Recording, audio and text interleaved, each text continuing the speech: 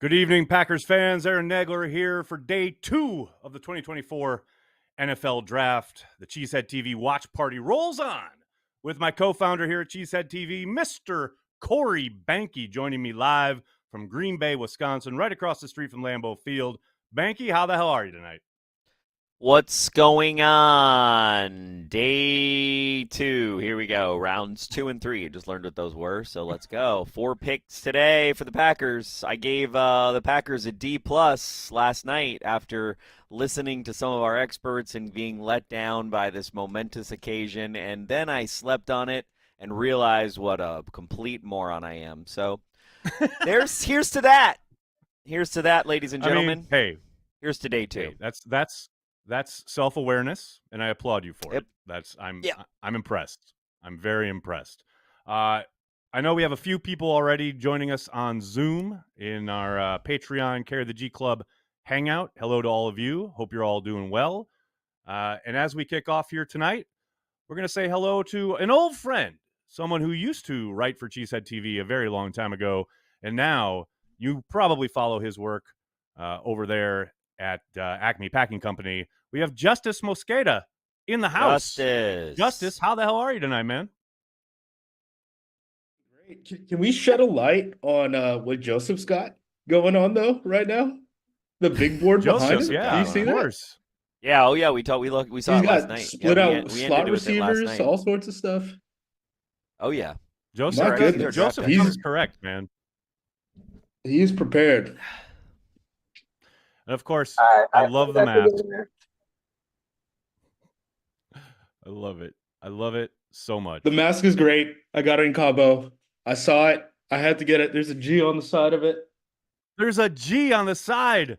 I didn't even notice that. I didn't even know that. I've only seen a straight shot. I didn't realize. The greatest part about that is that's an illegal G. I love it. So pirate. Oh, 100%. Absolutely illegal G. I almost wrote an article just about like all the unlicensed stuff I saw down in Cabo for like sports teams and how cool it is. But so Justice, I saw you trying to drink or take in some copium about people telling you that Jordan Morgan was a reach. Yeah. So the Dallas Cowboys, I don't know if you guys saw this. Jerry Jones in his presser where it's his yearly unveiling, right, of the Cowboys draft board. The draft board is leaked completely 3 times. This year, he just mentioned the 4 players that they were considering at 24 before they traded out. The only one who was available by the time they were actually up to pick at 29 was Tyler Guyton, but one of the players that he mentioned was Jordan Morgan. There's been a lot of ties to the Baltimore Ravens and Jordan Morgan. They were the team that actually ran the drills and stuff for him at Arizona's Pro Day and all that stuff. They were picking at 30. And then apparently the Washington Commanders, this came from Tony Pauline just a couple hours ago, said that the Washington Commanders were actually trying to trade back up into the first round to 29 to jump the Baltimore Ravens so that they could select Jordan Morgan. And then obviously, the Packers just ended up turning in the pick. I actually wonder if Washington and Green Bay probably had conversations. I mean, Goot, after he turned in the pick yesterday, right, said in his presser, the trade back options at 25 were a whole lot of, getting out of the first round completely. Washington's got 2 second-round picks. They didn't have another first-rounder. So I wonder if they actually made the call to Green Bay, and Green Bay was like, nah, we're good. We like the player. I think there's a very good possibility that is the case. But he also indicated there was at least one other offer that kept them in the first round. I'm really interested to know who that is. Like, who is calling Green Bay to get up to 25? I don't know. To have them drop back within 32. Like, that to me is interesting. Yeah, I mean, maybe it was Dallas once they started seeing their guys right because they dropped down. We'll get back up. The Detroit trade, right? Yeah, it's a possibility. Yeah. But let's look at day 2 now. Let's look at day 2. The Packers, 4 selections this evening. Who's on your wish list? Justice gets the perfect day 2 Brian Gutekunst draft. Who are you looking to get called out here for the Packers tonight? Well, there was the rumors from NFL Network that they're trading up, right? That they're interested, Philly's interested, and I think Jacksonville. They're trying to. Right. I think Jacksonville's interested in Kool-Aid McKinstry, who's a question mark because of the foot, right? He's got the Jones fracture. Same thing as Johnny Newton, the defensive lineman out of Illinois. It's basically like the bone at the base of your pinky toe is fractured. It's usually an injury that pops up again, which is why it's kind of a major question mark. I think that if they are interested in moving up, it has to be someone that's probably high on like media boards, I guess, because like that generally translates to the NFL. Right. I would guess Edgerrin Cooper, Cooper DeJean. The other name that I thought about, I got a text from a guy from the league earlier, and when I was on with Andy Herman actually, and he was like, "Hey, if the Coopers are gone, what do you think about MarShawn Lloyd?" And I was like, "I think that would make sense." And they invited him to what do you call it, pre-draft visit and all that stuff. So I think he might be in the mix. He's a pass rusher out of Western Michigan, fun player. So if Cooper DeJean isn't there, what do you think they do regarding safety? Because I mean, we all know how kind of thin this class is.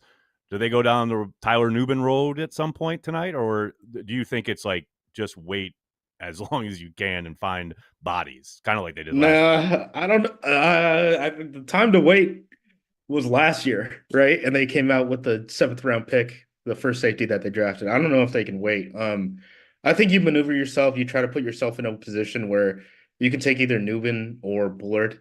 I think Bullard's probably a better fit for what they want to do if they really do just want to rock and roll the safeties and play both of them kind of split high presentation and then rotate to single high post snap, like McKinney's said. Bullard can kind of do both things. Nubin, I'm a little bit more worried if he has to be in the post. He's a really good tackler, but I don't know if he necessarily has the range. He has the ball skills, but I don't know if he has the range. And that, range is pretty important when you're playing post safety. So I would think that those two are pretty premier, because Hicks is a guy, I know he tested well.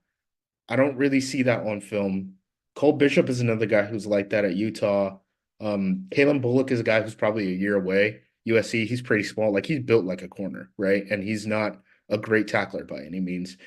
And if you're looking at the consensus draft board, those are all the guys in the top 100, unless you're counting Cameron Kitchens, who's kind of like on that bubble, hasn't had a great pre-draft process. So I think you try to position yourself well for that Newman Bullard selection. I think you can get that with the second round pick.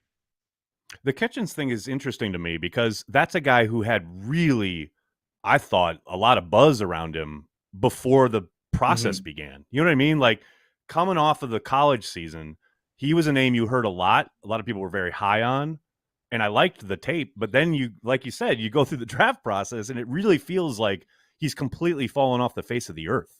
Like, I don't. That's where I get kind of.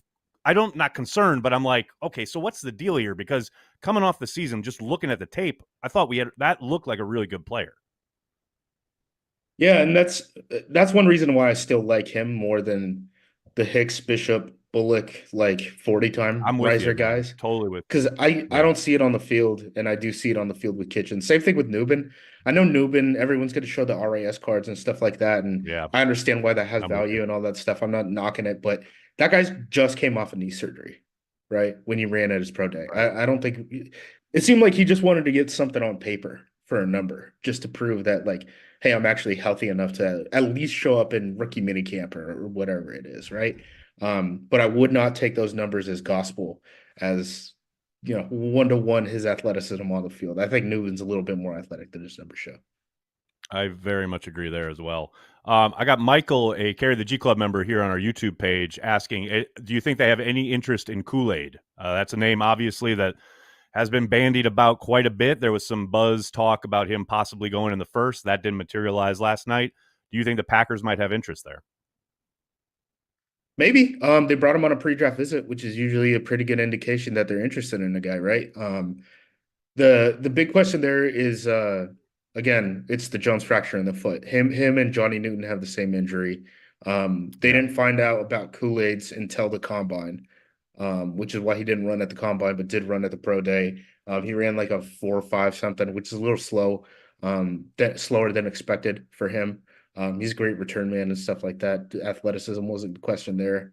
But the whole question just hedges on, like, did they clear him or not? And I think Jacksonville's a team that cleared him. And I think Jacksonville's looking at the board right now and they're like, let's move up and go get him then. Yeah. I don't think people are concerned about Cooper DeJean's injury, by the way.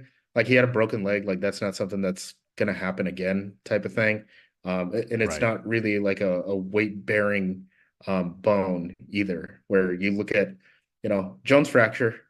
That's how many times are you using your pinky toe that you don't even realize it? And that's where it becomes an issue. Yeah, I think it's, to me, regarding, I know the Bills are on the clock, by the way, so the second round has officially begun. Going back to what you were talking about at the start regarding the Packers potentially moving up, there have been reports, NFL Network putting it out there. Who do you think the target would be? Is it DeJean? Is it that simple? Or do you think there could be a number of guys in play? I think it would have to be him or Edgerrin Cooper, who's considered, consensus top linebacker in the class. The only guy kind of near him is Peyton Wilson, but again, he's another medical guy that I just have no idea what you're going to do with him. He tore his ACL coming out of high school, re-injured it like the summer before his freshman year at NC State, had surgery on it. Ended up missing like 14 games over 3 years for a shoulder injury. Ended up having to have surgery on that thing too. He's a little overaged, all that stuff. And then he's kind of like this positionless guy, kind of like how we've seen like an Isaiah Simmons or something, not really land in the best home for his skill set. And no one can really figure out, like, do you do this? Do you do that? Like, I don't know if Peyton Wilson is a true stack linebacker. Edgerrin Cooper is the one guy I think kind of in this class at the top. So I could see the team saying, like, we have a hole at linebacker. Let's go address it now. There's going to be opportunities for us to grab a safety with, the second round pick. I don't know if you could necessarily say that with the linebacker position, at least if you're looking for a starter. Absolutely love it. I want to let you know that Sean O'Brien is in the chat saying, just pointed to Justice and told my wife, that's my favorite Packers writer. And she looked at me like divorce was suddenly a viable option. You're out here inspiring people, Justice, inspiring Packers fans everywhere. Hopefully not for divorce, though. That's, I mean, 50%, 50-50, right? Justice, I can't thank you enough for hanging out with us. You were free to hang as long as you want. I know you got to get, going, as it were, to get in the content mines and get ready for all of the Packers action tonight. But we really appreciate you taking some time. So tough. My little blogger bones. Yeah, thanks for having me on, guys. Keep up the good work. Thanks, Justice. I love it, Justice. Thanks, brother. Awesome. Corey, you're going to have to talk to the fine folks for a second. I have to restart my computer. I'll be back momentarily. Good times. How's it going? Let's get Tyler Herrick. What's going on, buddy? How you doing? Down. I'm all right. How was social last night? What's the consensus?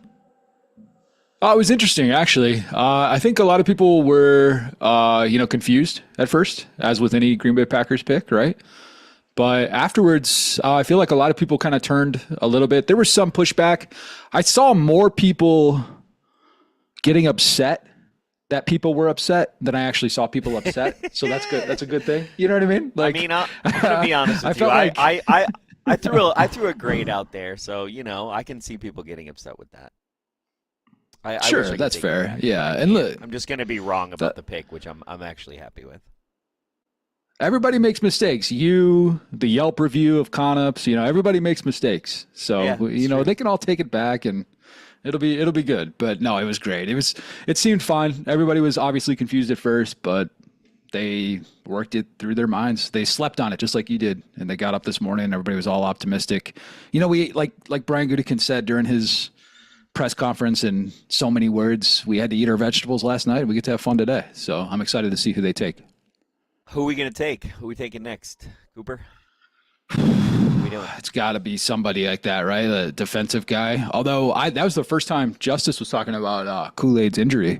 That was honestly the first time I've heard of that. So that was interesting. I don't know who, you know what I mean? Who's going to take him with that? We got 3 new Carry the G members. Wanted to give a shout out to Carry the G Club. That was pretty awesome today. Shout out. So that video, if everybody check it out, we have the draft guide or draft party, last night's draft party highlight video went up on YouTube. So check that out. Had a lot of fun last night. We missed you, Tyler. I know you were in your war room. I know. But I wish I could have been there, but it looks like Wyatt had fun. It looked like he did a great job on that video too. It was cool. It was fun. Yeah, we had looked like a fun good time, I think. Everybody won some prizes, had some fun. Had people from Florida, had somebody from a couple people from Chicago, River Falls. We had we brought them. We brought them. It wasn't just the Green Bay crowd. Yeah, what's up with that mural that Spencer did? That was pretty awesome. Is he going to auction that off, or how's that going to work? It's going to stay in at Lyric Room for a year now. It's going to just temporarily kind of live on the wall there. And then it's like a story. And then, I think we're going to auction. I think next year we'll auction it off for charity, maybe. I'm not sure. That'll be cool, though.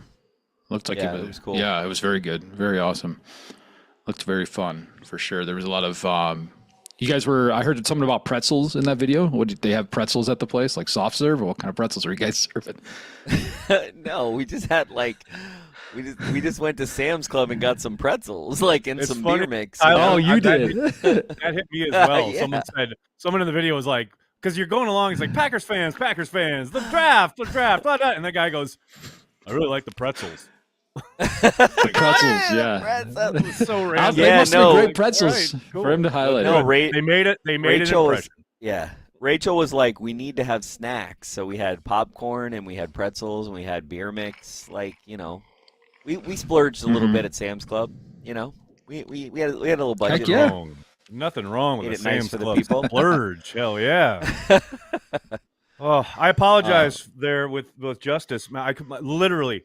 The producer, Nicholas, in my ear saying, we're live on platforms. I went to click something else, and the Bluetooth went out, and it would not turn back on. So I could barely hear Justice or anybody at all because I had to just turn down the... Well, you did. We wouldn't have known that unless you would have said something right now. Yeah. Oh, my God. You did a good job. Like, it's true. You did a great job, This is the most CHTV shit ever. Like, did something break right before we went live? Yeah. I mean, okay. I literally restarted my computer 2 minutes before we went live last night, so it checks out.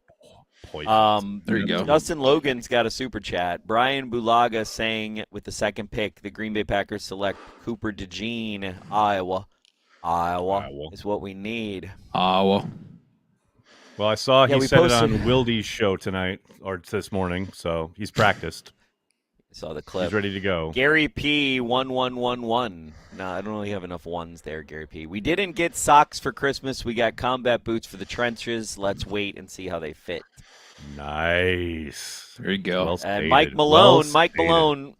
I'm still gonna give you shit for not going to the party. Or he's got a bone to pick with you, Mike Malone. I needed a Mike. Come on, Mike. What are you doing? I find it ironic the house band playing at the draft is playing 1999 by Prince, and none of these draftees were born until a few years later. True that. Mike, we're all very old now. You got to at some point you just got to accept it. That's just mortality staring you in the face. That's all that is. Wow, you can super chats now. They just snuck that in there, huh? Jay Marcel, thanks for super chat. How much acid is too much for the draft?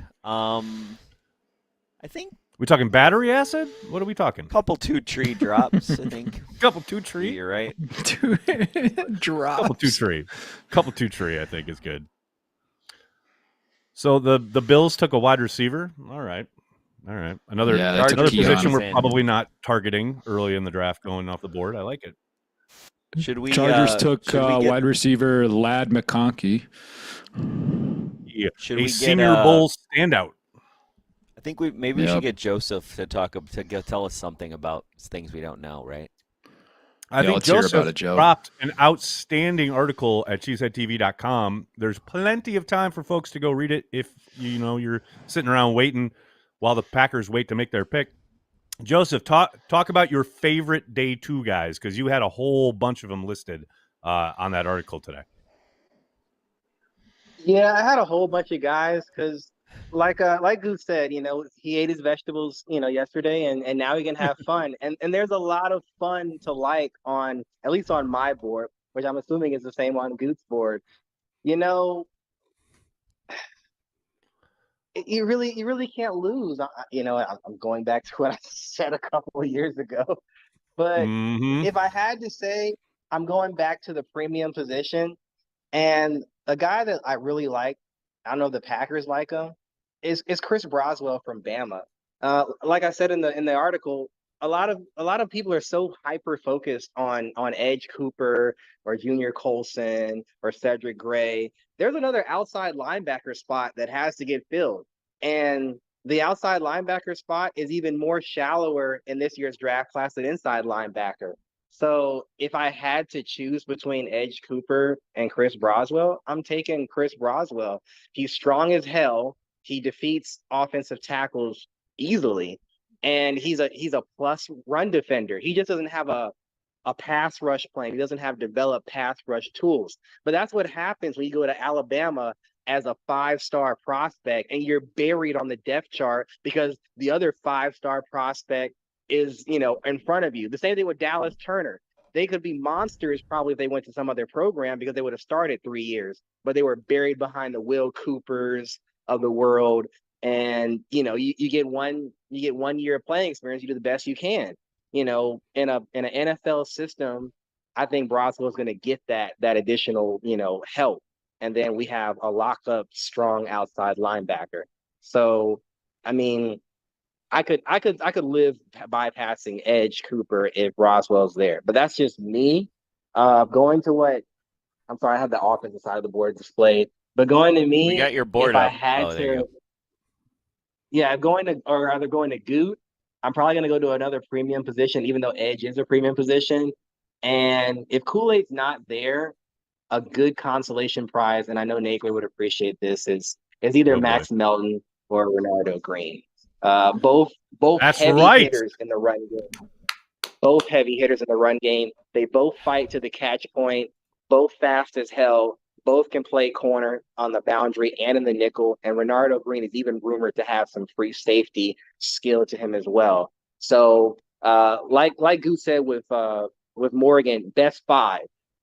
Max Melton or Renardo Green is a best 5. Like, who are my best 5 defensive backs that I'm fielding out on the defense?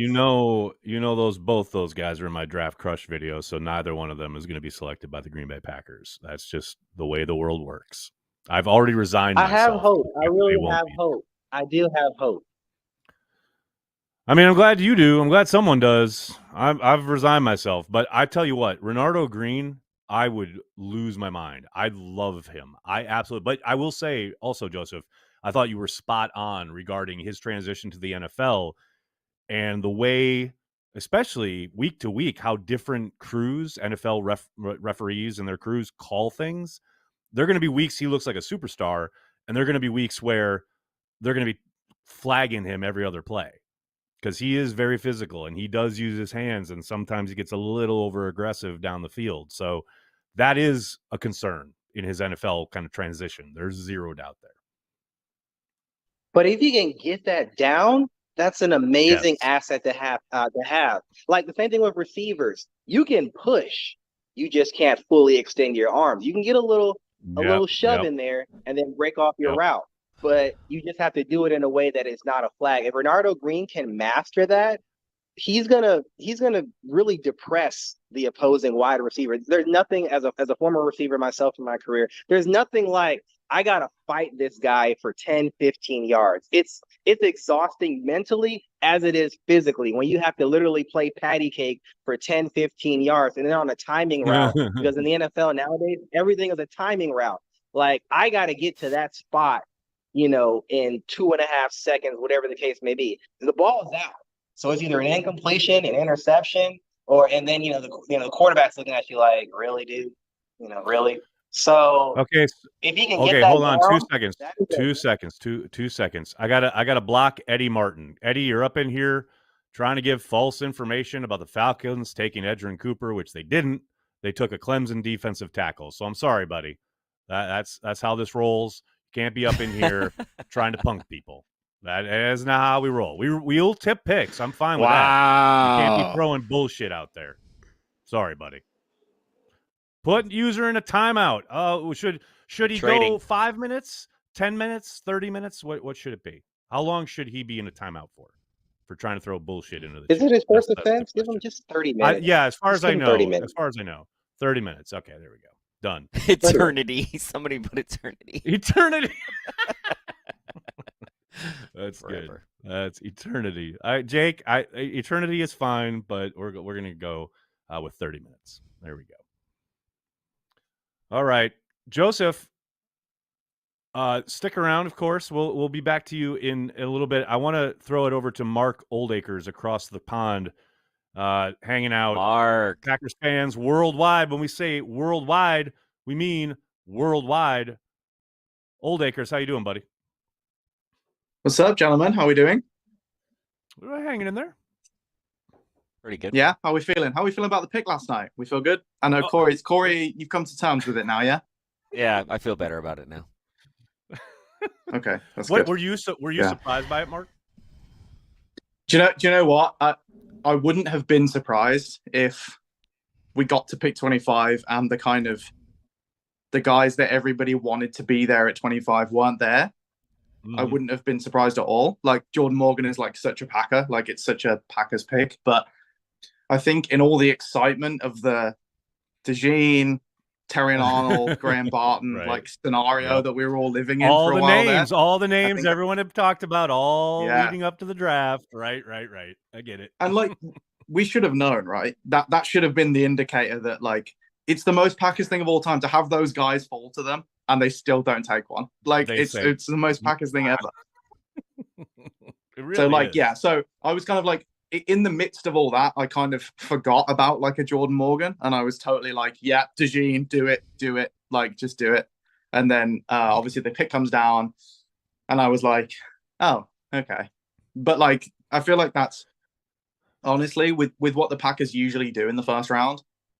Okay, is like a pretty good reaction from me, because a lot of the time what they do in the first round, I'm like, why did they do that? Mad. And then like, Right. It's valid. yeah, like, and then I kind of like what they do in the rest of the draft a lot more is generally the gist. So like, I'll take feeling like, okay, like whenever you take an offensive lineman, you're never going to feel like, excited, but It's hard. Unless it's a hard to center. know. If it's a center, I get excited for centers. I'm going to be honest with you. yeah, It's a see, that's center. the thing. Yeah, like a center for Pure you, Corey, center. that's, yeah, that's like, if they could have taken, if like Corey Linsley's son was available in this draft, that would have been like ideal for you, obviously. Yeah, But It's you true. know, It's true.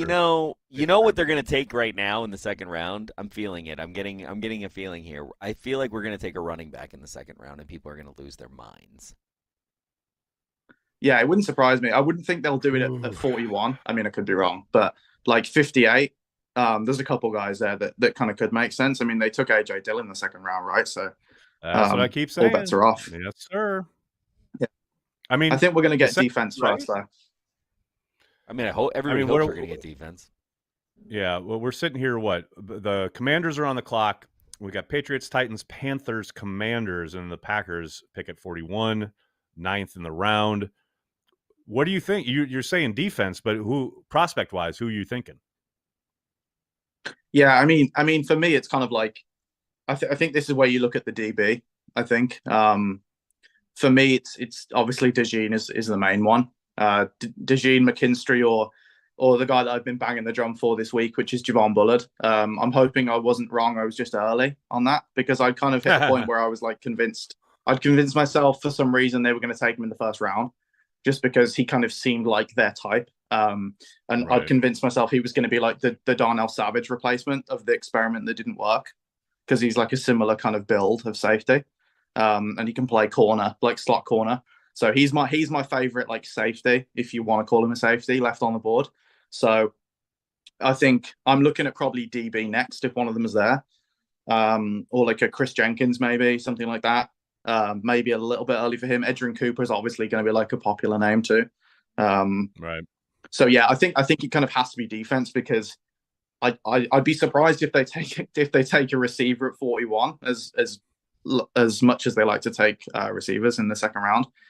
And then after that, there's not really like an offensive player I think they would take at 41. I don't think they're going to take another offensive lineman running back. I don't think they would do it yet. I think they would do it later tonight if they're going to do it. So I think it's definitely going to be defense, and I lean kind of linebacker, corner, safety. It's going to be one of those three, I would guess.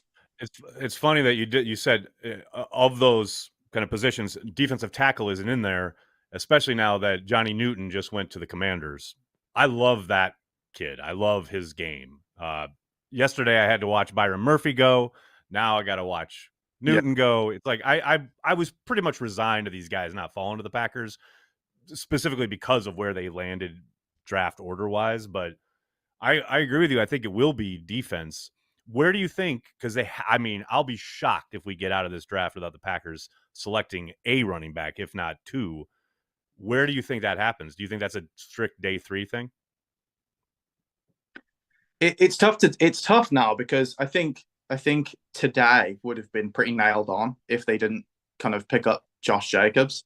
I think they probably would have made it a little bit of more of a priority rather than just like, oh yeah, we're just going to pick up a guy on day 3 and pair him with, we've re-signed AJ Dillon and let's go. Right. I would have been a bit surprised if they'd done that, but with Jacobs there now, there's really no pressure to do it. I think they could do it tonight. I would be somewhat shocked if they do it in round 2, because even the guys that I have as round 2 guys, like I have Trey Benson and Jonathan Brooks as like the only round 2 guys. And Brooks doesn't have any testing whatsoever because he tore his ACL. Because of the ACL, and therefore, right. Yeah, and then he might miss some time, like even into camp, even if he doesn't miss regular season action. Not that they're probably going to need a running back to come in and take snaps to them right away anyway. It seems like I think running back to me feels like something they would do like with the second pick in either the second or the third rounds. What you see of kind of like the bonus picks, because those once you've kind of like we talked about last night with taking the tackle, like once you've eaten your vegetables kind of thing, like if they make a more sensible pick right now, like at 41, then 58, you can do whatever you want. Like, it's your extra second round pick. Like, do whatever the hell you want. Let's have what some if fun. they take what if they take an offensive tackle at 41 though? I mean, double up. They need more offensive linemen. They don't not need them. Yeah, why not? Wow, why not? The Commanders took Polk, the Washington wide receiver. Oh, they did take Polk. Okay, yeah. He was kind of the Elliot Wolf throwing it down. He was kind of what were you saying? Yeah, he was kind of the guy I had for like the Packers if they were going to take one in the second round. He was kind of the guy I'd kind of like earmarked a little bit. So I don't see that. Like I still didn't think they would do that, but that's interesting. That's a good pick. I like Polk. He's good. Elliot Wolf. He's cooking. He's cooking over there in New England. Although I will say, I do find it funny that we keep getting these leaks out of New England where, Kraft's son is involved and like, the Krafts are very much involved. It's like they are so clearly setting it up so that if there is success, it's, the Krafts have inserted themselves after Belichick has left the building and now they are successful, clearly because of the Krafts' involvement. Whereas if it crashes and burns, it's like, that's all Elliot Wolf, and we have to get rid of him, and we'll just move on to the next kind of personnel guy. Elliot deserves so much better. But Aaron, wouldn't the Packers be so much better if they had an owner? This is what I always hear from people. No, you see, you're trying to bait me. The Packers need an owner, Aaron. I'm not going to go. I'm not going there. I mean, we all know the answer to that. We all know the answer to that. Mark, you're an absolute legend. Hope you're sticking around. I want to throw it open here to the gallery a little bit and see what people are thinking. What do we super chats real quick? You want to do some super? Oh yeah, hit him up. We got Greg Earhart. I think he wants RIP Soldier Field. RP Soldier Field. Well, I think that's random Packer Soldier Field because we own the Bears kind of thing. I think that's what he's doing there. Got it. Godsmack AR69. Since Jordan Morgan was a 2-time captain at Arizona, can we call him Captain Morgan? I mean, Jersey Al literally did so in the write-up in the draft guide, so sounds good to me. Elijah Robb, did Ramage win a raffle last night? Random Packer Steve Bono. Gotcha. Good one. So, yeah, Ramage won a football signed. It was had a bunch of signatures from 1994 Super Bowl Packers. Oh, it's pretty cool. 1996 Joe Super Bowl Mailman. Packers, I believe you mean. Yeah. Sorry, there were 1994 signatures. Like they would have the player's Gotcha. signature, and then I think they put what year they were drafted. Some of them. So, and I remember seeing in 1994, it was like replica signatures. It's one of those where they like do a signature, and then the Packers come out with like 100 of like whatever of the things. Yep. So it's not like it's like 30 signatures, but like they're replicas. But it's sanctioned. It's like original. Joe Mailman. Packers go into day 2 with 4 picks, which is 2 more than the rest of the NFC North combined. Can Packers beat last year's day 2 haul? Probably not. I'm just going to say that. I mean, that's a high bar to clear. Very high bar. Very high bar. Pack Russ 13, random Packer, Deputy Bubba Skinner of In the Heat of the Night, a.k.a. Carlos Brown, mid-70s QB. Amazing. Wow. What a pull. In the Heat of the Night is a great movie, by the way. It is. You haven't watched They call me Outstanding. Mr. Tibbs. That's a great movie. It is. Great movie. Johnny Rivers, a replica Ty Detmer signature. Amazing. Everybody needs one in their life, Johnny. Ty Detmer. I think Ty Detmer's on there, actually. It's like literally like 40 signatures, and but they're like burned on, you know what I mean? Where it's like they templated a football and then they made other footballs out of it. But it's pretty cool. He's going to put it, I'm excited to see it on it's now in his podcast. I think he's going to put it as part of his background. So that's it'll cool. live on. That's it'll cool. live in infamy. The NFL, the 2020. He'll never forget the 2024 NFL draft party.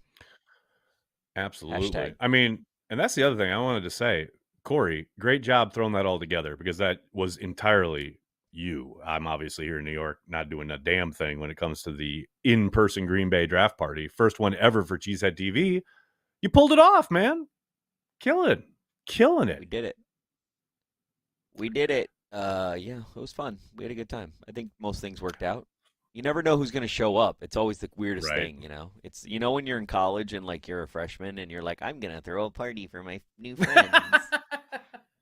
And then you're like, who's you gonna get show everything ready. You got candles. You got all the food you want. You got maybe made a little cocktail. You got some beer. And then you're like sitting there at like, you've told everybody 8 o'clock and it's 7:45. And you're like, where is everybody? Everybody? Literally 20 minutes later, it's like 50 people. Packed. And you're like, what's going on? That's a good development. I love it. Man, the chat is off the hook tonight. I love it. Matthew Clark, hello from across the pond. I hope you're doing well. Someone asking, who did we take? Lil Mick, they haven't selected yet. They have 4 picks to go. So I don't know who Soul is or Aol. I can't read the name, but how did you guys get involved with Doug Hype? I went to high school with him and have plans to meet up at Behnke's house next season. Did you know this, Corey? Is there a plan to meet up at Behnke's house? No. Sounds like we got involved because he was a Patreon member. He just hangs out on the happy hour. He makes videos. So he made a couple 2-tree videos, maybe one video. He made 2 videos. One of them was actually like able one of them to be was used genius. He got it in time. It was great. It was after Jordan Love's first start. It was awesome. It was a takeoff of an old Dennis Leary Nike ad, and it was great. And then like the next week he delivered it like after the game was over and it was a preview for the next game. And he was like, oh, my cameraman. It was good too, but it was a good video, but it was like completely irrelevant. And then we just never heard from him again. I know he's very busy doing his Doug Hype. Although he was selling some Carry the G last night. I appreciated that. Yep. No way. He was down it pretty heavy. There's no way that this just happened. Hold on. What happened? Oh, man, the Titans, that is perfect. They took Sweat from Texas, one of my favorite players in this draft. He is a monster of a man, and now he's going to Tennessee, which is making all the sense in the world. He is a monster human, and he can move. I'm going to tell you right now, seeing all these images from Detroit, I feel like the images from Kansas City, because that's where it was last year, right? I feel like it looked more epic, like the place they had. Like this feels like it's in between 3 buildings, and it doesn't feel iconic. And the crazy thing about next year is that there's no world that exists that is not going to be next to Lambeau Field, so it's immediately going to be like the most iconic thing you've ever seen in life. As hell, by the way, we talked about this on the stream last night. I was saying it's going to look so amazing. All you do with Detroit is you see this huge mass of people between buildings. Like, it's an urban environment. Yeah, fine. But like what? Which is cool. Detroit's an awesome place, and there's so many iconic it's views of Detroit cool. too. By the way, we had 3-week sit down there when I was in Full Monty. Like, I like the city, but it's like, as far as like indelible images that are going to last forever and you're always going to think of about this draft, like, you're going to see a swarm of people between a bunch of buildings. That's it. You're right. Next year, Green Bay is going to be epic. It's going to be amazing. And anybody saying we can't accommodate 250,000 people, we're going to make it work. It's going to all work out. It's going to be fun. It's going to be like, I've gone. I was at Woodstock too, the 1994 one. I went with my father. I've gone to a couple festivals when I was in my 20s. Not like anything now, right? They're a lot different. But that Woodstock too was crazy. And you literally have like 200,000 people show up in the middle of nowhere, New York, upstate New York. Cannot handle that many. I mean, it's just like people make do. It's kind of an interesting thing when people are having a good time and, having fun and going to do a trip. Like, you just have a different mentality about like what you're getting into and what it is, and then you see it. Yeah, and how you're existing. I mean, it's like you see it every year on New Year's, right? When all the people pile into Times Square. Like, that's a long ass figure night. it out. And people just hang out. Absolutely. Yeah. So who we got? We got the Panthers on the clock now. Bill Daumler, member for 20 months of Carry the G. Thank you so much. Random Packer went to school with Claremont Sunny Redders, Monona Grove, 1960. That is a truly random Packer. That is well done. I will be hosting no one during the draft. Maybe Nagler. Oh, maybe. If I play my cards right. Yeah. To be determined. I don't know about that, sir. It is called the Nagler Suite. All right. I'll be staying in the Nagler Suite. It's trademarked. It doesn't need to. It doesn't need you anymore. It's already. Sir, that is my suite. No, it's a suite named after you. Kind of like, how like like in memoriam. When like people when people die. That's exactly what I was gonna say. It's like, it's in honor of this idea and memory of you. You know what I'm saying? So there's no rights attached to it. There's no living rights anyway. Of course not. So there's a trade. The Rams have traded up. The Rams are on the clock. They have come up from 52 for this. And, of course, my daughter is calling me on the second night of the draft, as is per tradition. If there's a huge event and I'm live, I must get a phone call from one of my children. That is just how I roll. Checks out. Yeah. So the Rams are now on the clock. I have to wait to see who they are going to pick. So wait, why is it saying the Titans pick is in? Well, we already know picked because we know, because we tip picks here, Corey. We know they're taking Devondre from Texas. Got it. Chad said take the call. Yeah, no, traditions are important, Johnny. The best ever was during the pandemic, the Jordan Love draft, actually, when we had Charlie Barnes on live to kick off the draft that year. Legit, not 2 minutes before we went live, two of my daughters called me in tears, crying about something very dramatic going on in their lives at home. And I was like, okay, it's going to be all right. It's going to be fine. And then I got off the phone and Charlie's there and we're live. And when I started talking to Charlie, and then like my iMessage just is like a river of texts from my kids about like some drama in their life. I'm trying to like focus on the draft and Charlie and everything. And it's like, oh, yes. And there's all this domestic stuff to deal with. Good times. Good times. It's a tradition, unlike any other. Okay, come on. I want to see who the Rams have picked.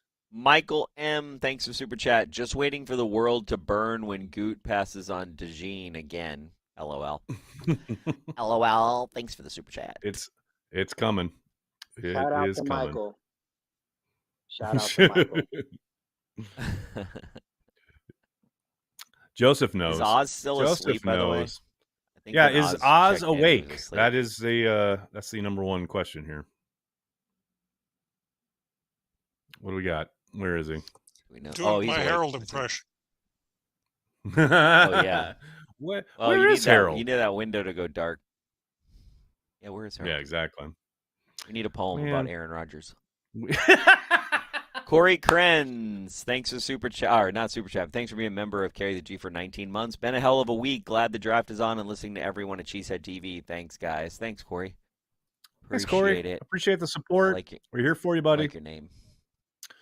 Oh, the Rams took Braden Fisk, the Florida State defensive tackle. It is legit a defensive tackle run, ladies and gentlemen.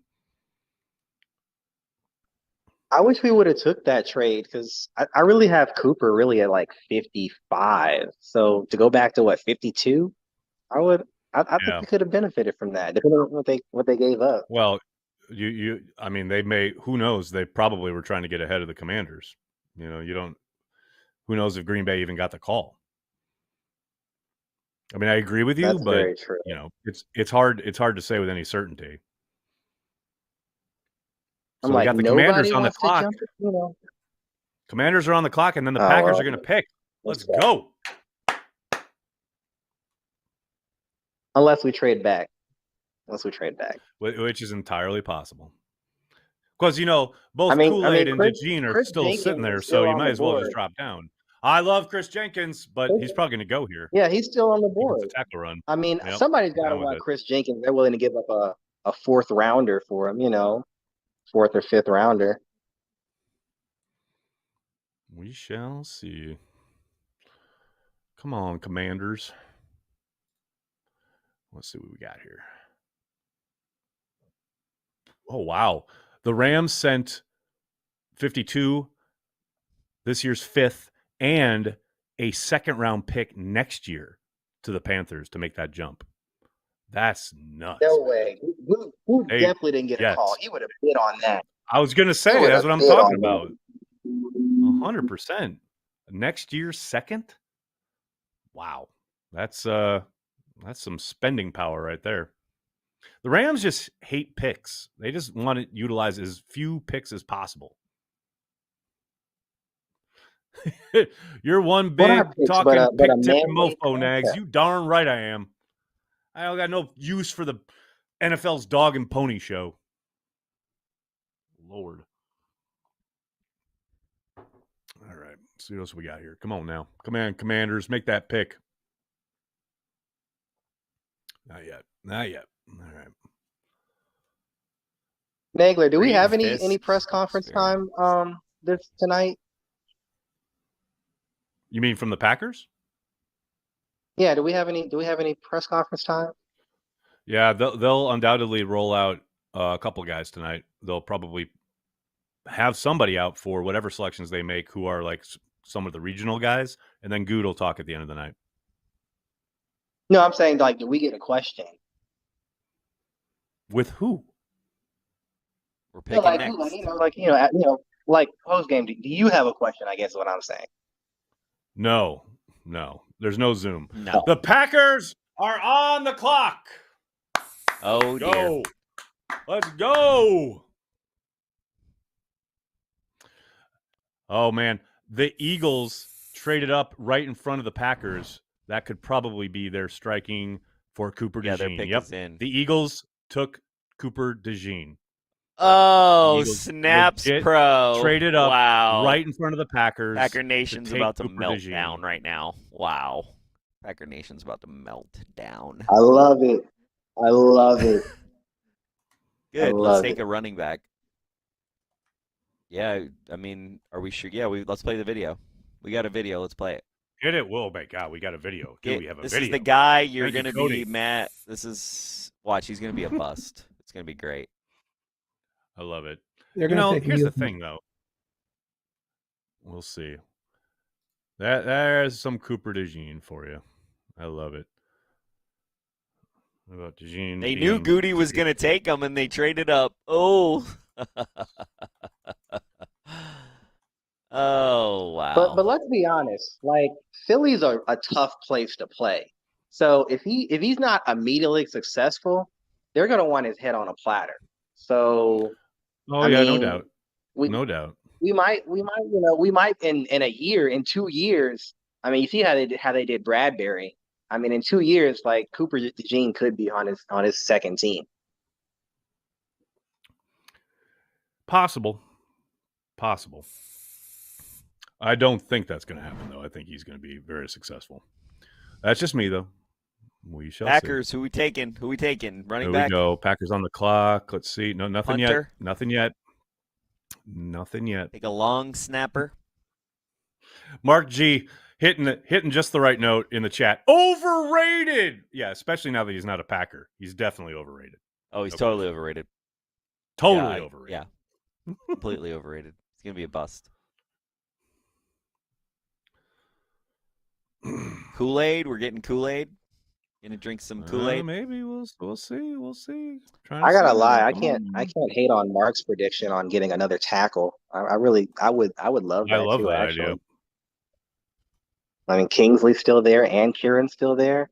I mean, move Tom to center. I mean, what's not to like about that? I'm loving this idea of moving Tom to center. I've been talking about The only it for problem 2 with years. that It's is like the Packers traded back. We traded back. The Packers traded back with the Saints. They Hell traded yeah! back. They're like, oh, we can't get After Cooper. after fuck Cooper's that. gone. Yeah, Yep. we're like, After fuck it. Cooper's gone, that's it. They were like, we out. They picked our guy off. We said, see ya. They're They got up gonna, in they're gonna front. trade back and Let's then have trade some pick fun, those two baby. picks will Let's be two have running some backs. fun. But see, I'm not gonna like it because with that Rams trade, I mean, now I want a 2025 second or a 2025 third. Like, I know, right? that's what I want. We want some kind of Like, I need some something goodies similar. It's like, for well, the next year. Rams did this. Yep. You know, Okay, here we go. Yep, Saints traded up to 41. Still no word. Unless, Tyler, have you seen any compensation? I haven't seen anything yet. No, not yet. All right. Oh, no, we got someone in the chat. Juicy is saying, trade down. Are you kidding me? It's 3 a.m. Packers fans worldwide, baby. Sorry, buddy. hope you Yeah, took I off of stayed work up tomorrow. for that. I Yep, stayed up for the trade down. trade up. Sorry. Wow. Talk about watching the sausage. All right, the compensation is in. Packers trade pick 41 in exchange for pick 45, 168, and 190. Damn. Here we go. What? The Saints are that desperate that they trade. They So gave we us got- 2 7th rounders. So we had 11 picks coming in the draft, took one yesterday. So we were down to 10 heading into today. And now we've got 2 more. Like, okay, let's go. So basically, Only to drop down like 4 picks. 4 spots. Only drop 3 down 4 spots. spots. I'm down with that. Come on, Yeah, but I mean, Brian. there's so much trash in 6 and 7 though. Come on, let's be real. Legless, thanks like- for the super chat. Mhm. Behnke, who is the best out of these 3? Tim Masthay, Craig Hentrick, or Max McGee? Okay, so if you're talking about pure punter, Max McGee all day. And if you're talking about greatest Packer, Max McGee all day. So Max McGee wins. Ding dong. Because you know what? Max McGee was like, honestly, they should make a rule. Here would be a great rule for punters. Is if you are a punter, you can't, it's like an eligible receiver. Eligible punter means that you have to play at least 2 plays on offense or defense during the course of the game to maintain your eligibility as a punter. That would be incredible. That's amazing. It's a little Think convoluted. about it, but because it's you'd have to be a Max McGee, or you'd have to be, you know what I mean? You'd have to play from scrimmage. Yeah. You have to, and it would go back to this whole idea of like there are football players still, like rugby players, that are all arounds, you know? So it would contribute to this idea of an all around player, which I think would be really cool, actually. I just want to see who the Javier Saints wanted Alejandro so badly. Uscanga. Thanks for the super chat. Wow. 6 QBs going in the top 12 Wow. yesterday. Okay, hold on. The Packers traded out because the Saints wanted Kool-Aid McKinstry, that's who they drafted. The Saints got Kool-Aid. The Packers said, Nah, the Kool-Aid. Well, not when they gave him 2 more picks. All those picks, all right. exactly. Javier, this is an awesome Javier super chat. 6 QBs going in the top 12 yesterday makes Jay Love at 26 for a 4th, even sweeter. So far, none of Green Bay's targets off the board, right? Random Packer, Whitney Merciless. Merciless. Excellent. I mean, Merciless. That's a legendary name right there. Was he really a Packer? Like he played like 6 games.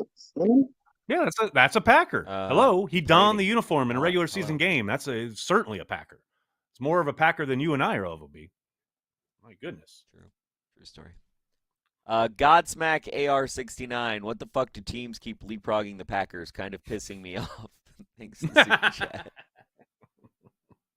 Porkmaster. Duty's letting it come to him. We're the Green Bay Sharks on draft day. Fleeced. Fleeced or doing the fleecing? Okay. All right. I think Michael has his hand up. What's up, Michael? How you doing? Hey, what's going on, guys? I just kind of hung out and listened to everybody last night, but Cooper was kind of my guy. I was hoping we were going to get fall to us, but the way that it's dropped now, do you think it could possibly be linebacker at our next pick? Very possibly. I think just because of the, I want to say shallowness, but like the way there's not a ton on offer as far as after. I think we heard Ross talk last night about the cliff. You know, there's a couple guys, and then there's a pretty steep drop off. Yeah, I think there's a decent possibility, and I think Brian knows that. And one of the ways you can ensure that you can kind of guard yourself is by getting those extra picks you just got instead of taking the corner. And now you've got a couple of chances, as long as it falls in line with your board value-wise, to get – it might not even be Edgerrin Cooper, but someone of that, that position, someone you have rated properly as far as value goes. I do think you look at their roster at the moment, they got to come out, I would think, with a linebacker out of today would be my suspicion. I can't imagine they go into day 3 still needing at least one body in that spot. Cooper has kind of been the consensus pick, right, for the linebacker to come off first, probably the best one off the board. Edgerrin Cooper, yeah, you are absolutely. Yeah, it's going to be. That's why I'm not a GM, because last night I was thinking that maybe you should try and trade up to get DeJean, and he fell all the way into the second round. And I think we got a great offensive lineman, and to help protect Jordan. So that's why the team's a lot better with me not being a GM. I like it. The Texans took Kamari Lassiter, so we've got a bit of a corner run going on here. Cardinals are on the clock, and then the Raiders pick, and then the Packers will be back on the clock for those following along at home. I love Paul G44. I hate this draft. My God, man, they've made one selection. Relax. I understand they didn't take the guy that you had looked at and studied and heard about for a million years, but they got plenty of ball game left to take a bunch of really talented players. I mean, yeah, let's take a look at Kool-Aid. So we can trash him. We can talk about how awful he is. Look at this guy. I'm so glad he's not a Packer. Actually, shout out to Cody for making these. It's just nice to have some footage of guys, immediately after they get drafted. See, that would be a penalty in the NFL, throwing the guy to the ground like that. So I'm just glad. I'm so glad that we didn't get him. That's what I'm telling you right now. I mean, we dropped down here, right? And there's a bit of a corner run. I wonder if the Packers pull the trigger on Max Melton here at 45. What do you think, Joseph? I think, the corner run, which I kind of predicted, I think with Brian, where is he, by the way? So, we had the tackle run in the first round, the corner run. Quinion Mitchell set the market for the cornerbacks. Once he went once Terrion Arnold went in the back of the first round, the rest of the guys are going to start to come off the board.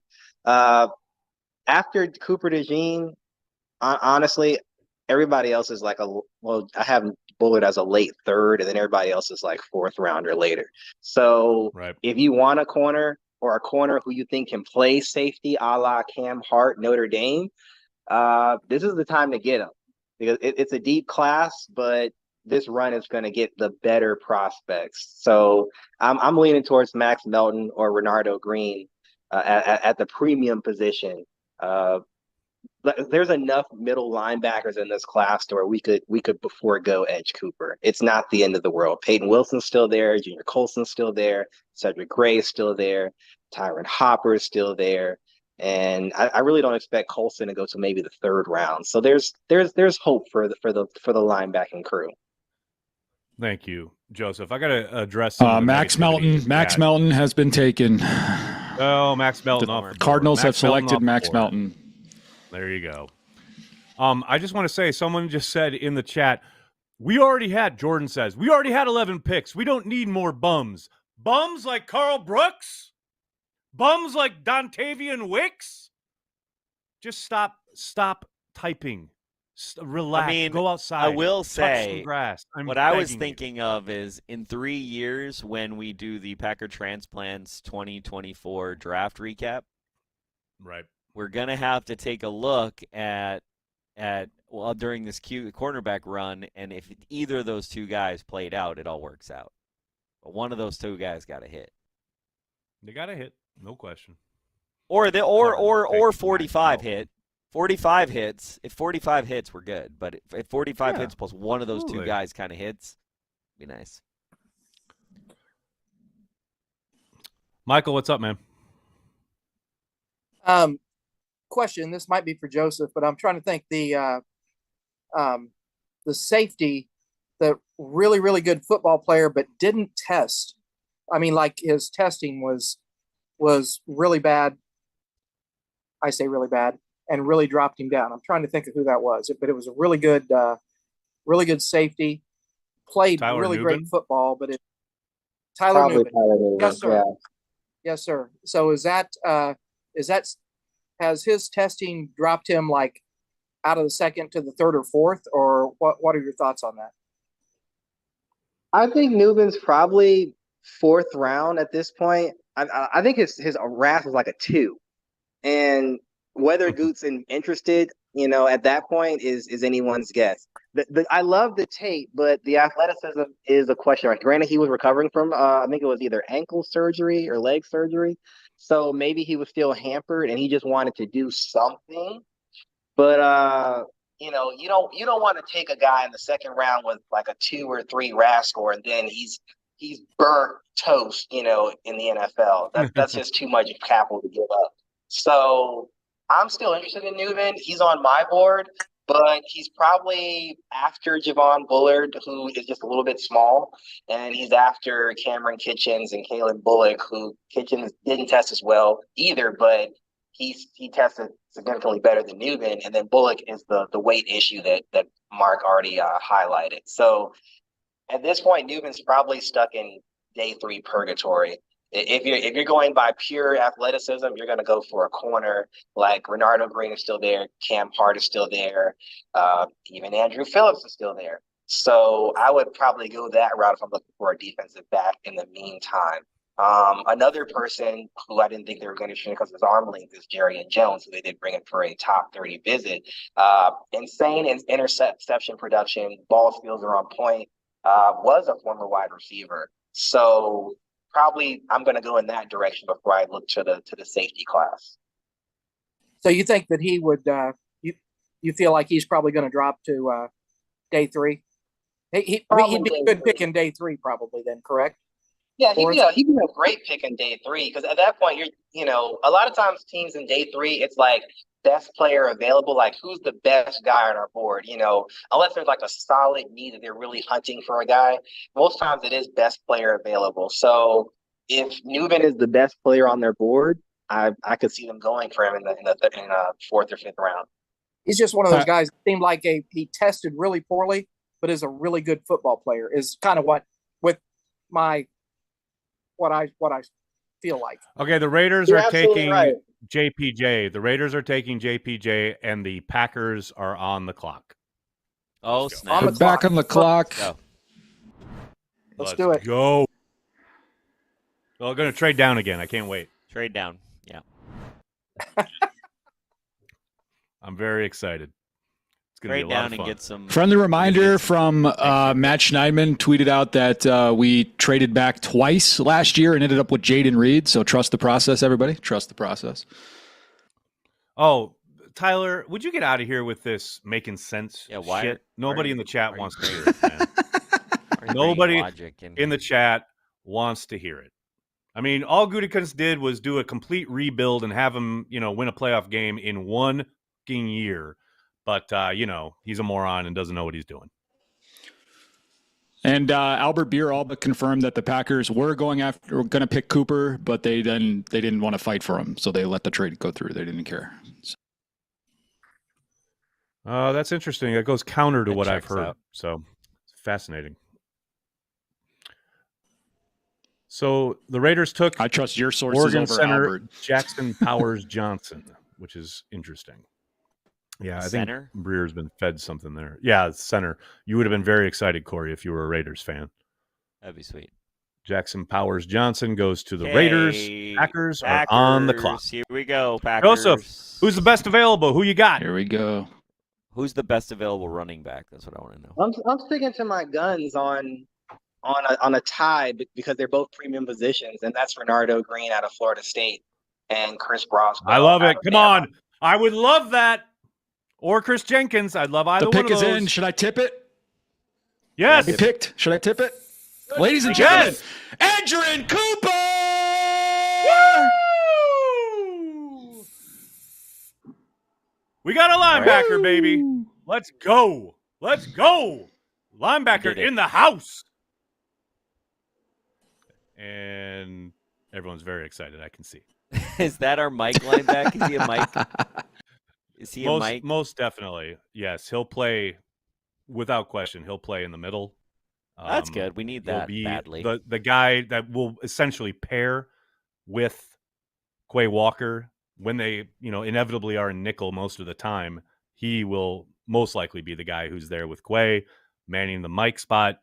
I love this kid. I love this pick, especially the fact that they traded down, collected a couple other picks, and still got this guy to man the middle of their defense. Brand new system coming in. A guy who, look, he's got athleticism. He's see ball, get ball. He goes side to side. I love his mentality. So this is going to be exciting. And look at this. We've even got a video. We have Edgerrin Cooper. Look at this. Can't believe it. Look at this guy. Come on now. Oh, get that guy in the open field. Are you kidding me? Get that guy on the ground. Look, you ain't getting away from me. See ball, get ball. Boom! Quarterback going down. Boom! Guy in the flat. That was adorable. You tried to do that. I'm causing a fumble. That's what I do. I mean, look at that. Sticking guys right in the gap. I mean, I understand that, people were all about Cooper DeJean and maybe Kool-Aid and whatever.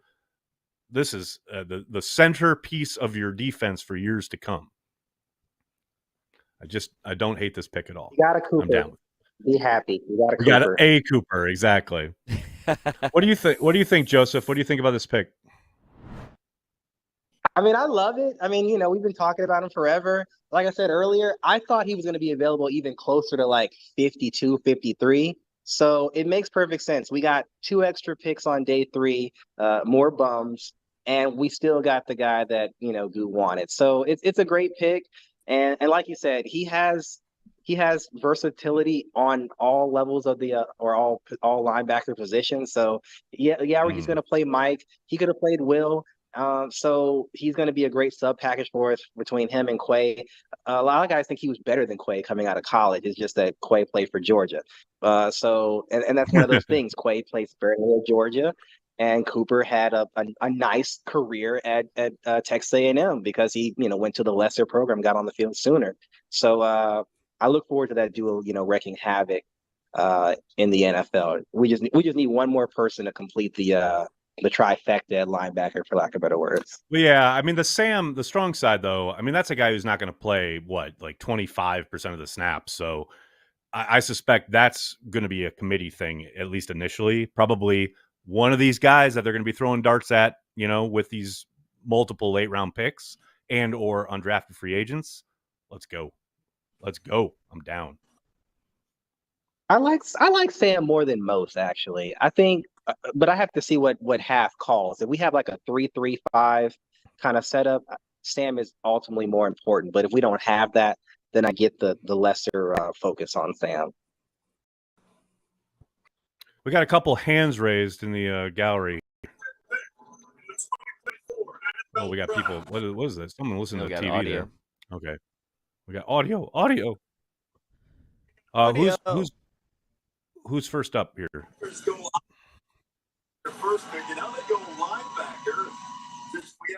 Michael, can you mute yourself, buddy? Yes, sir. Thank you, sir. Ooh, the Panthers took Jonathan Brooks. There goes the running back off the. Nicholas, I need to know who's first up with their hands up here. Oh, okay. 1 second. Cody? Brody. We got Brody up. What's up, Brody? Can you hear me? Gotcha. It's my, can you hear me? Oh, okay. Yep. I know he's an inside backer, but I'm just curious. 8.5 sacks is nothing to sneeze on. He's going to be running, chasing, all other stuff, but how much do you think he's going to work into like the pass rush? Because that's a weapon right there. I'm really glad you brought that up because it's something that Pete Doherty brought up last night when we talked to him here on the stream.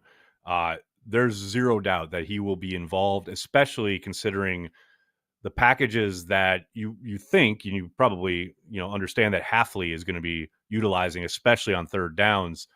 That comes out of the Rex Ryan mold. I mean, he's the 4-3 is the stuff he's doing on base, but when they go to like third and long and they get kind of crazy with it, so to speak, they're going to be sending guys from everywhere.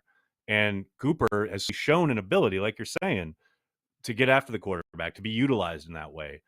I do not doubt for a moment that is one of the things I like about him, because it's not just, okay, he's the traditional Mike who's just there to take on, a pulling center or a guy trying to get to the second level and work him in the run game. He's able to kind of see ball, get ball, slip through the cracks, maybe even become like a dummy step, and then he's trying to shoot the A gap and get after the QB. I do not doubt for a moment that he will be utilized a lot more than we ever saw, like Quay and Devondre being utilized by Joe Barry. Like, zero doubt.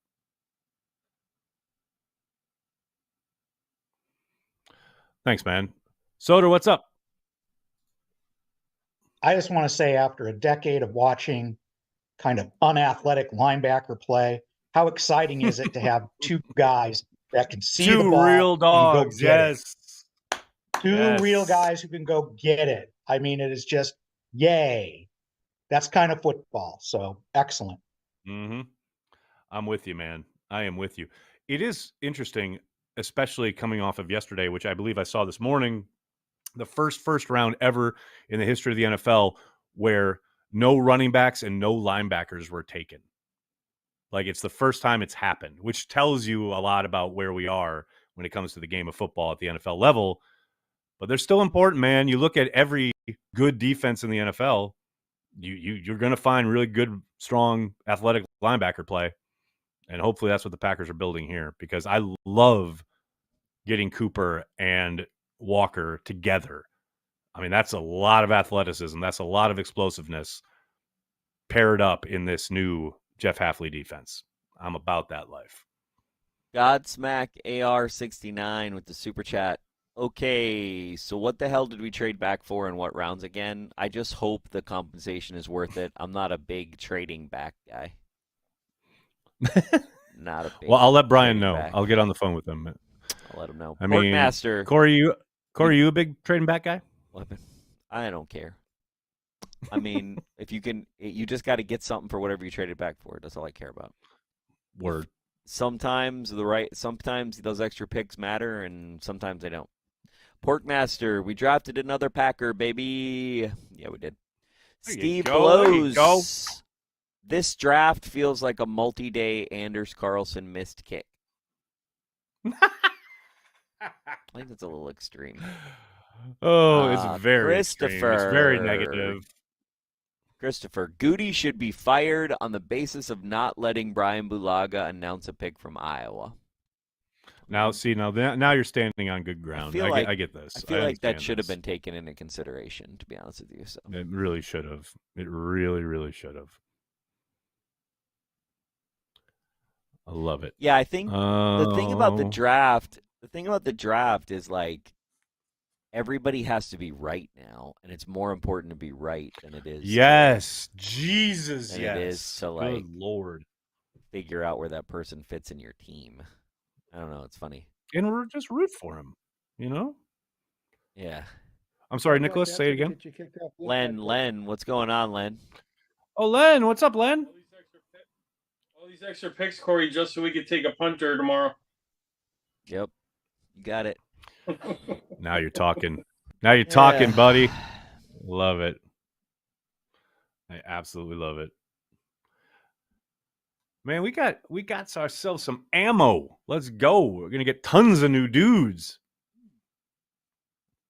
They just want to lose to the 49ers. I just read that. I'm like, man, you are that is some serious Eeyore energy.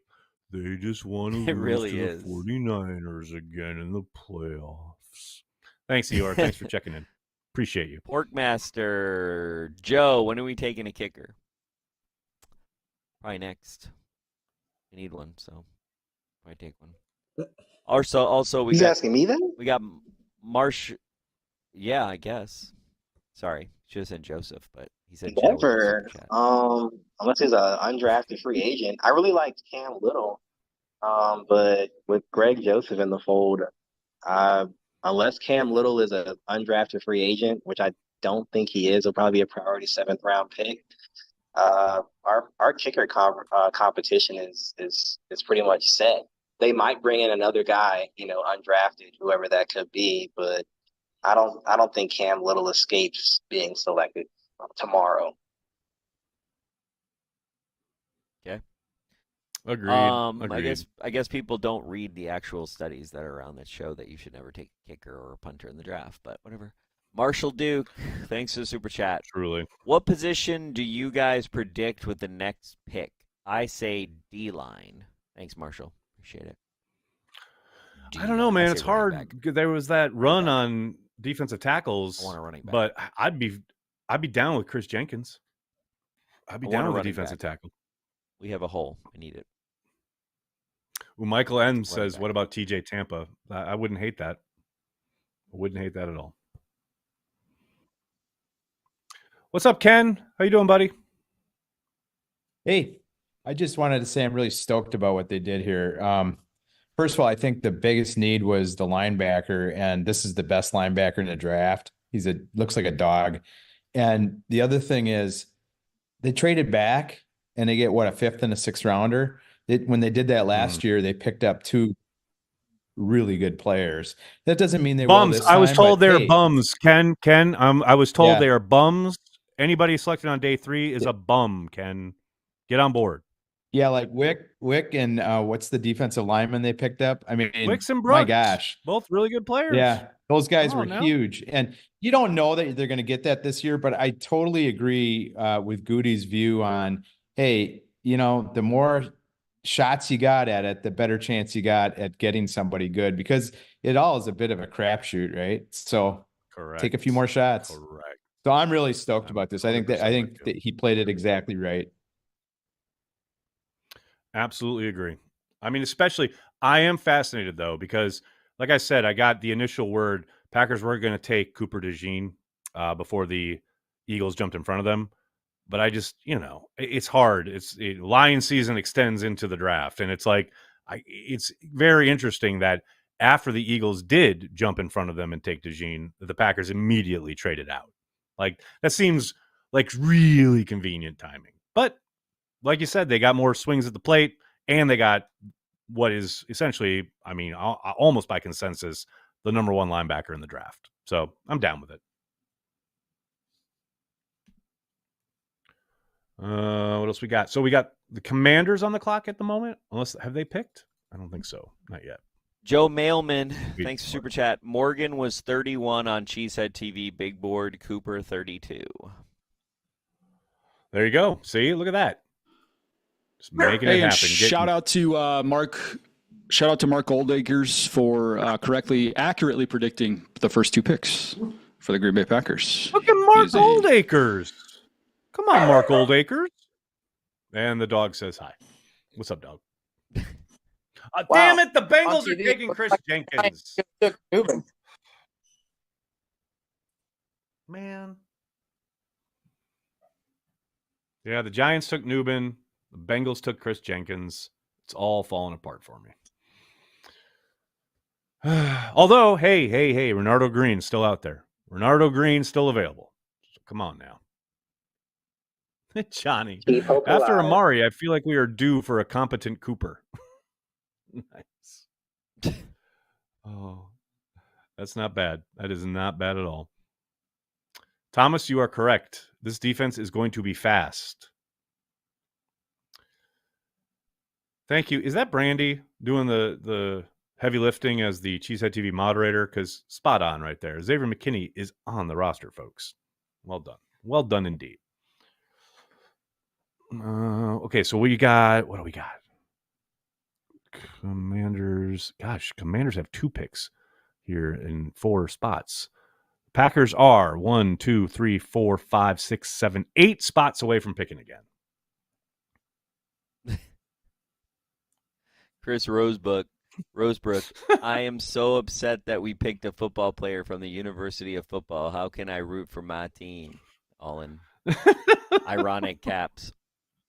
What do you call that? Sarcastic, ironic caps? I believe sarcastic, I believe. Got it.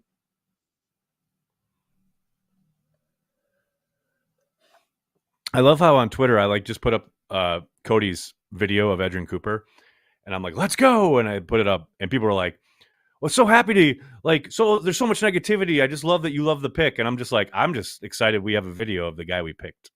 I'm just happy Cody. Yeah. Because when Cody and I first started talking, it was like, let's try and find guys who there's a chance that they might select, and Cody nailed it. Well done. Grandfather is trying to talk some shit about Green Bay right now. He's like, you think they can find a street big enough in Green Bay to host a draft like Detroit has it? Yeah. Lord. He's been to Green Bay. What is he talking about? The parking lot into Titletown, and you take over Lombardi, and you just reroute traffic everywhere else. Just take over Lombardi. Just take over the whole campus. Just turn it into a campus. It'll be sweet. I love this. Because DeGray Bear, the Packers are bringing in junior college prospects. Why draft high when you can trade back and try to make something out of leftovers? LOL. Oh, well, last year's draft was decent. Yo, what? You know where Arizona and Texas A&M are, right? You know what kind of programs they are. Those are the 2 colleges where these first 2 selections have come from. My God. There are people who should not be allowed to watch the draft. Like people who think it all ends after the first round and who only root for players they've heard of before. Like those people should be automatically locked out of the draft. The consensus on Twitter isn't necessarily about the pick. Sorry, Mark. It's about what? What is it about? The consensus on Twitter isn't necessarily about the pick. It's apparently Brian isn't being aggressive enough with all the ammo he has. Oh, Lord. Isn't it called X aggressive now? Are we still how? calling it Twitter? I don't know. I'm just glad I'm not Are on we Twitter. supposed to give away all our picks for the first and second round? For one or two dudes like the that people have heard of. They want us to correct. They want us to sell the farm for the people they've heard of. Yep. That is correct. Because then you're cooking. That's what it gets characterized as. Because there's activity. And as Javon famously said, don't mistake activity for achievement. Old Acres, what's up? Hello, how are we feeling? I kind of go dark. I feel great because I don't like to get the picks tipped. So I'm very conscious of that. So I kind of go dark. So what was the reaction? How are we feeling about Cooper, guys? I love it. I don't know about everybody else. I absolutely love the fact that we dropped down, collected a few more picks, and still got the best linebacker in the draft. I'm down. I'm all about that life. Yeah. I'm more upset. I'm more upset. Like Chris Jenkins is off the board. I'm like, that's the stuff that, like, I just love all these players. Like, I don't know. Yeah, he just went right. That's upsetting. It is upsetting. Yep. Yeah, but yeah, Cooper. I think it's one of those things where like I was kind of like low key scared that if took him at 25, I wouldn't have done that. So I was a little bit scared. But 41, like not even 41, like. It's like the Jaden Reed pick, you know. You trade back, you get extra stuff, and you still get something you need. And you still get the guy, right? Best linebacker for my money. Like, it's fine. It's like both picks they've made so far are just like absolute. Like, yeah, that's what the Packers are going to do. Like every I love that you do what you just said there regarding like you were scared that they might take him at 25, right? It's so funny because there's zero doubt in my mind that was never going to happen, right? But because of the Quay Walker selection a couple years ago, now it's in our brains like, never know. Like, and now Brian's made enough exceptions in a way that Ted never did, that with Ted, you could really set your watch, right? But with Brian, there's always that outlier. There's always that one selection where you're like, but he did do this that one time. So you're kind of like hedging a little bit. Yeah, definitely. I mean, especially when you hear, Mike Sanderstill just went to, well, that sucks. Not that the Packers were going to take him, but yeah, it's one of those things where, like, especially when you hear back in February that the Packers really like Edgerrin Cooper, it's kind of like, okay, well, how much? Like, how much do they like him? You know, because I kind of heard that before I'd even watched any of his tape. So then I turned on his tape with kind of like expectation, and I was like, yeah, this is fine. Like, it's okay. Right. I wouldn't do it in the first round though. Like, hopefully they don't like him that much, you know? So, yeah, it's totally fine. Like, again, I guess the consensus is people are upset. Like, if you told me Cooper DeJean was going to go in the 40s and the Packers didn't pick him, like, it's a little bit surprising, but like, what the hell do we know ultimately, you know? Not much. I love it. I think we have a couple super chats, Corey, if you want to. Yeah, Godsmack AR69. The outrage over Cooper DeJean or JSN last year is the perfect reason why I ignore mock drafts and the draft industrial complex. I don't give a crap about the players until they're officially Packers. Me too, buddy. I mean, I think that's a real healthy attitude. I really do. Yeah. Chris Rosebrook, all y'all that want to be upset about a draft never lived through the 1860s. Jesus, to grow up. I love that he said the 1860s. That's perfect. Tall, athletic safety Jaden Hicks, maybe from Belzad, last son of Krypton. Gary the G member. What do you think, Jaden Hicks? What do you think, Joseph? Jaden Hicks. How are we feeling about Jaden Hicks? It's just a guy asked this earlier this morning in response to the article for day 2 targets. So Cole Bishop has a better RAS than Cooper DeJean. But if you watch the tape, you would say Cooper DeJean is a world's better athlete than Cole Bishop. And the same thing is said for Jaden Hicks. They're both box safeties only. Cole's a little bit better than Jaden Hicks in coverage, but there's some glaring parts of Jaden Hicks' tape where he just gets lit up, like not even close. So I don't know if Brian's interested. I have a 4th round grade on both Bishop and Hicks, and I know Good has had multiple times when it comes to the safety position. He wants guys who can play both, because when guys can play both, the offense doesn't know what you're doing. They don't know who's gonna bail, who's gonna come down into the box. If you got a Cole Bishop or a Jaden Hicks, you know they're not playing single high. You know they're coming into the box, and that allows you to get your your game plan a little bit together because you're going to plan on, okay, how do I take advantage of Cole Bishop and Jaden Hicks? So I think he's going to look for a more versatile safety. So with DeJean gone, honestly, I think he's going to take 2 stabs on day 3. Nags, you got your draft trust Oladapo. I love Oladapo. I covered Oladapo, Trey Taylor yep. in the Gyms episode. A dark horse is Ryan Watts out of Texas. So I think he's probably going to take 2 or 3 stabs day 3. And then Rudy Ford is still an unrestricted free agent. So I think that's just like ace in the hole. You know, he said multiple times he likes to address positions of need multiple ways. So I think we may see 2 or 3 players in the draft probably tomorrow. And then if he thinks like they're not maybe going to pan out sooner rather than later, he may bring Rudy Ford back into the fold. That's funny. That's literally the last Packers Daily I did before the draft started was, you know, Rudy Ford is still sitting there as a kind of in case of emergency break glass, which I think, you know, yeah, it's a possibility. I do think, like, I agree with you. I think he'll address safety in numbers tomorrow. What would be my guess? That would be my guess. I want to give Devin Rice a shout out because this is fucking hilarious. Because of the last super chat that referenced the 1860s, Devin Rice says, "You think draft is tough? Try the Franco-Persian War." I may be the only one who finds that funny, but that is fucking hilarious. Corey, can you take the con for a second? I'm going to be right back. David Stadler. Hey, guys, doing a great job as always. Love getting the other Cooper, but Cooper DeJean is going to be our new TJ Watt, isn't he? Yeah, I could see that. I could see that. The one that got away. If he does well. If he does well. If he's a bust, then we'll be like, yeah. We missed it. We missed it. Heath Soder, what's going on?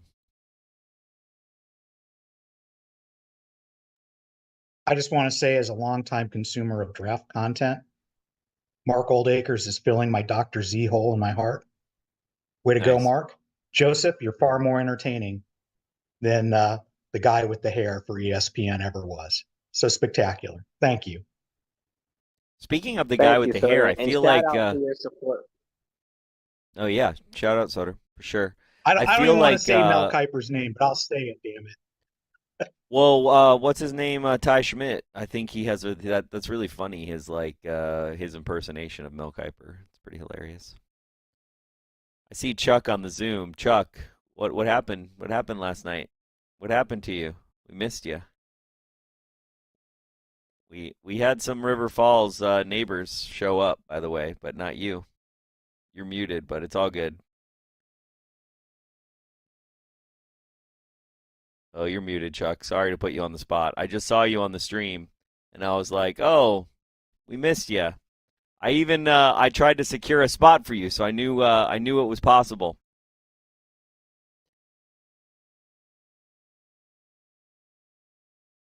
Okay, hey, there we go. Yeah, there you go. We didn't. I had some other commitments to take care of, so. Oh, you're good. I was really thinking about it, but we had River Falls people show up, so.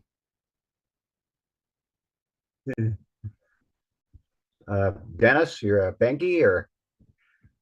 Yeah, Behnke. Yep, we almost got him on the stream too. It's nice. Yeah. Yeah. We got Nagler back, I hear.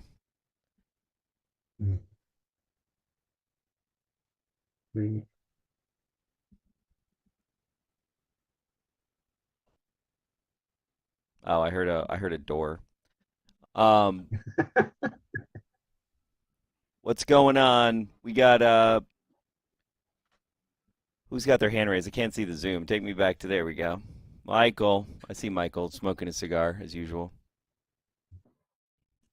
He's like, no. You got to have a good cigar when the draft is going on.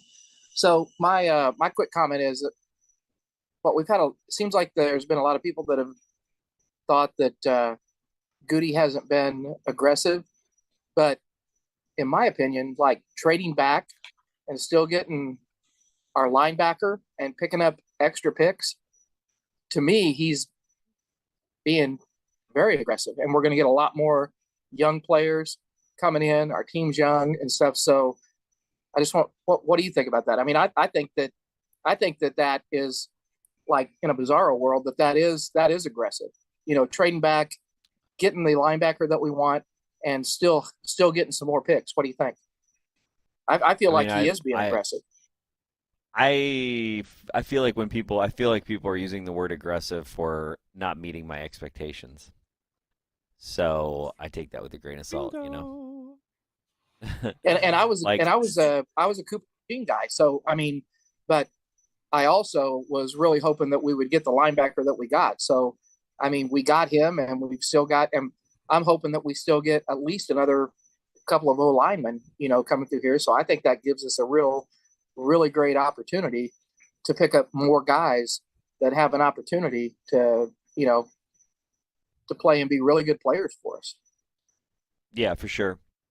I think my biggest problem is I haven't seen enough of. I don't always know what more guys gets you if you don't play those guys. But last year kind of showed us what we can do if everybody's a rookie, we do a good job of figuring out who the best player is. But when it's a mix of guys, we don't necessarily. It takes us forever to figure out that guy. Brian's talked about it all offseason. He's been telling you that he wants competition in every single room. And I just saw someone in the chat say, we don't have 13 spots. They got plenty of spots for competition. That's what it's about.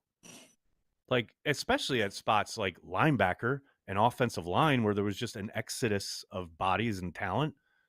Like, I understand that people want to like slot dudes in right away, but that's what the whole idea of going to camp and having competition is about. And the more competition you got, the better. I'm about that life. And to Michael's point, I want Oren Burks laugh my ass off. That's funny. Oren Burks.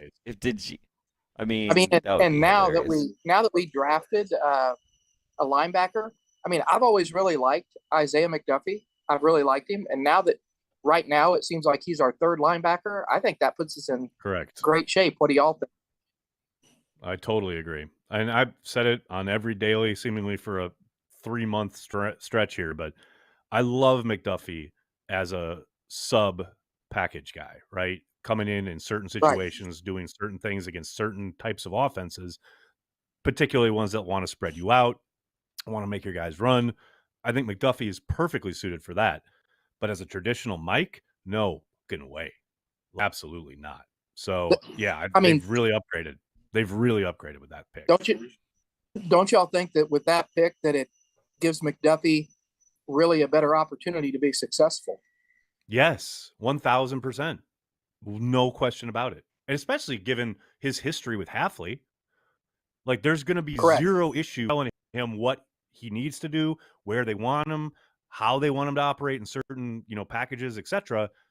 There's going to be very little kind of miscommunication there's going to be zero probably learning curve there. Yeah, I'm with you. I think it puts him in a much better spot, and I think they get a much more talented guy in the middle. Totally agree. Yeah, I'm super excited about our linebacker room right now. Much more excited than I was an hour ago, I'll tell you that.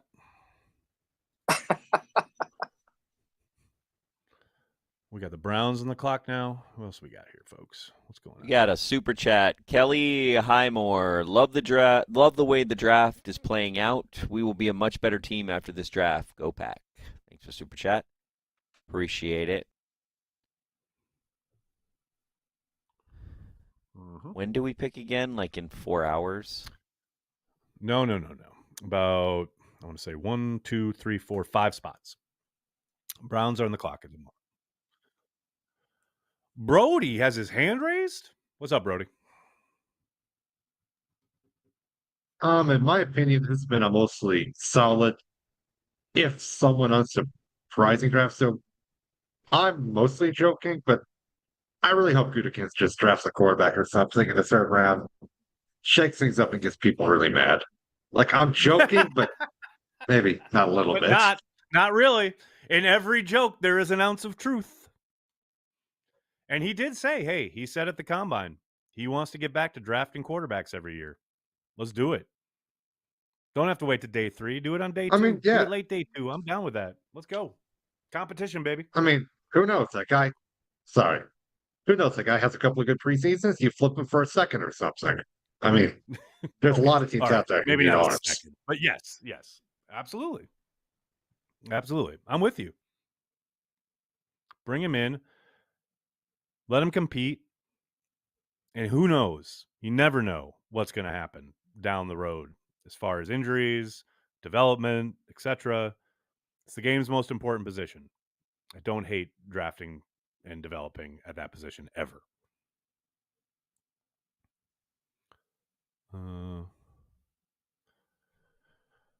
I see some people taking issue with the fact that they haven't taken a corner yet, most likely driven by passing up on Kool-Aid. There's zero doubt in my mind that they will be addressing corner at some point in this draft, but just because they haven't taken one yet doesn't mean that they don't have a plan as far as whoever may still be available. Renardo Green. We'll see. Although we know Renardo Green's not going to be a Packer because he's one of my crushes.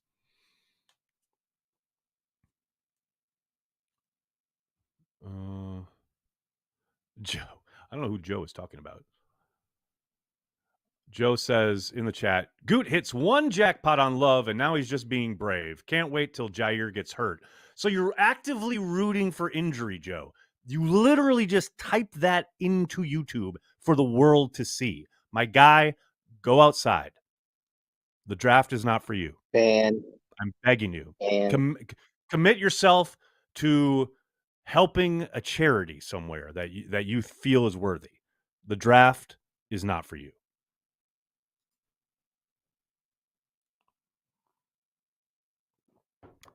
All right. What we got here? What do we got? We got the Commanders taking another, a tight end. Ben Sinnott is off the board. I think, is that the second tight end after Bowers? Was there another tight end taken in between? I don't think so. I think he is. Yeah, I'm pretty sure he is. That's the second. That's the second tight end, right? That's a little early, but I mean, hey, Feels if they like it, I love it. I mean, Theo Johnson, who showed out at the Senior Bowl. Sanders from Texas, he got hurt, but Iowa's known for tight ends. Eric All. But I mean, hey, if you like it, I love it. Big B, are you clapping about the Joey Ortiz hit that just happened? Oh, okay.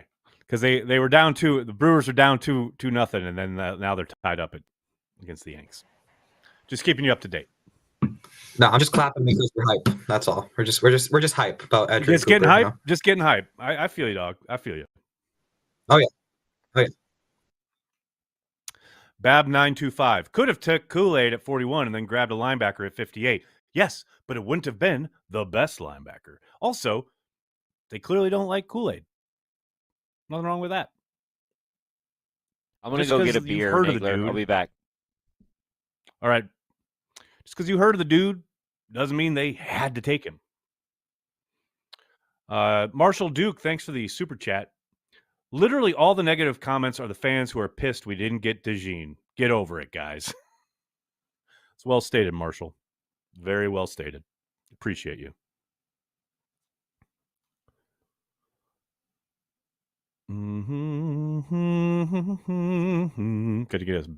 Gonna get us shut down singing some Star Wars. Let's go. Oh, we got another defensive tackle off the board. Browns are taking Ohio State defensive tackle Michael Hall, another kid I liked. Soder brought him up in the chat, so it's Soder's fault. Soder's fault. Although I will say, Soder did call Jordan Morgan. So, got to give Soder his due. And also, shout out to Mark Oldacres. Come on, Oldacres. All you do is win. Well done, buddy. All right. Yeah, you guys are making me look bad. I was going to ask Al for a new contract this year.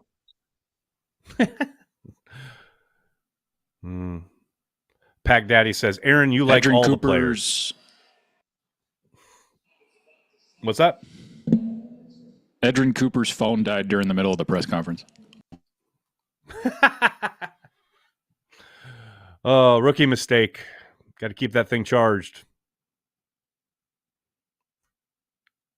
It really is. It really is tough because I don't know if anybody remembers, but Rashad Jennings, I went to college with him, and he told me, like, do not call me, don't text me, like nothing, because your phone is literally blowing up the entire day. I have zero doubt. I can't even fathom. All right, we got 1, 2, 3, 4 more spots till the Packers are back on the clock. Metal is life. Back to watching Mindhunter. A show about serial killers is better than this. Do you mean the Packers draft or the CHTV live stream? Because either way, I agree.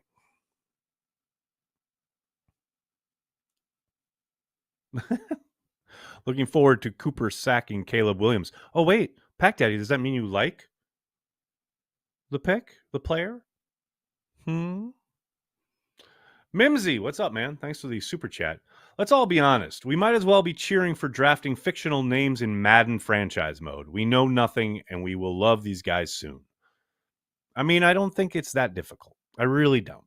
And this is why I tell people to just try not to get attached to these guys. The Packers have done loads of work on each and every one of these prospects. People just be needing to hate.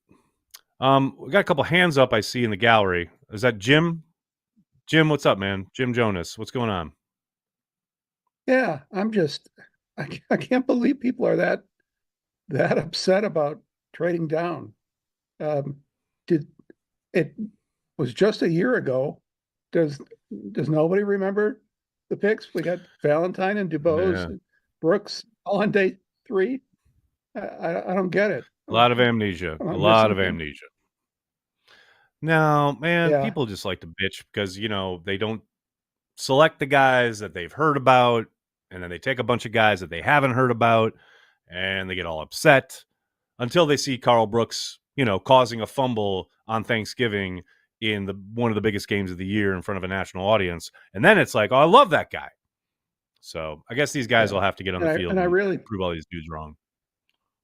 Yeah, and I really think Nealon is the next choice. He's with us down one edge rusher this year for injury, and Preston being at the end of his contract next year. It just makes sense. Right? And, they always pick before they need somebody, and he seems like a real Packer guy. Very much agreed. We'll see. And I think you're spot on regarding edge too. The fact that people see Van Ness taken 13th overall last year and they think, okay, we're set, right? Man, you can get thin real quick. And that is a position that traditionally they have liked to kind of rotate at. Now we got a new coordinator in town. Who knows how he's going to want to work the edge and those ends in the 4-3, but I'm with you, man. I think it is still a position that they'll probably address at some point. Maybe today, maybe tomorrow, but I do expect at least one more guy in that mix. Is everybody going to be here tomorrow to sing happy birthday to Soder? Oh, we'll be here. Oh, I'll be here. I don't think Behnke's going to be here, but I'll be here, and I will definitely sing happy birthday to Soder. There is zero doubt about that.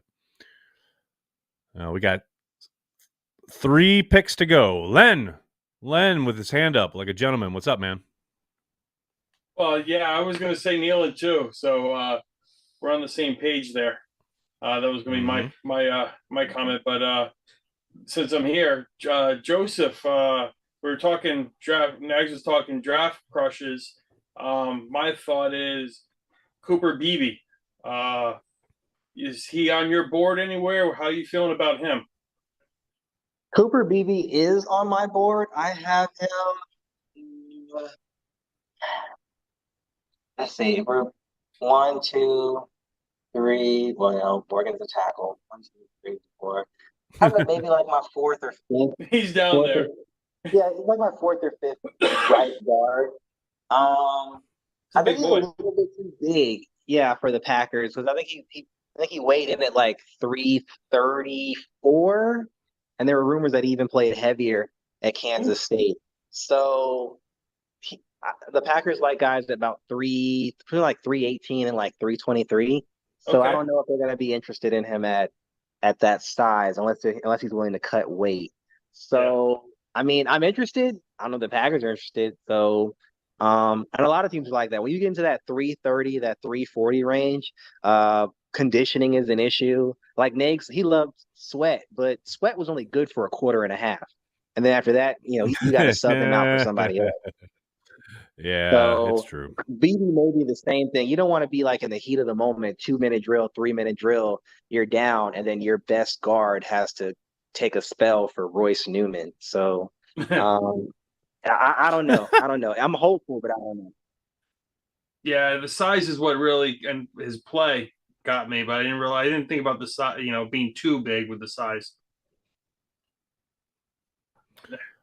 Okay, the Cowboys are on the clock. Yesterday, and the Buccaneers and the Packers. What's that, buddy? What did you quote? It was either Mike Wall or Scott Wells. You said there's such a thing as being too big, or was it too tall? Oh, it wasn't me, but yeah, someone did. I think it was Ross. I think Ross talked about that. And yeah, it was Mike Wall.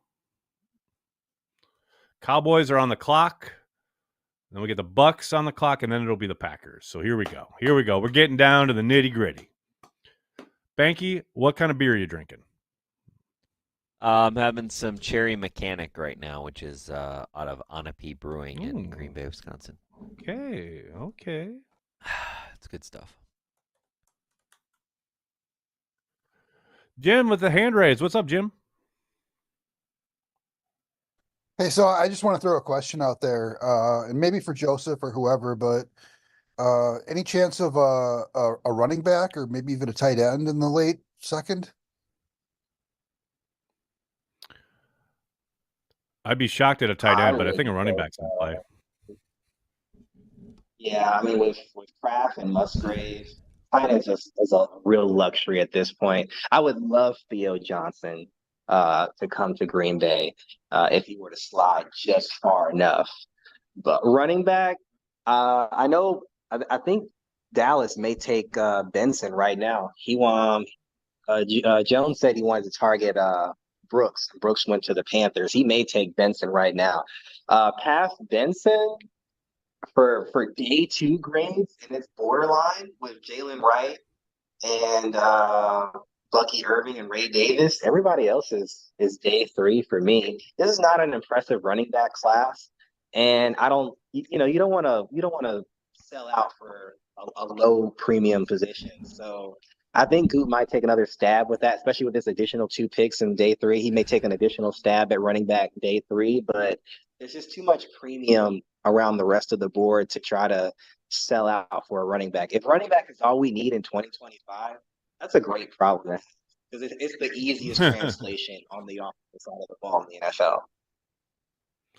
I do think the tight end question is interesting because I don't think they're going to take a tight end today, but I do think they'll probably select a move tight end at some point in this draft. Again, I doubt that happens today. That's what I was thinking. But yeah, I mean, people keep referencing Musgrave and Kraft, which I get, but they still need a move guy. Well, they brought Tyler Davis back, and then Ben Sims is still there. He's an inline guy, though. He's not like a move guy, Like, I just think it's. I'm not saying it's going to happen, but I would understand it if they went that route, Right. I just don't know. You already got 4 guys. I don't know if is 5 at that spot something you want to do? Unless he can be stashed on the practice squad. We got what? 12 more picks? Let's go, man. Bring all the bodies in. Let's go. Cowboys took Nealon to replace DeMarcus Lawrence, who's ended up his deal's coming to an end. So there you go. Getting the edge. There's that edge we were talking about. Cowboys getting it right before the Packers are on the clock. Like 2 picks before the Packers are on the clock. So Tampa Bay is on the clock, and then the Packers are up. I need to get one of those big hats, but it's the Green Bay draft. I need one of those. Ooh, that's a good idea. That's a very good idea. Because I like those big hats. I think those are cute. Those are fun. Is that Brody with his hand up? What's up? This is a question for Joseph. I'm from the Iowa area, so I've heard a lot of talk about DeJean and Tampa. And are you familiar with Christian Boyd, the big D lineman from UNI? Is he someone you've paid attention to all, and is he someone you can maybe see? I'm guessing on day 3, Green Bay may be taking a stab at. Yeah, it's a possible with Christian Boyd. He was supposed to come out last year actually, and he had like a borderline bottom like of the 3rd round grade, and then he kind of went off the rails this year. And sometimes too much tape can push you down. So I mean, Jordan Morgan, he was supposed to come out last year too, but he got hurt and stayed, and still became a 1st round pick. But sometimes too much tape will push you down. He didn't have the great year that people thought he would, so I think it's a possibility, but I don't. It just with the defensive tackle class this year, it's anybody's guess. Who Goop might be interested in. I mean, Hall's gone. I'm gonna bring up Nate's other crush, Dwayne Carter Jr. Brandon Dwayne Dorlus Carter's is still out there. there, baby. Let's go. So I mean, those guys, but Dorlus is a little bit of a tweener, and so is Carter. So maybe him along with Christian Boyd. I really like Miles Murphy out of UNC, the other Miles Murphy. And then Gabe Hall from Baylor. He's a high-end, he's a traits dude from Baylor, so he might be in the mix as well. So maybe on day 3, we'll see. There's an interesting tweet from Eli Berkovitz who basically just recaps what those trades for Aaron Rodgers and Devontae Adams got us. Basically said, Aaron Rodgers and Devontae Adams got traded. We had Quay Walker, Christian Watson, Lucas Van Ness, Luke Musgrave, and now Edgerrin Cooper, and we still have a 5th and 6th to go. So pretty good haul for those 2 guys, if you ask me. Not a bad haul. Now they all have to develop, but that is not a bad haul. True. At all. Shout out to Swedish Stranger on the chat here. Cheers to all the Scandinavian fans still awake. Woohoo. I feel for you. I feel for you, folks. Packers fans worldwide. You're the true diehards. I mean, it's hard enough for me. We're back on the clock. Friday night, staying up. Let's go. Packers on the clock. Let's do it. Roll the graphic. There you go. The Packers are on the clock. What do you think, Joseph? Where are we going here?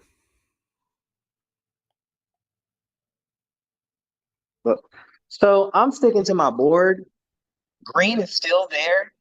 Broswell is still there. Broswell can play Sam, and he can condense and play on the 2-point stance. So if I can get a Sam for a sub package, and I can also get an additional down defensive end, I'm all for that. But I'm going to go flip to the offensive side of the ball. And Kingsley Suamataia from BYU is still there. Kieran Amagaje from Yale is still there. Christian Haynes was my number 1 guard in this year's class. They had the Yale kid in for a pre-draft visit. I do wonder about that. Right. He came in for a pre-draft visit. Goot went to Christian Haynes' pro day.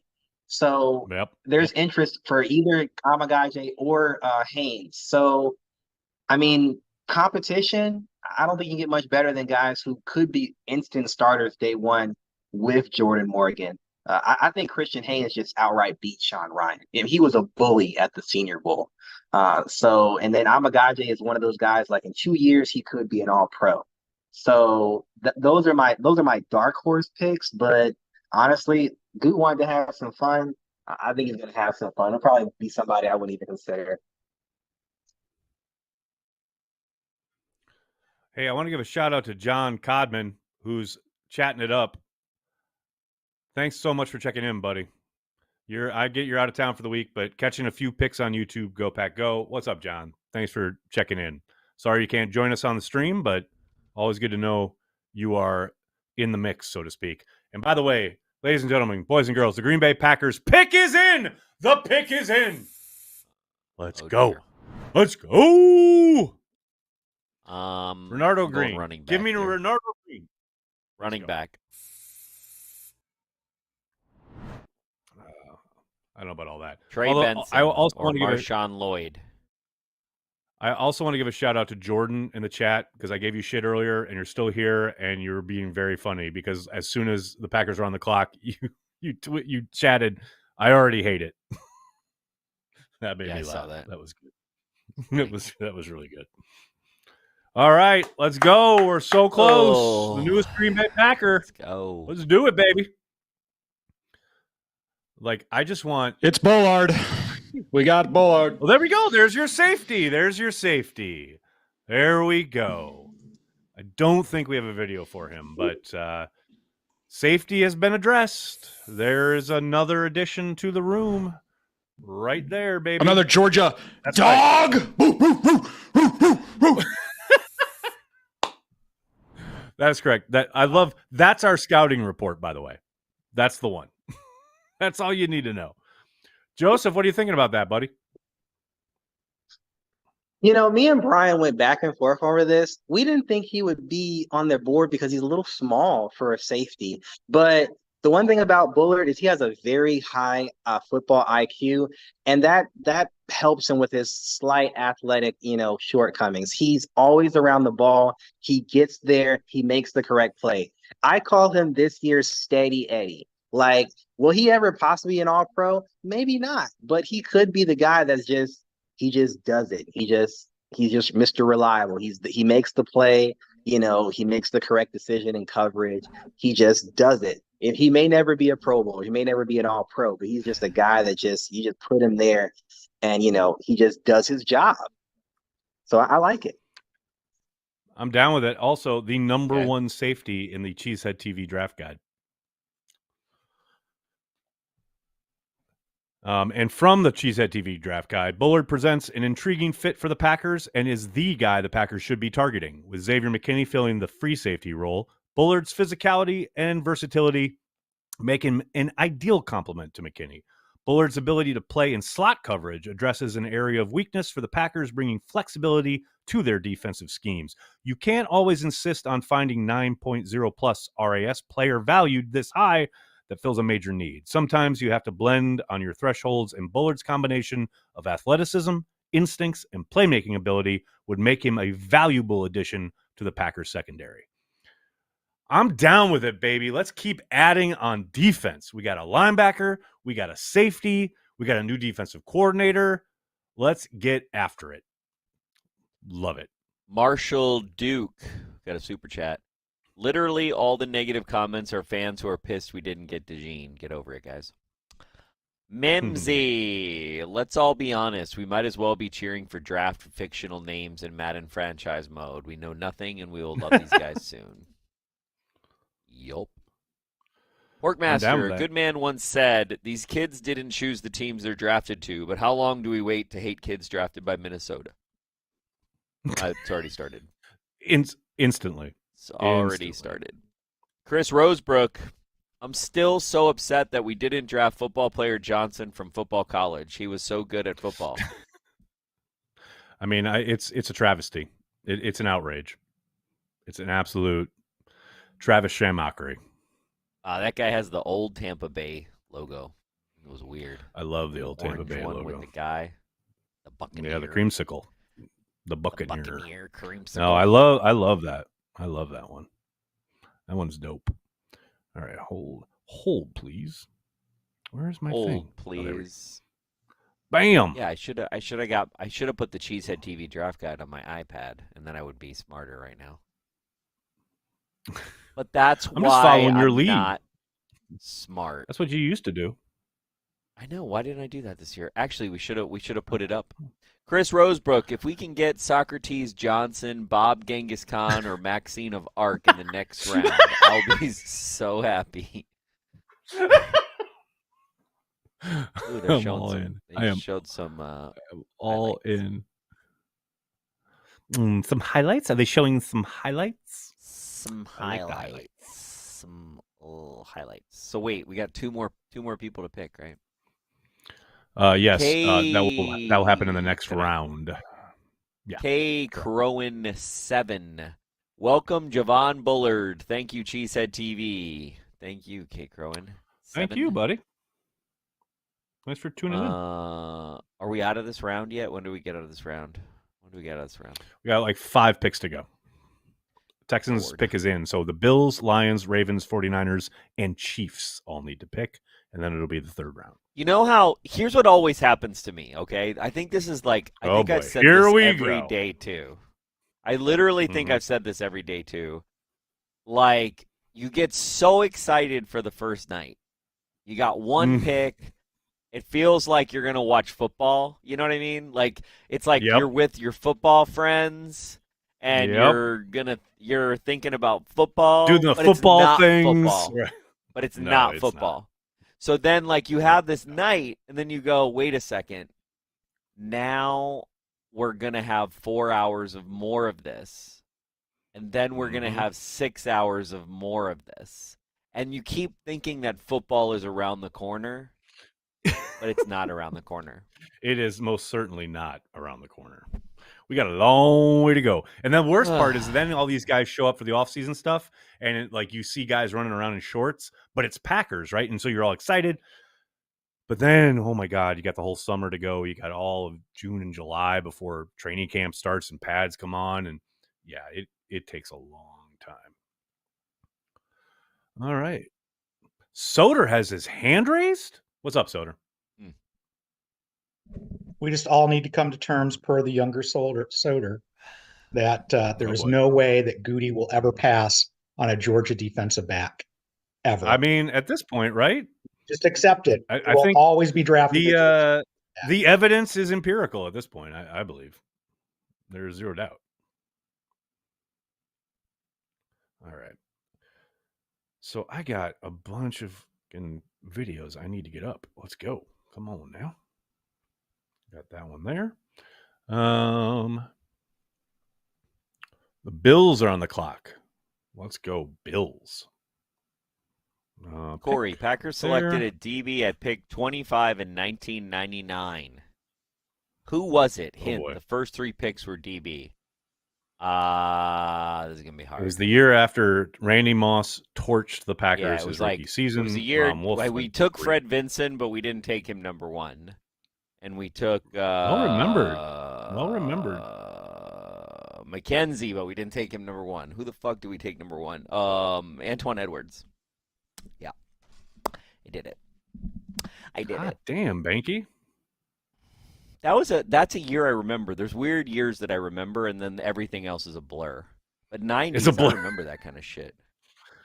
Yeah. I mean, Fred Vinson, when Randy Moss I remember being so excited about Fred Vinson. I don't know why. I know, right? I think he was really tall. And Mike McKenzie was a dog. Yeah, it was so physical, yeah. But then he had that falling out with Sherman. Antoine Edwards kind of sucked, I think, right? He was okay. He was middling. Let's put it that way. He was middling. Like Mike McKenzie was the best out of them. And didn't we trade Vinson? Yes. We traded Vinson to Vincent Miami? was part. No. Vincent was part of the to the Seahawks for Amon Green. He was right? part of that trade. Yeah, yep. That's what it was. I knew it. I was like, that's why I always remember. He turned out to be very valuable. The thing. Very valuable. Exactly. Yeah. He turned out to be very valuable. He did where he never played, but did he ever become? Was he ever good? No, he played. He played, just not very well. Was he ever good? Oh, no.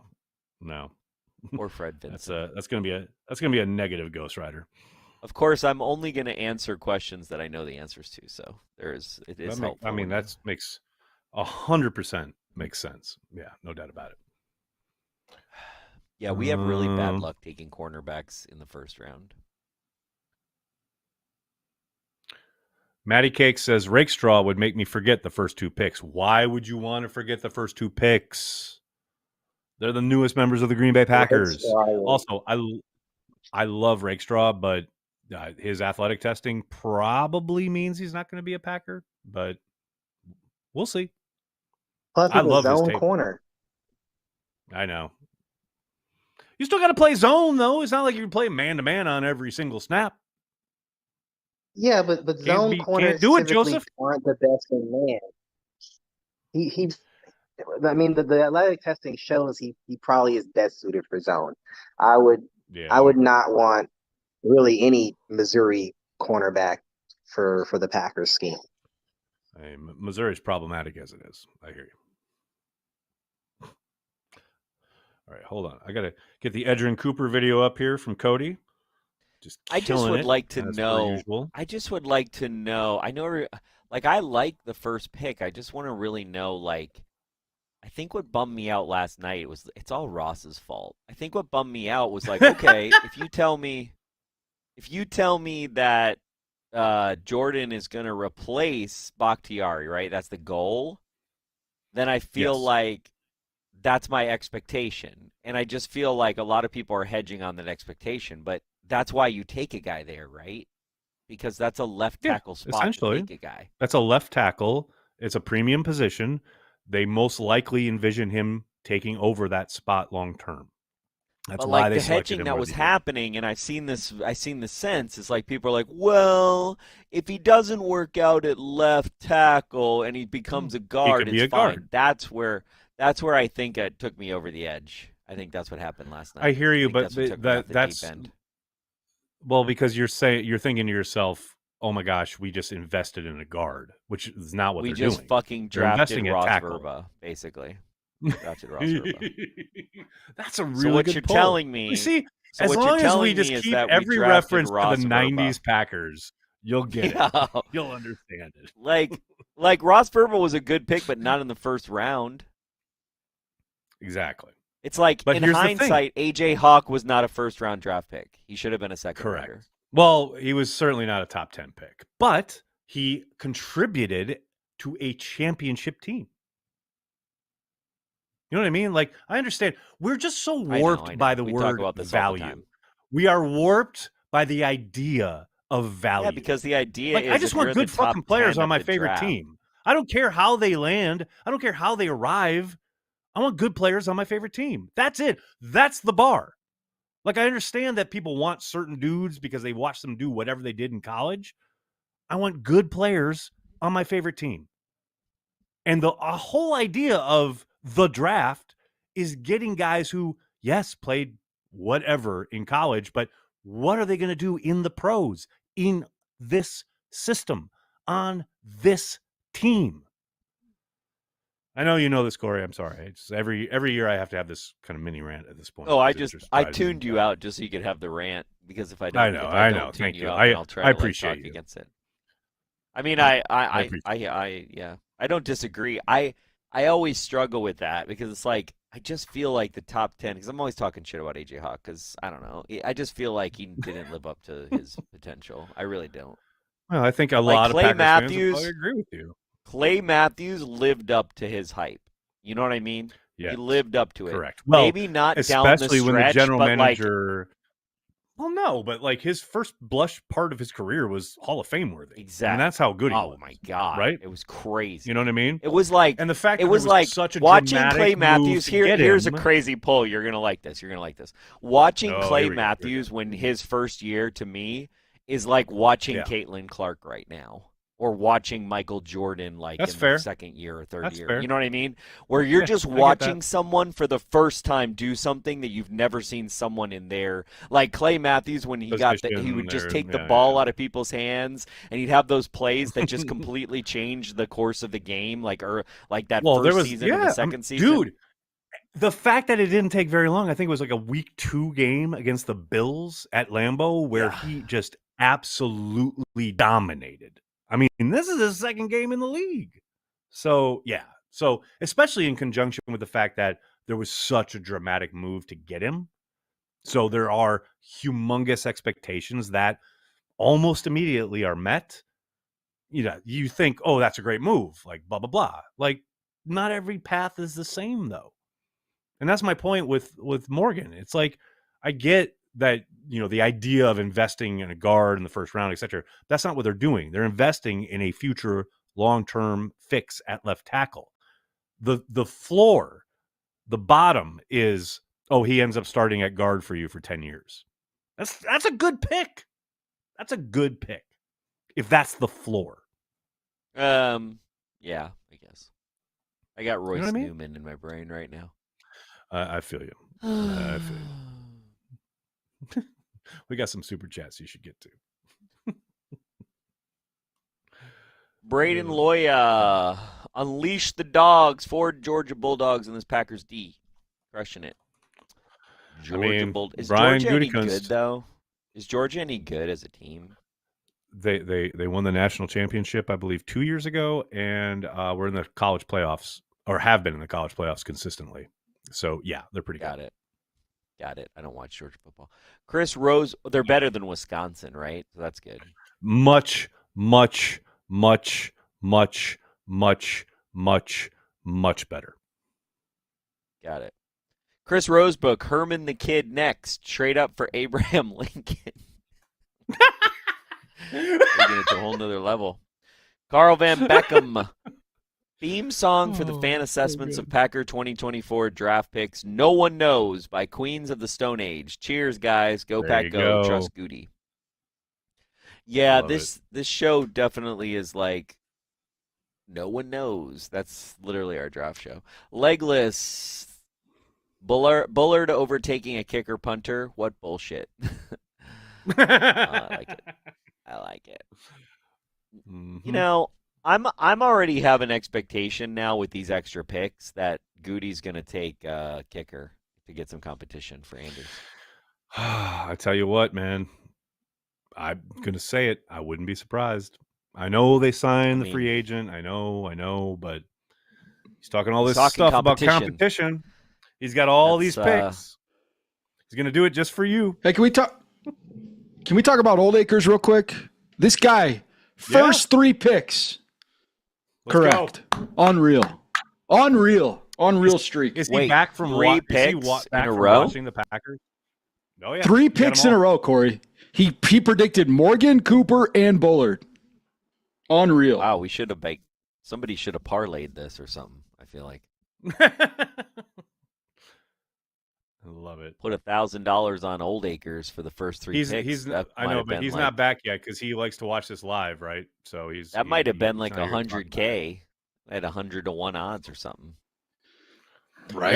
His also, where he shout out this went out in the newsletter this week. So people could have. Shout out to Bullard. His reaction to getting drafted with his family was screaming at the top of his lungs, "I'm a fucking Packer." Incredible moment. There you go. You can watch it on Twitter. That's Watch awesome. it on. You just refuse to call it X, don't you? You just refuse, It's right? Twitter. It is absolutely. I'm ingrained. I'm old now. You can't teach me new tricks. He's a millennial.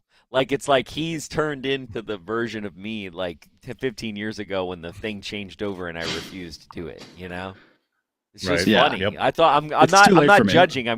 You're me, like, you know what I mean? Like, you're me, like 15. I'm just seeing myself in you in this moment. Yeah. That's all. That's what I'm commenting on.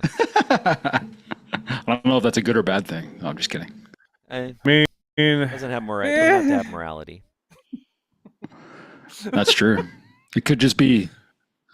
It could just be. Man. It just is. It just is. Can we talk? Wait. Can we just talk about something here real quick? I don't want to dwell on it too much, but I do want to point it out. The stash is looking superior these days. It is certainly like, it's not like I'm growing something to make a statement, but it is enough where, like, it is like if someone did a caricature or if someone were to draw some kind of, like, portrait, it would be a feature. I'm impressed. It only took me 31 years to grow it, so we're good. That's good. I understand. I know we can't all, just grow a beard at the drop of a hat like Behnke. Like, Behnke will shave, and then like 2 hours later he'll have a full beard. It's crazy. Pretty much. Well, you had that wild beard going on for a while. That was awesome. You should have kept that thing going. Yeah, the COVID beard, the homeless beard, COVID beard. Yeah, keep it going till the Packers win another chip. See what happens. No, Jesus. No. What's Behnke, can you do the so Lieutenant Dan beard? The girlfriend would like that. Isn't the lieutenant? Oh, you mean like it goes down, right? I can't remember how it looked at the end. I thought it was kind of scraggly. Yeah, the lieutenant, like New Year's Day, and he's just like sitting there in his wheelchair in the bar with that just monstrosity. Oh, yeah, I can definitely grow that. I could definitely grow that. Yeah, that'll be my garden look. When I start my garden TikTok full time, that'll be my vibe. Like old. Did you know in like London, back in like London in the UK, Old Acres might know this since he's fucking good at like math and things like that in history.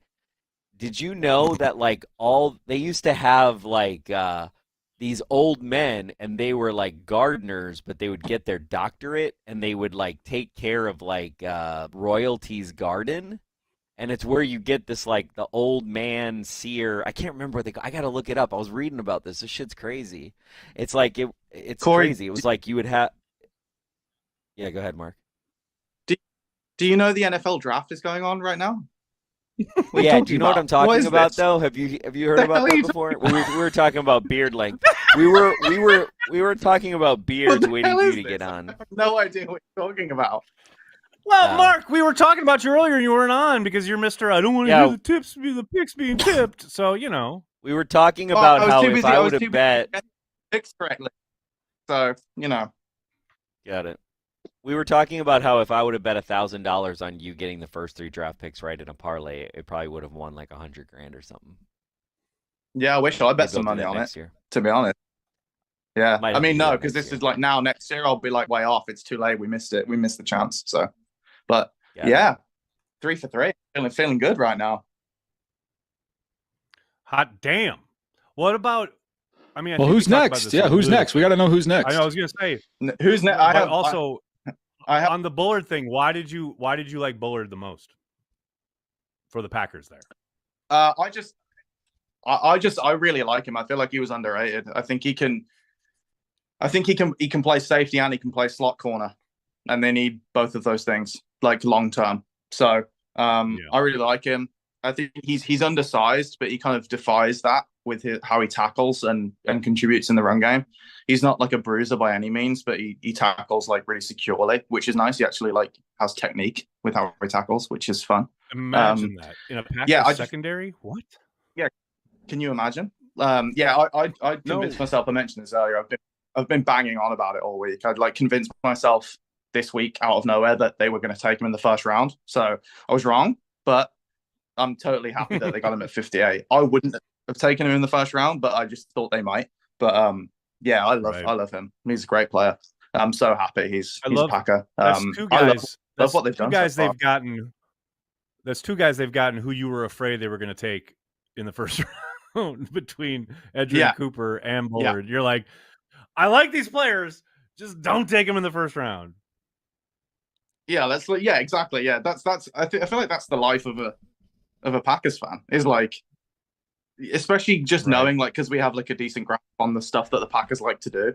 It's just that fear of like, okay, yeah, we know that they like to do certain things, but like, let's not do it too early. Like, just because you know what they're like, you know what Brian's like. Like every year, it feels like he takes somebody that you're like, whoa, that was early. But yeah, I love what they've done so far. Not just because I predicted it correctly, but although that helps. Yeah, I like what they've done. That undoubtedly helps. I mean, it helps. It helps. I'm absolutely flying right now. Nobody can touch me.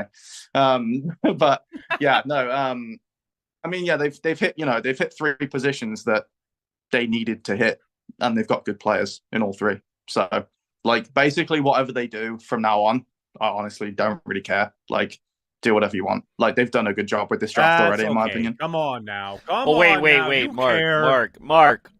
Let's go back. Okay, let's go back to round 1. Okay, so do you believe that if Jordan does not perform as a left tackle primarily, and he's so bad at left tackle that he eventually becomes a guard, do you think that that's still a good pick at 1?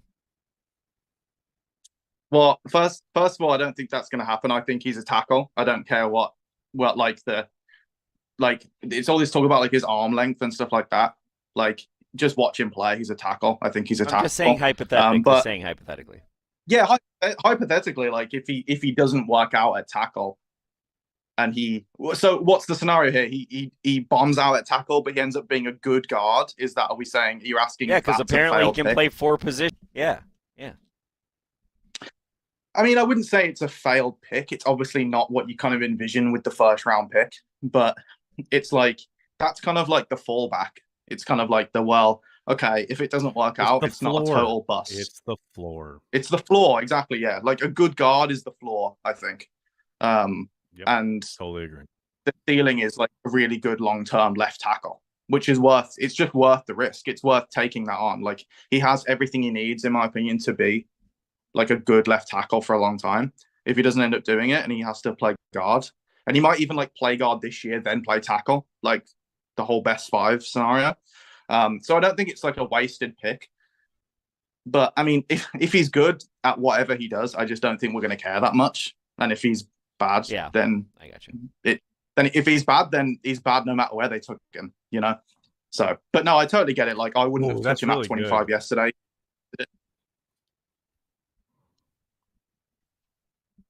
So, yeah. If he's bad, he would have been bad wherever they picked him. It's so good. Yeah. Garden hermits or ornamental hermits. Hold on. I figured this out. Okay, so I just want to close this. Oh boy, this right here. The loop. Hermits or ornamental hermits, were people encouraged to live alone in purpose-built hermitages, follies, grottos, or rockeries on the estates of wealthy landowners, primarily during the 18th century. Such hermits would be required to remain permanently on the site, where they could be fed, cared for, and consulted for advice or viewed for entertainment. Doesn't that sound like a great job for me? That is the perfect job for you. You were born for that job. You kidding me? I could be fed, cared for, consulted for advice, and viewed for entertainment. It'd be great.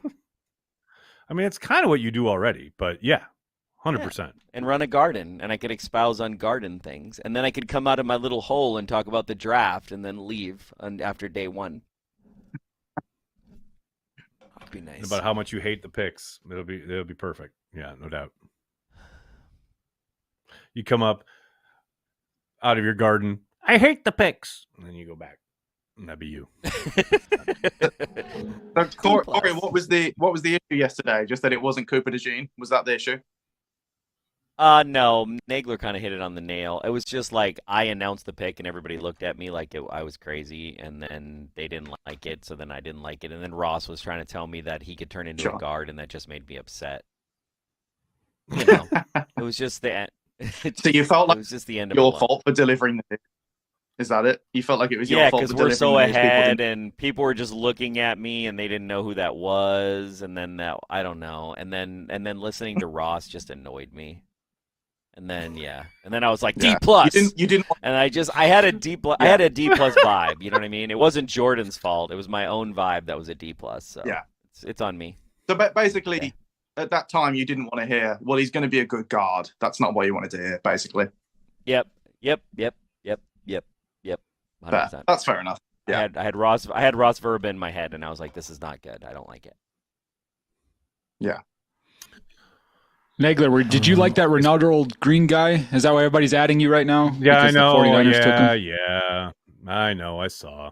I keep telling people it's a guarantee. It's a guarantee. If those prospects are in my video, they will never be Green Bay Packers. Everybody in your video, no one's been taken right yet for you, except for Max Melton's been taken. I don't think anybody. Now right? Ronaldo Green's been taken. Yep. Yeah. Wow. That's it's magic. I love it. Guarendo's still out there. He's my hope now. Soder, your hand is raised like a gentleman. What's up? One, used for entertainment purposes. Wow. No idea what that is, but you sure you really want to sign up for that one, Corey? Two. What am I right now? But used for entertainment purposes.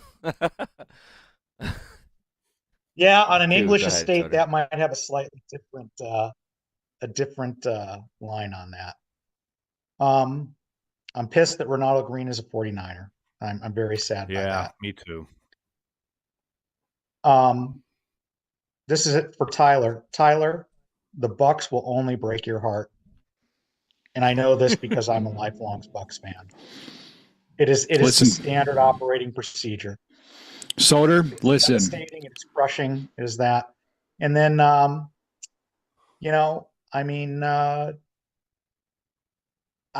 love the draft. This is great. The reading of names is spectacular. Except when you pull these damn freaking armed services people on stage. What the hell is that all about? As a former veteran, I find this really repulsive at some level. Well, but that's about all I got. I'm sure the reports about how they pay to play, man. The NFL and the armed services are intertwined, and that will never intertwined. change. Yeah, I know. And then I guess on Jordan Morgan, that's all. It's a recruiting pitch, and this is not a recruited by the United States Armed Services. Just remember this, people. It's all a lie. Anyhow, there is a strong possibility that Jordan Morgan is going to have to play guard this year, just because that is the slot that is probably he will be competitive for. Not because he is a failure, not because it is this or that. Who is he going to beat out at tackle if we don't move Zach Tom inside? And Rasheed Walker wins the job. It's the Sean Ryan slot that's open, right? And so not necessarily. It is what it is. Who's to say he doesn't come in and just beat out Rasheed Walker? That's entirely possible. He could. In fact, probably expected. And that is entirely possible. I thought Rasheed Walker did pretty well. It's going to be a high bar for him to beat him out. I did too. No question. So just if they kick him inside this year, they kick him inside this year. It's not an indication of success or failure. It's just the best we've seen 100%, and we've watched throughout the NFL's history that happens quite a bit, where guys will begin on the inside because there is an incumbent who is expected to be there for a year or maybe even two before moving the guy back to where they originally intended to play him when that spot becomes available. That's probably going to happen in Philly this year. I mean, that happens in NFL towns each and every season. So, yeah, to your point, if he starts the year at guard, that doesn't mean it's a bad pick. Doesn't mean it's like he hasn't won, but I think he's still going to win that tackle spot. Sorry, they were showing those Jets necklaces that have the LEDs. I need to get me one of those with Packers. Like a Packers G LED necklace. You should text our friend with the Packers who's on the ground there in Detroit and tell her to get you one. They've got. I've seen a Packers one. I've only seen Jets ones. I don't want a Jets one. No, I know. But you know what I mean? Sure they're going to show Packers Jets right now. Yeah, they're pretty cool. Yeah. I bet they're going to come out with them. I would like they're really cool. They're like all lit up. Word. How long until we're on the clock again? A while. We got a while. Have we got to round Packers 3 are picking. Yet? Yes, we're in round 3. We are on pick 3 of round 3. The Commanders are on the clock at pick 67. The Packers select their next slated to pick at 88. So we've got from 67 to 88 to wait. But we went down. There's 2 less minutes they have in 3, right? To pick. Correct. Between. Correct. Yeah. Matt and then Ike. the Packers pick twice, quickly, 25 and 28 in the round, 88 and 91 overall. Sweet. So cool. Yes. Matt Ike, thanks for super chat. First words after being drafted: I'm a fucking Packer. Love it. Love it, baby. Absolutely love it. How can you not be jazzed? Chris Rosebrook, clearly excited. Chris Rosebrook Jr. or Ambrose Burnside are available. Wait, what? Ambrose Burnside. It's like we're doing Madden, like create a name. I love it. Godsmack AR69. I personally like the Morgan pick. Most folks call linemen the big uglies, but I call them the big sexies. Maybe it's because I played right tackle in high school. Give him 2 years, he'll be a stud. Thanks for the super chat. The big sexies. I like that, Godsmack. Hell yeah. Nathan. Oh, Anthony. Yes, this shirt is available on our store. In our store, I couldn't get it to come up here on YouTube. There's an integration where you can get to our store, but I will throw the link to this shirt in the chat. Just give me a second. Carry the G merch. There is plenty of it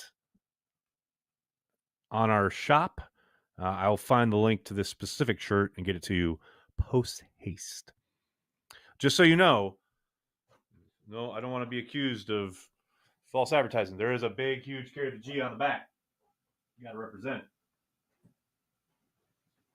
So be ready for that. I'm telling you. All right. I'll find the shirt and get it to you right away.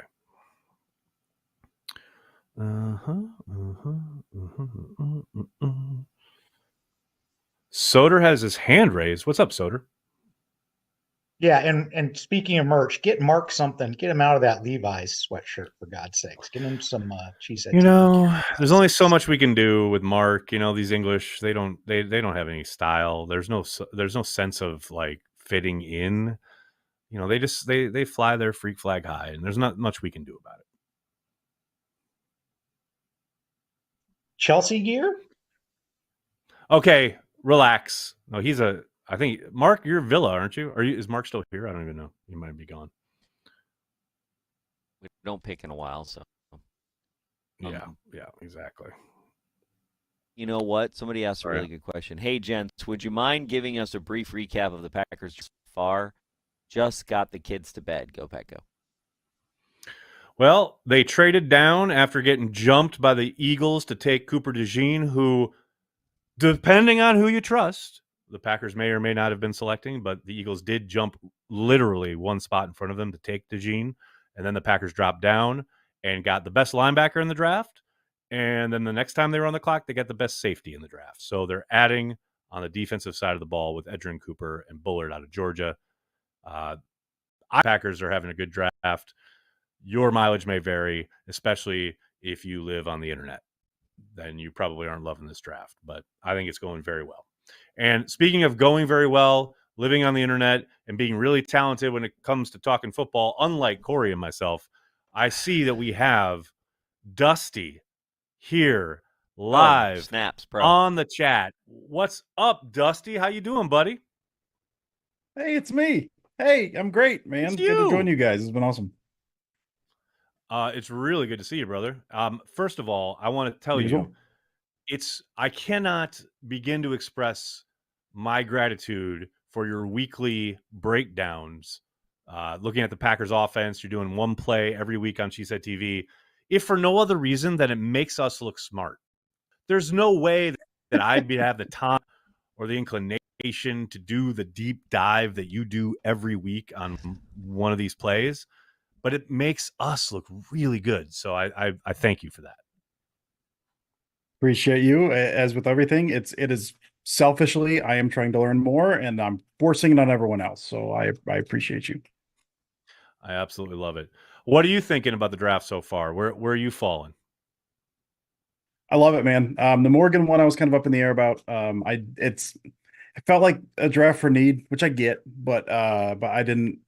I think I've come around on it. I like it. This round, the second round, has been tremendous. I love Bullard as far as what I think Hafley is going to want to do with the safety group. What his role is going to be in there. Little flexibility, probably more in the box, more slot stuff. I'm a big fan of that. And then, Edge Cooper, like that's the perfect guy next to Quay. I didn't know if he was going to be there.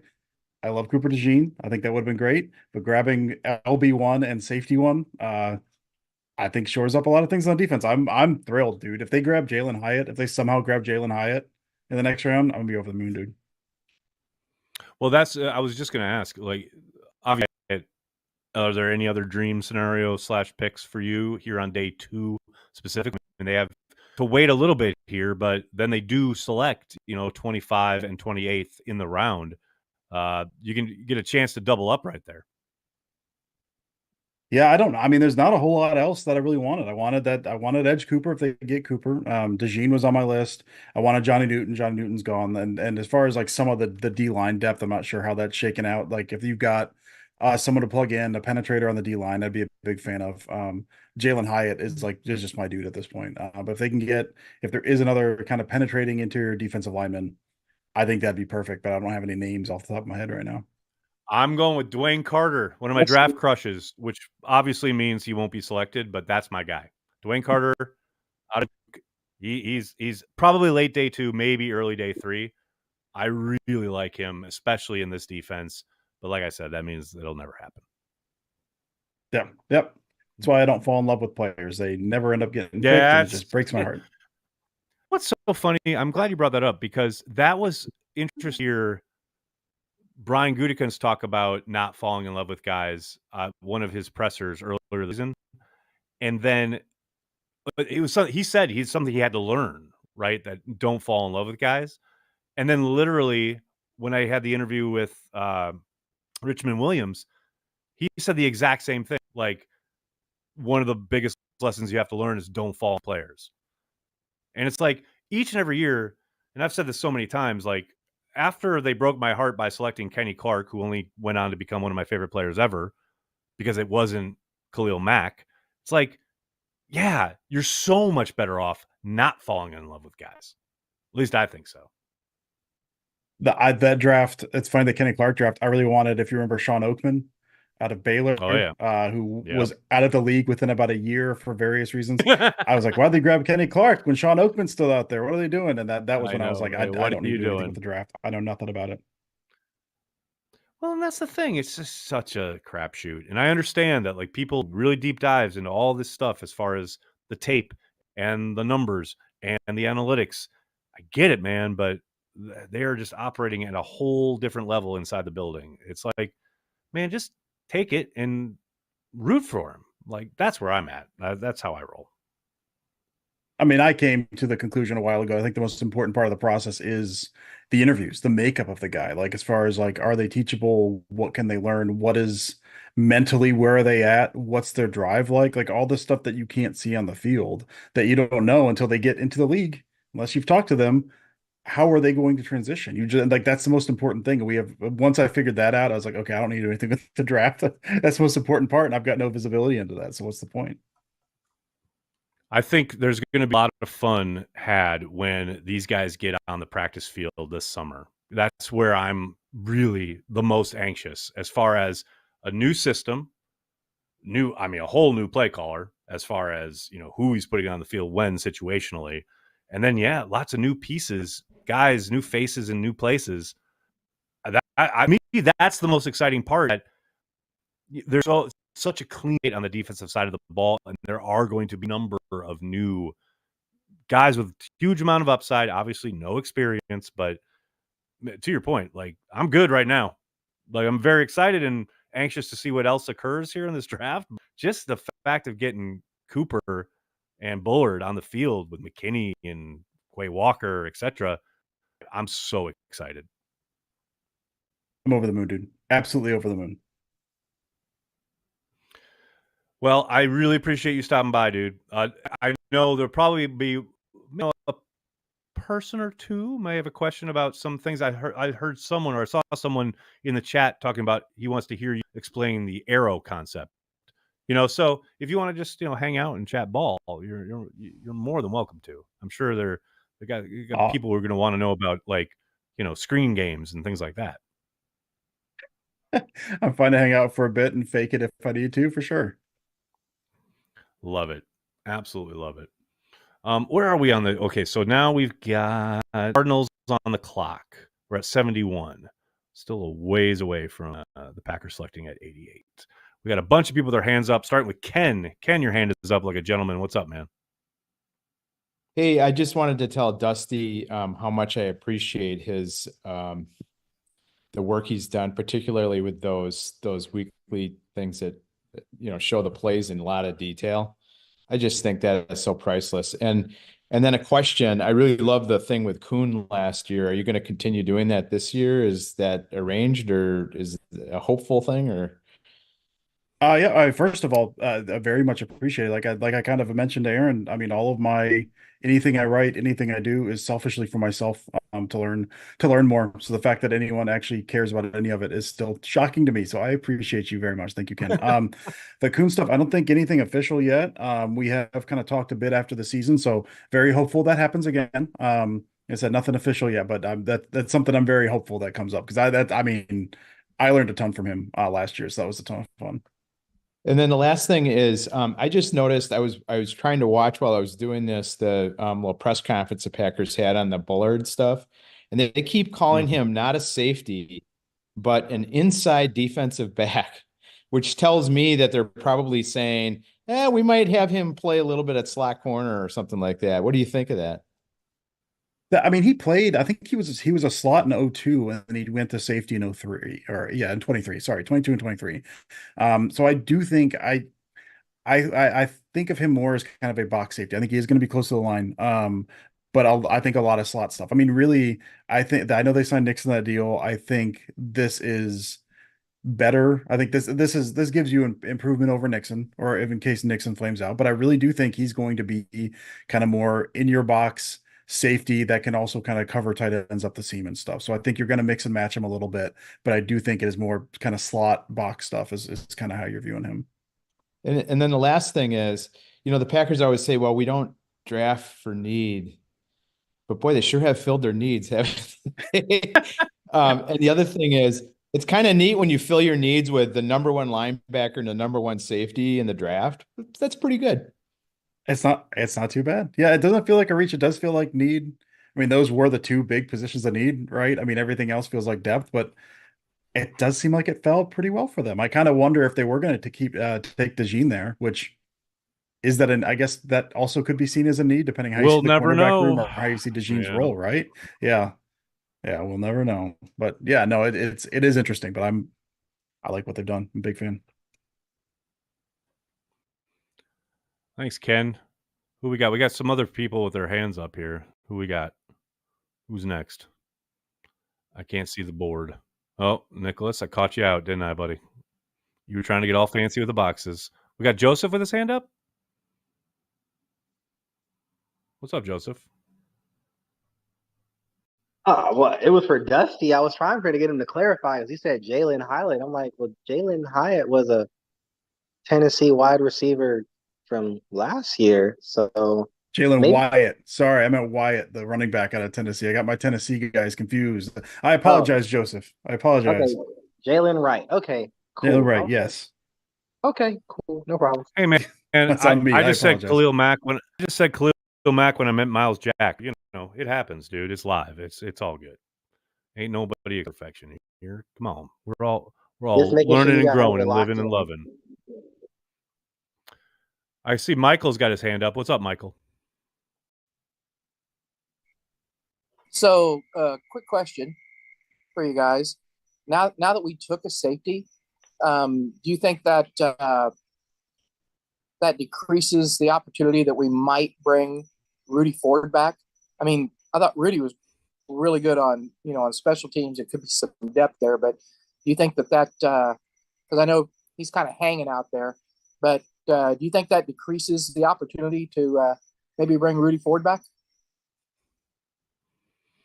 No, I don't know how Dusty feels about it, but I'd be surprised at this point. Like, I think it is very much if gone in the draft, not gotten a safety, or even just only gotten a safety or maybe even two on like late in this, maybe. And to your point, especially for special teams that shines, etc., they're able to get him back on a bare bones, only veteran minimum, zero guaranteed money. It's a maybe. But I still think that ship has probably sailed with the Bullard selection. I don't know. Dusty, what do you think? Yeah, 100%. I feel like he was kind of on the fence anyway. And I kind of assumed he was not coming back because I assumed they were going to take a safety in this draft. So, but I think the Bullard thing absolutely kind of cuts him out for next year. Would be that'd be my guess for sure. Okay, thank you. Soder, what's up, man? So Dusty, multiple interviews have said that something changed during the Pittsburgh game, where the offensive structure was modified or expanded, or something happened in the Pittsburgh game. I'm just wondering, as a film nerd, did you see something change, or was it just execution went up a notch? I mean, execution was part of it, but I had this theory, and then I kind of went back and looked at motion numbers, play action rate, stuff like that, like around there, because what it looked like to me, I mean, the talk all offseason, right, was like, it's all these young guys and they're gonna have to learn on the fly.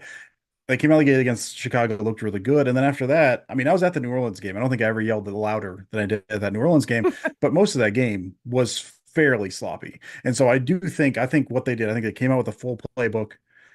You had guys pretty much every week running the wrong routes. They were not where they were supposed to be. You had checks at the line. Guys were not going where they're supposed to be. Love's hitting the back of his drop, looking to throw. Dude's not there multiple times.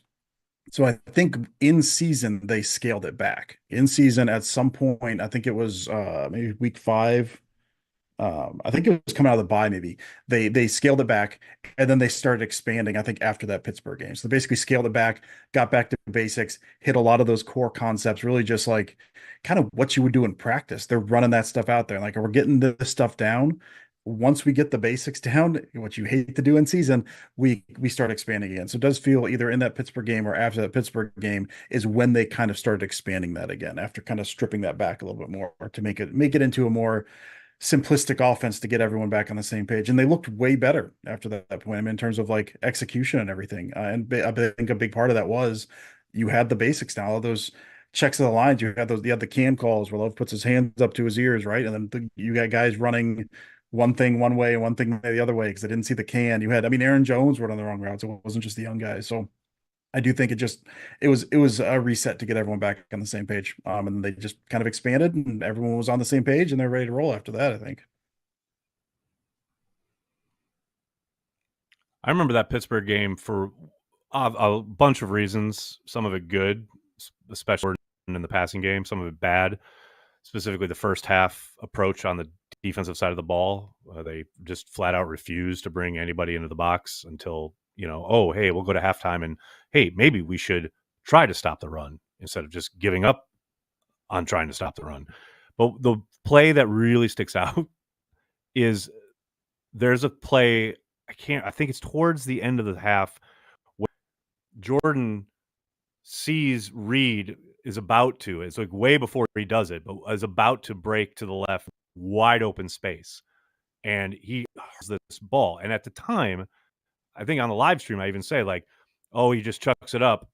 And it's like, no, he saw exactly what Reed saw. And it was like the first moment where I saw two guys who were working in anticipation. And there was little doubt after that more often than not, to your point, Dusty, they were seeing the same way in a way hadn't been earlier in the year.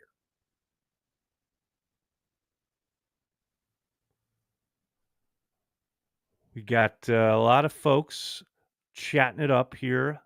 We got David. What's up, David? From I guess across the pond, looking like he's having a good time in here. Johnny Rivers says feels like cornerback is a need. I think the corner's a possibility. Joseph, what do you think as far as corners that are still available? I mean, we just lost Renardo Green, as I knew we would.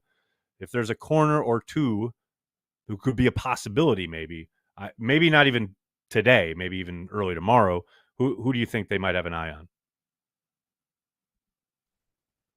The run just obliterated my board for corner. I'm not even going to lie to you. My favorite, because like Ken was saying in the chat, they're talking about Bullard being an inside defensive back, which basically just says nickel. So maybe the true safety has yet to be selected. So I'm thinking outside, and the only person that I really like, and, going back to what we said earlier, falling in love with prospects, is Notre Dame's Cam Hart. He's 6'3", he tackles, he's got good strength, he does pretty well in press man. He's my guy. And then he does have, some teams have thought about working him out, possibly a strong safety as well. So it's one of those things where, he can pan. Well, I think he's going to be a corner anyway, but if he can actually, grow to being a strong safety at 6'3", and I think he's at 209, that's a nice, tandem right there. So that's who I'm thinking of as corner. Richardson from Mississippi State is still there. Elijah Jones from BC is still there. We've been talking about with the Hapley connection, but they're more day 3. So I think at this point, if we're addressing corner, it's probably going to be tomorrow, guys. As far as like an outside corner, it's probably going to be tomorrow, and probably somebody that's not even on my board. I think we may be looking at, Brian flipping to the offensive side of the ball, because the defensive classes here is not that great anyway. As you can see, defensive guys are just flying off the board. It's going to be really shallow for day 3 as far as like defensive prospects. And I love that they've got a ton of picks so they can take a ton of swings at the plate. I'm down with that. It's going to take some Start going swings. It gas. truly is. I love it. Absolutely love it. We got some super chats. We got super chats. What's up, super chats? JD Ram, please get the running back from Kentucky. Possibility. Chris Rowe, Green Bay moves up like Adolfo Shinato. I don't know who that is. Yeah, it's super chat. Someone asked earlier, is this if it seems choppy? Is anyone else experiencing that? Because I've had it now in the last kind of 5 minutes or so. I think we're having a Just little making sure we're audio not glitches killing on everybody. you, but I think overall the stream is fine. I'm having issues with Okay. mine, but I've been talking to Nicholas. We're back and forth on it. Apparently, Cool. it's just like you Just making occasionally. sure. We think it's on. Yeah. It's me occasionally. Typical. Yeah, Joseph, what about TJ Tampa? What are your thoughts on him? He's not on my board. He's a zone dude. Same thing with well, AJ Johnson's a little bit different. He moved from corner to safety, but their coverage concepts I don't think are a good fit for Hafley's scheme. It'd be a surprise if they were interested. Makes sense. And like I said earlier, you can't play man every time, but to your point, you want that to be your predominant mode of operation. You're going to use zone as a changeup. You definitely want a guy who's at least versed in playing man, being able to read route combinations, being able to get physical with guys at the line of scrimmage, things like that. And sometimes it's not even like the IQ part of it. Sometimes it's just ability. Typically, zone corners are a little bit less agile, a little bit more tight in the hips. So they have to bail to their zones, and then it's just a matter of them breaking on the ball, aka Cooper DeJean. He got exposed against Ohio State. When you're running up against NFL caliber wide receivers doing double moves and this, that, and the third, you got to be able to stay in phase with those guys. So sometimes you just don't have the looseness in there to keep up with those guys. Nags, your audio is breaking up at times. Seems okay as I'm typing this. Well, thank you, Joe. Appreciate it. See, people keep bringing up Blake Corum, and I am down. I love Corum. I didn't put him on my draft video because I really hope he becomes a great career, but I don't think that's going to happen here at the end of the second round. What do you think, Joseph? He would be the smallest running back between Brian Gutekunst or Ted Thompson being taken. 5'8". There are the injury issues. Granted, he did bounce back on the back end of Michigan's campaign for the Natty, but it's just I think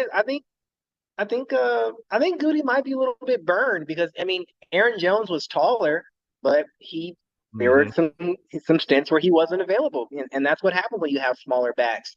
Granted, Corum's a little bit more dense, but I don't know if Goody wants to go if he wants to go smaller in the instance of a running back. So I know people like the idea. I don't know where all these Michigan homers came from, by the way. We used to want to draft every Wisconsin guy. Now we've got like everybody. Well, they did win the on national championship. They got a bunch of really good players. So that's what you're going to be a pro.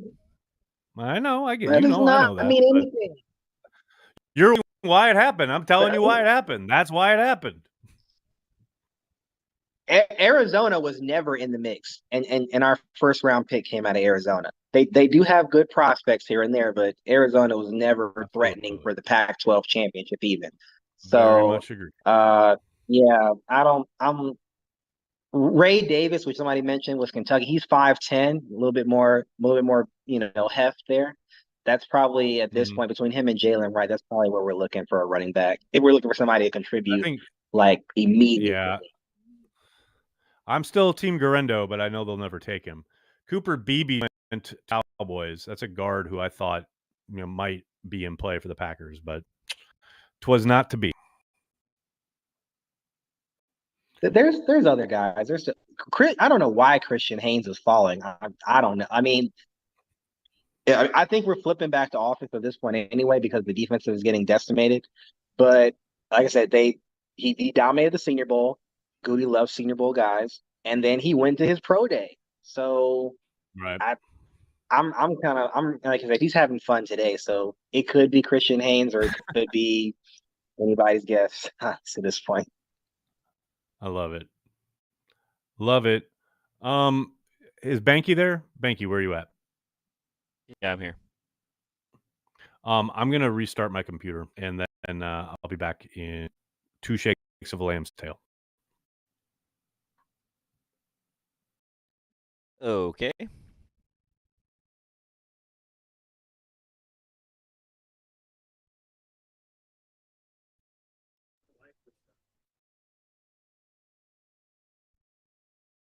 We got a super chat from Mimsy. Quite the haul in Devontae and 2 to go.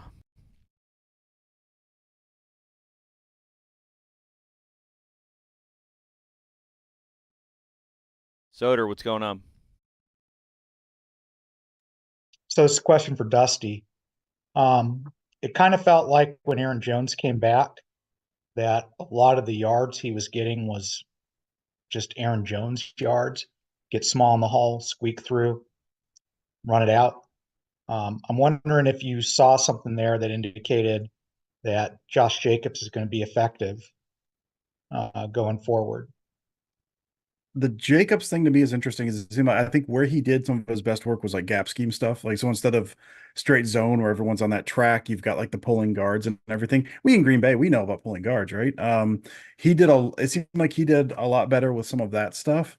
And so that's something I think LaFleur has been wanting to go to for years. Jones is a really good zone runner. Flow with the line, find those cutbacks, hit those holes. Like you said, make yourself skinny in the holes. Jacobs can do that, but I think where he is best used is the gap stuff. And I think that's where LaFleur's been trying to incorporate more of that into his repertoire for 2 years now. And for one reason or other, it's never fully taken off. They do a lot of like the pin pull stuff they do well, where they got the tight end on the side kind of crashing down, you got the guard pulling around or center pulling around. That's been like just an absolute money play for them. But anything else, and I think a lot of it's been some of the upheaval they've had on the offensive line, maybe not the right pieces to do that. I'm really excited to see what Jordan Morgan does with that. And I think Jacobs fits that world really, really well. He can be a good zone runner. We've seen it, but I think the gap scheme stuff, I almost wonder if Jacobs in there is a kind of a move to more of the kind of pulling guard type of running game, where I think he could be a little better at. Yeah, speaking of also, go ahead. Thursday was take your daughter to work day, Dusty.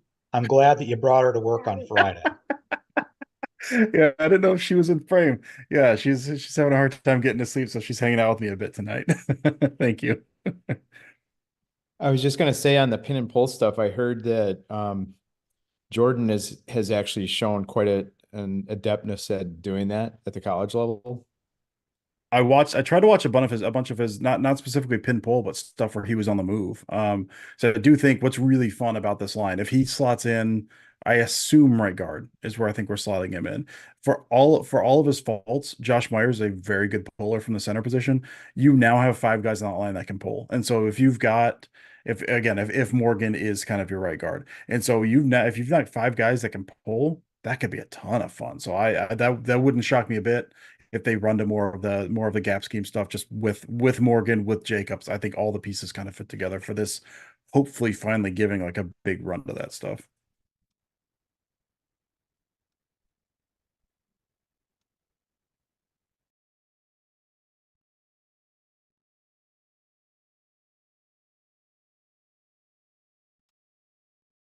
Dusty, do you get to most of the games at home? I don't. I live in Kentucky, so I make it. Okay. I make it to about 2 games a year usually. Usually try to get to one with my brothers. Are big fans, so we'll make a trip out of it and we'll go up. I've past couple years I've been able to do the home opener with usually Maguloni, Perry Goldstein, and at least one other person in the mix there as well. So I hit the Saints game and the Chiefs game this past year. So I got very lucky with the games I was able to make it to this year. Got some good ones in there, but typically one a year is about what I end up doing. It's about 9.5 hour drive up there and makes it kind of tough sometimes. Yeah, you should try to make it to the CHTV meetup this year, if you can. I should, yeah. I'm not, yeah. I was up for, I think I was up for one. That was like a nighttime one a couple years ago, but I showed up late. So a lot of people had left, unfortunately, just because of travel. I got hung up on travel. But that, yeah, I would very much like to make it up to there. They always look like a blast. Good. I don't know what we're gonna do. We got Nick yet? I'm here. Nice. I'm here. We got how many picks now? Good Lord. At least we're in striking range. A little bit of getting this pack. Getting there. Going here. Getting there. Getting there. Wait, what? No. NFL tracker. Let's go.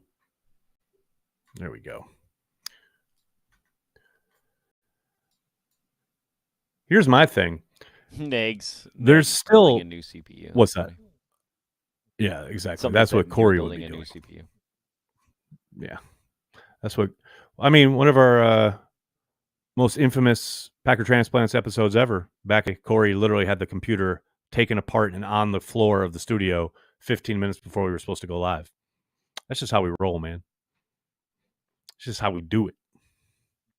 Cody's in the Zoom. I saw. What's up, Cody? How you doing, man? How's it going? Doing well, man. Doing well. Trying to get your Bullard nice video up on the YouTube channel. It was nice we had videos for the first two. Made my life a little bit easier. I know. You already pulled the footage. Yep. Nothing wrong with that. There we go. Bullard. Bam. Draft. Bam. So be honest. Are you happy with the draft? Are you mad that they didn't get Cooper DeJean? Where are you sitting? No, I was not on. I didn't make it very public because I felt like I'd be attacked, but I was not on the Cooper DeJean You pariah hype bandwagon. He was not my guy. I was disappointed to see Arnold get sniped right before us last night. Yeah, that was the guy I was hoping for. That one kind of stung, but Morgan, hey, he's an offensive player. It's not sexy, but he'll be a good player. So, and then today's been so far so good. So can't complain about today at all. With you. I mean, you can, trust me, and people have and are and will continue to do so. But I feel you. I feel you, man. I feel you. So where are we? We got Denver's pick is in. Raiders are on the clock. So we got like 10 spots to go yet. Man, second round. Come on, Goody. Make a move. Jump on up. Package those picks. Go get somebody you love. Let's do it. I'm about that life. Joseph, who would you jump up for? If you were given carte blanche and Brian said, you know what? Joseph, tell me what to do. Is there somebody you absolutely love that you wish they would go get? You know, honestly, and that's probably why all my predictions are terrible this year. You can't fall in love with a guy. You know, when I had my door, I predicted Zach Tom. I didn't fall in love with Zach Tom. It was just like, oh, that guy. Yeah, that makes sense. He was on the board. Right. Yeah. So my heart wants Christian Haynes, but the Packers sneakily have said they would like a vertical threat, an additional vertical threat. They brought in Jermaine Burton out of Alabama, who is that vertical threat.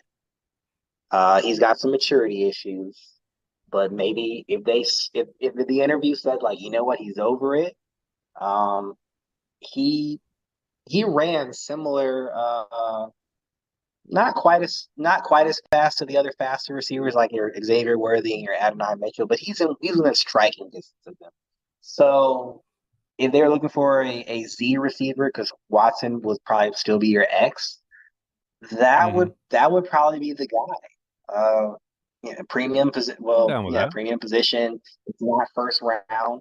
It's third round because you're looking for just another person to add to the fold, add competition. So they brought him in for a top 30 or not top 30. That's what I'm going with. Like it. Now watch him do it. That'd be amazing. That'd be hilarious.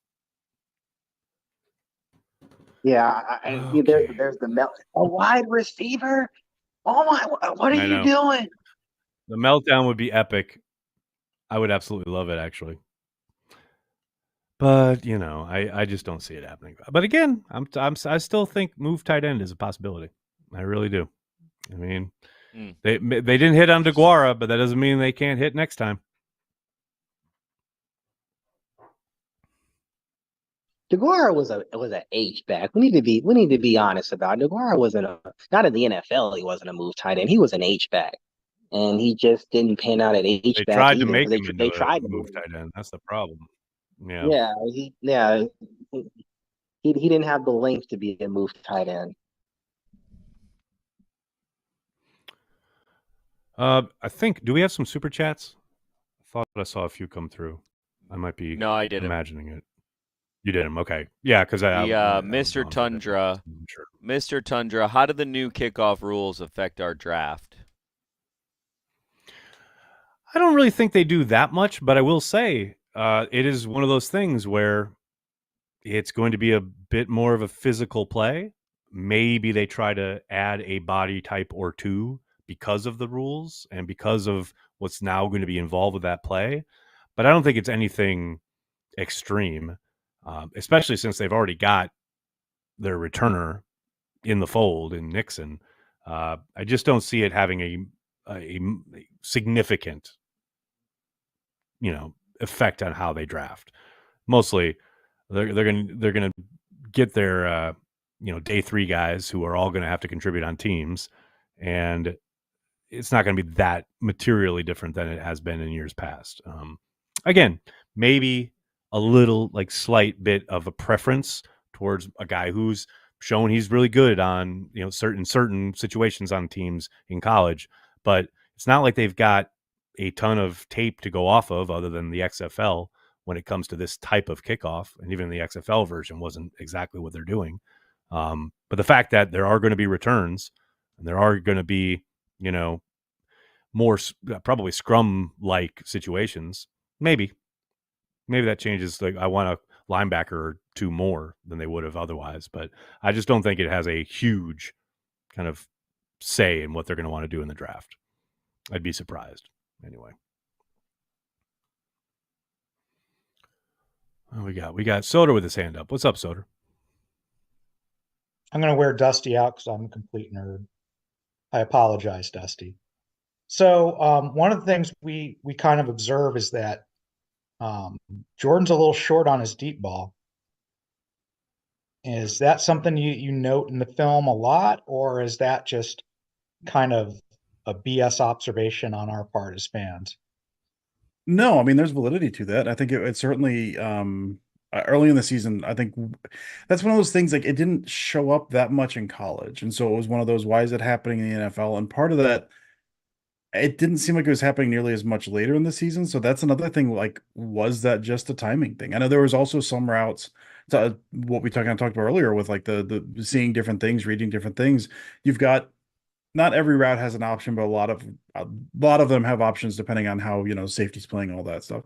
You'd have them throw what looked like a short ball, but it was because the receiver took it deep when he should have taken a shallow under those safety. So, I mean, there were those, but there were plenty of go balls and everything like that were short. And I do think some of that was maybe him giving his feet underneath him. I think the mechanics seemed fine. I think some of it really it just goes back to timing. There was kind of an uncertainty with some of that stuff, and he didn't necessarily know where things were going to be. He was maybe coming back late to it because there were times he kind of stuck a little too much on the first read, waiting for it to come open. By the time he came over the other one, it was a little deeper, and so he had to chuck it, but maybe put a little less on it than he should have.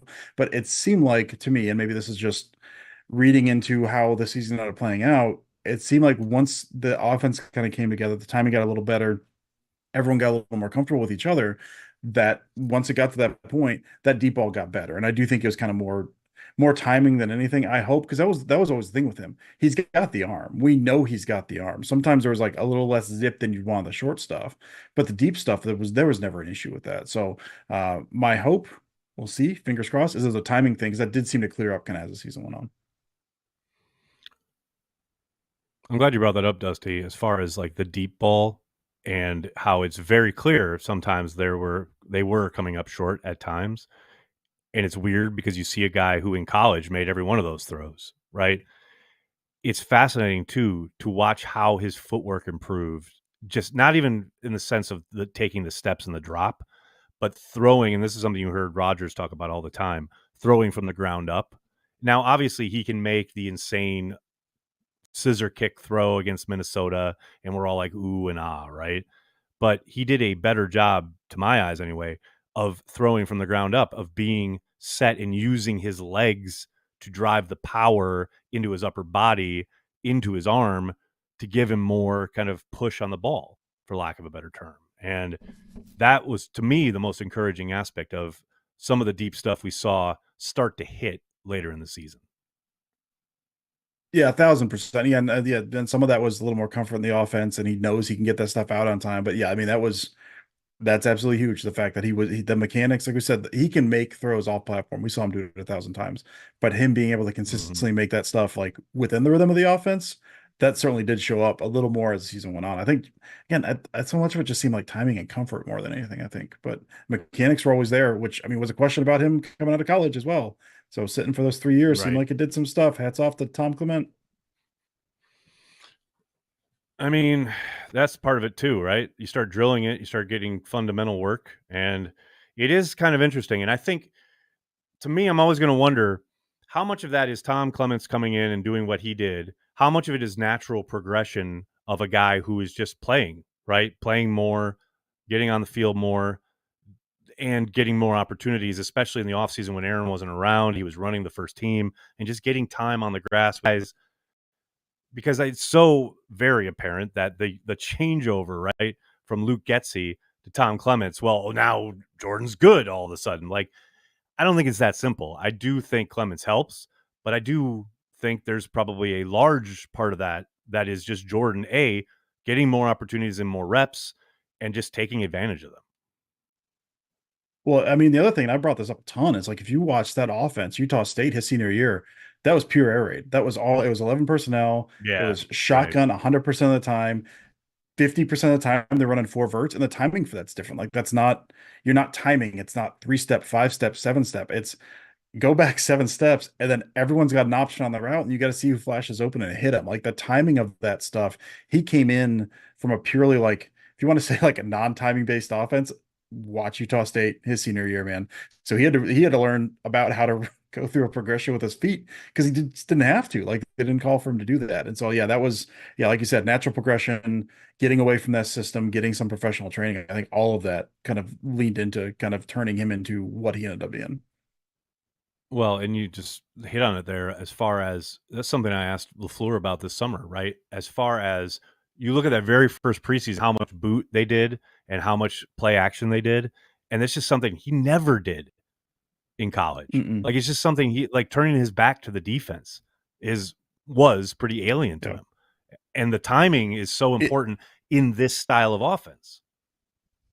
Yeah. Any play action was flash the ball slightly in front of you as the running back crosses your face, because that's all shotgun. Like you said, no, there's no boot.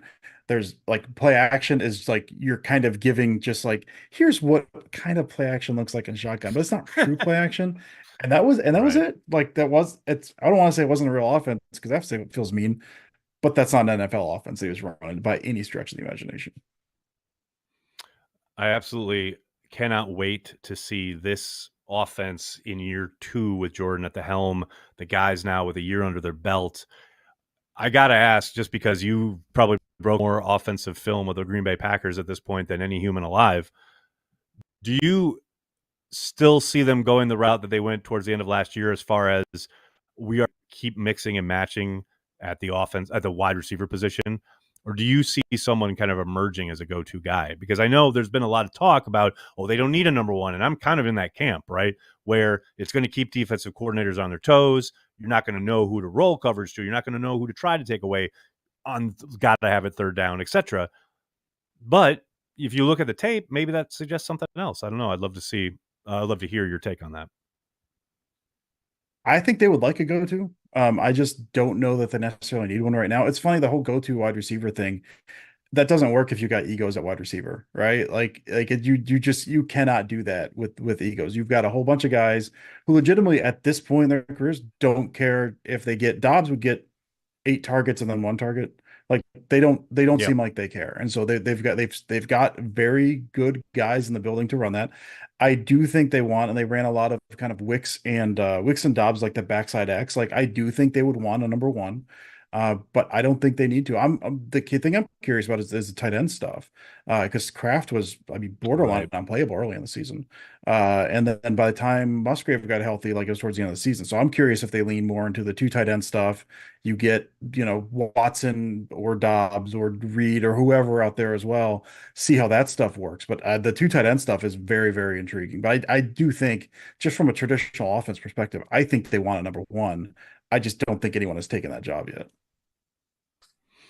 Not yet. That is for sure. And I do agree that the tight end situation drives some of this conversation, if only because of how well Tucker Kraft played down the stretch. Like, to your point, yes, I would agree, unplayable at the start of the year.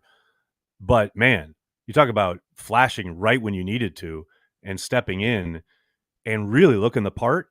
It's fascinating to me. We, heard Matt talk a little bit about, there's definitely, opens up possibilities. But when you do that, yes, you're taking other guys off the field. You're taking other possibilities off the field. That's a balance right there.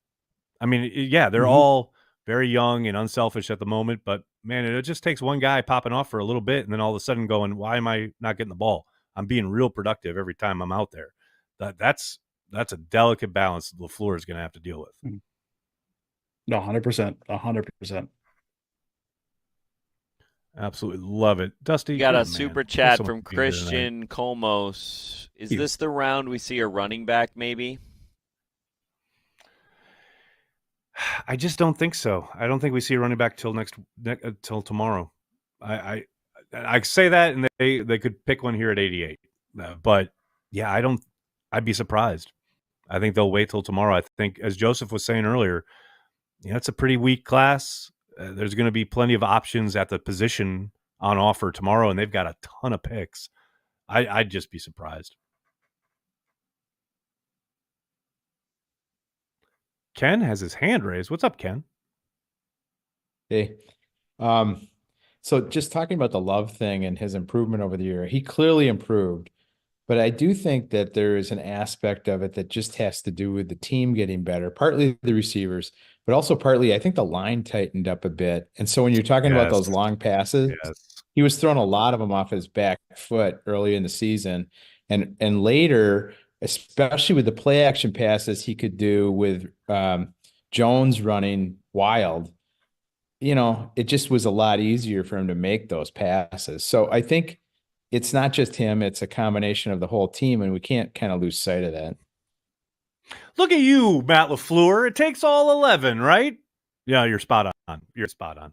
It's 100% correct. And the offensive line part of it shouldn't be discounted. And to your point, Aaron Jones going wild. They talked about that. I believe it's on the first drive of the Dallas playoff game where Greg Olson's saying, during their meetings with the defensive guys in Dallas, it was like, it's impossible to tell. You don't know. First down, is Jones getting it? Is it going to be play action? You've got to make sure you're guarding for both. You can't key on any of that. So, yeah, I think that's a big, big component and a very, it's an astute and that is the observation. Beauty of the LaFleur offense, right? When it's working, you don't know what you're going to do, and it looks nice. I want to go back to the DeGuara thing too. I think a lot of people see that as a Goody miss. I think that might have been more of a LaFleur miss than a Goody miss, because I think that was one where he, early on in his career with LaFleur there, he kind of gave in to the coach because the coach really wanted him. And he may have learned a lesson on that one. I don't know if you remember that, all that stuff, but LaFleur had a really close connection with the coach for DeGuara and everything, and I think that might have influenced that pick. I'm going to touch the third rail here and say I agree with you in the sense that I think LaFleur did want him, and I do think the connection played into it. But it became pretty clear throughout DeGuara's time in Green Bay that Aaron Rodgers had no interest in involving him in the passing game, like unless it was completely either on a dare or it's literally drawn up for him. There was no way he was throwing him the ball, like more often than not. Yeah. So. Well, Rodgers, you know, Rodgers ruined quite a few mix, people's career that way. Rodgers ruined a few people's career that way. Yeah. But he also made a bunch of people, got them paid, and set them up for life. So you take it with the good with the bad, no doubt about it. I love it. So now we are sitting at pick 82. The Packers pick at 88. We are hitting the home stretch here, folks. We got some hands up. Who else we got here? Cole Young, welcome to the Carry the G Club.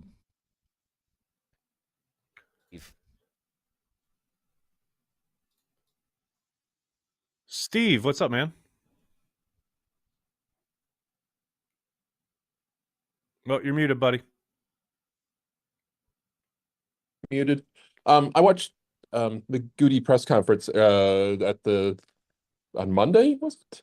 And I thought there was some interesting conversation about the tight end position there, the draft picks last year, where he said they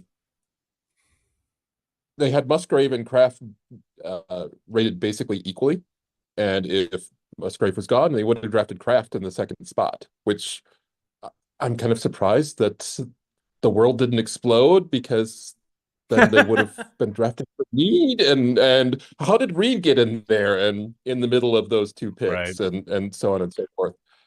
But so that's just one thing that's I'm interested to see how that kind of plays out as the two start developing.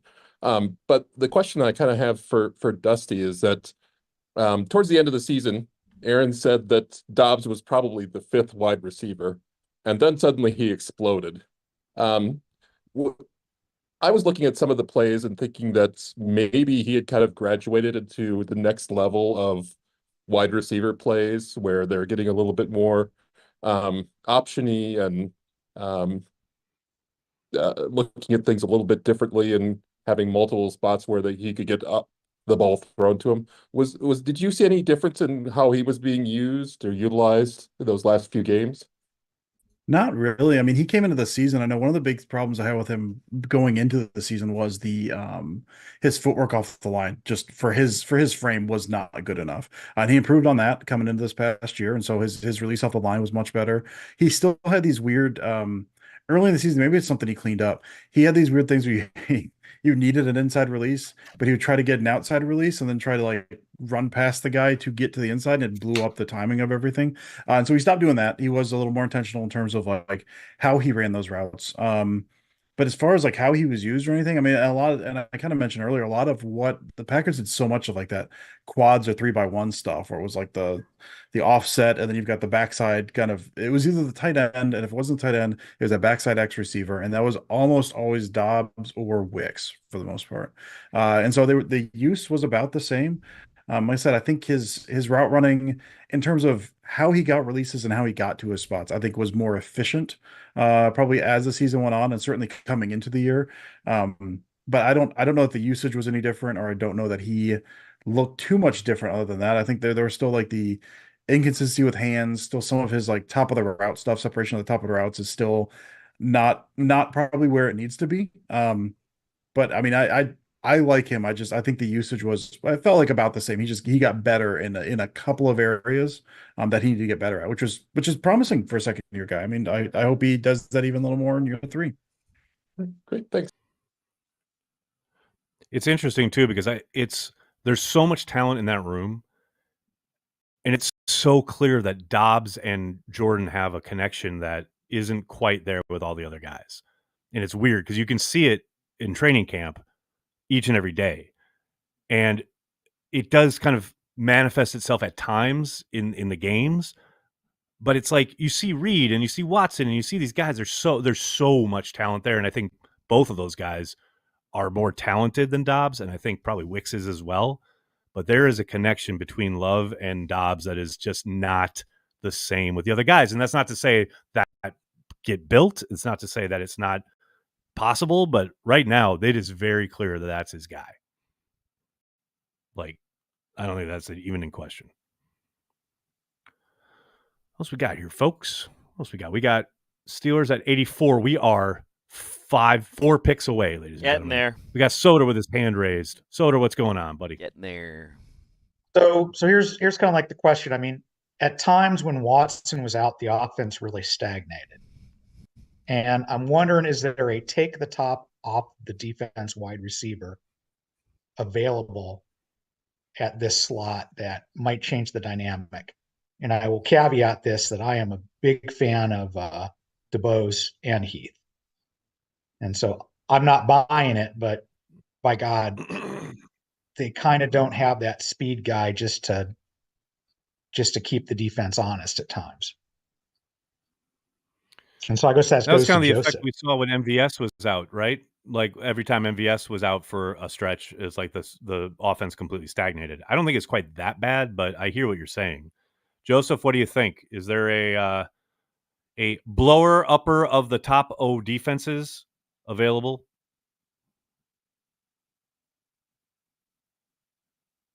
Oh, you muted, bud. Okay, yes, there is.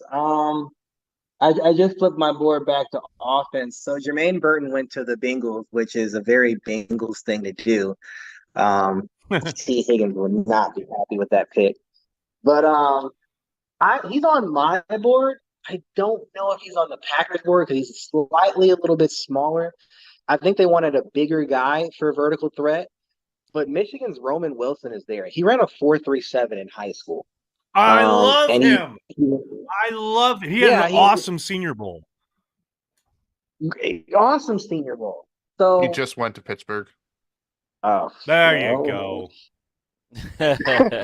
Well, you were right, though, Joseph. There he was. There he was. And there he was.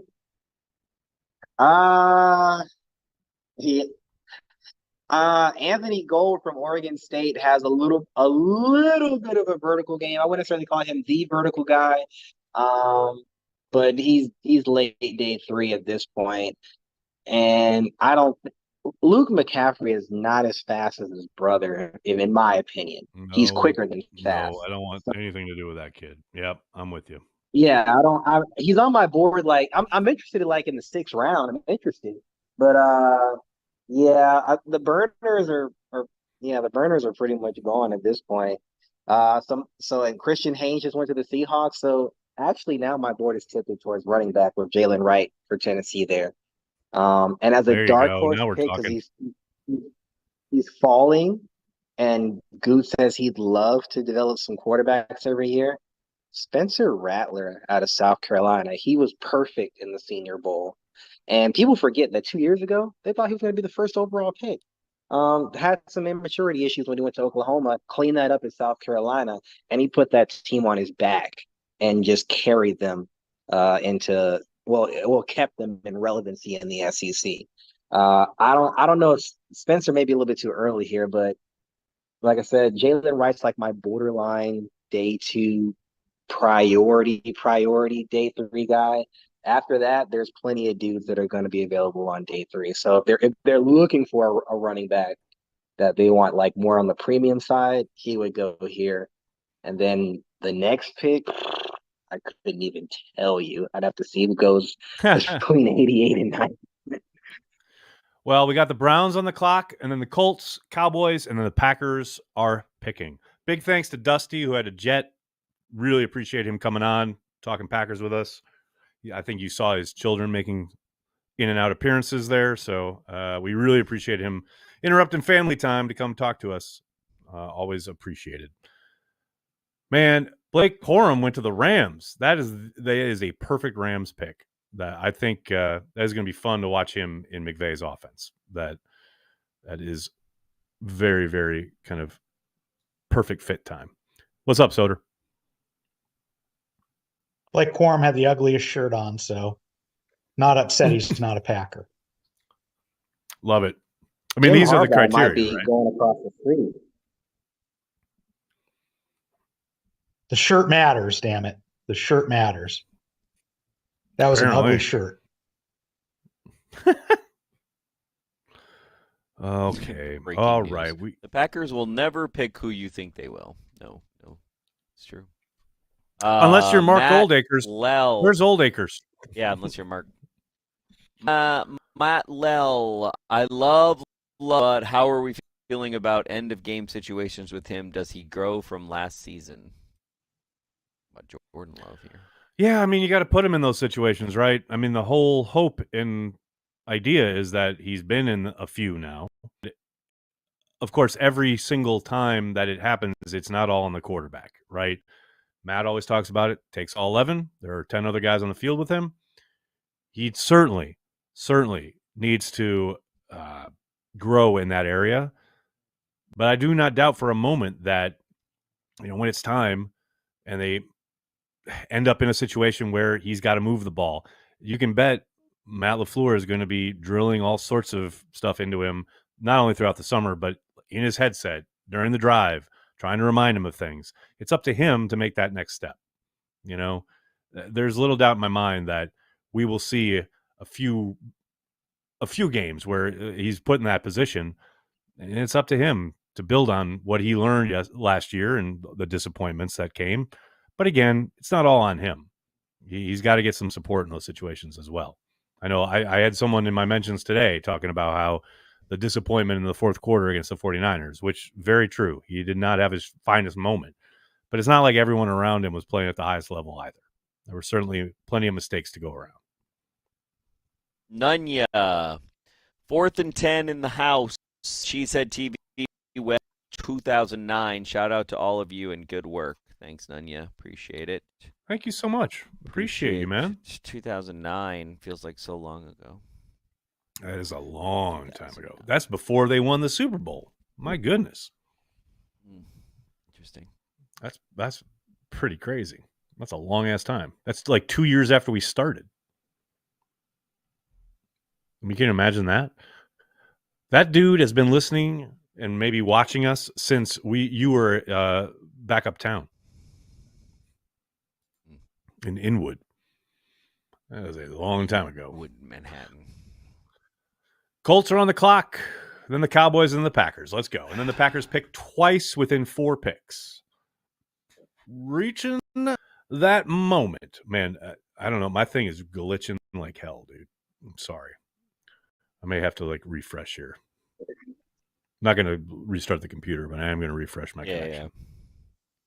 Yeah. All right. Yeah, we basically made a decision that it's not as bad. It's not crazy bad. We're just going to go with it instead of going to the backup plan. Corey, wake up, buddy, or up to stump you on trivia. This was like a dirt, man. Waiting for this freaking last 2 picks. It's crazy. Godsmack AR 69. Thanks, Super Chat.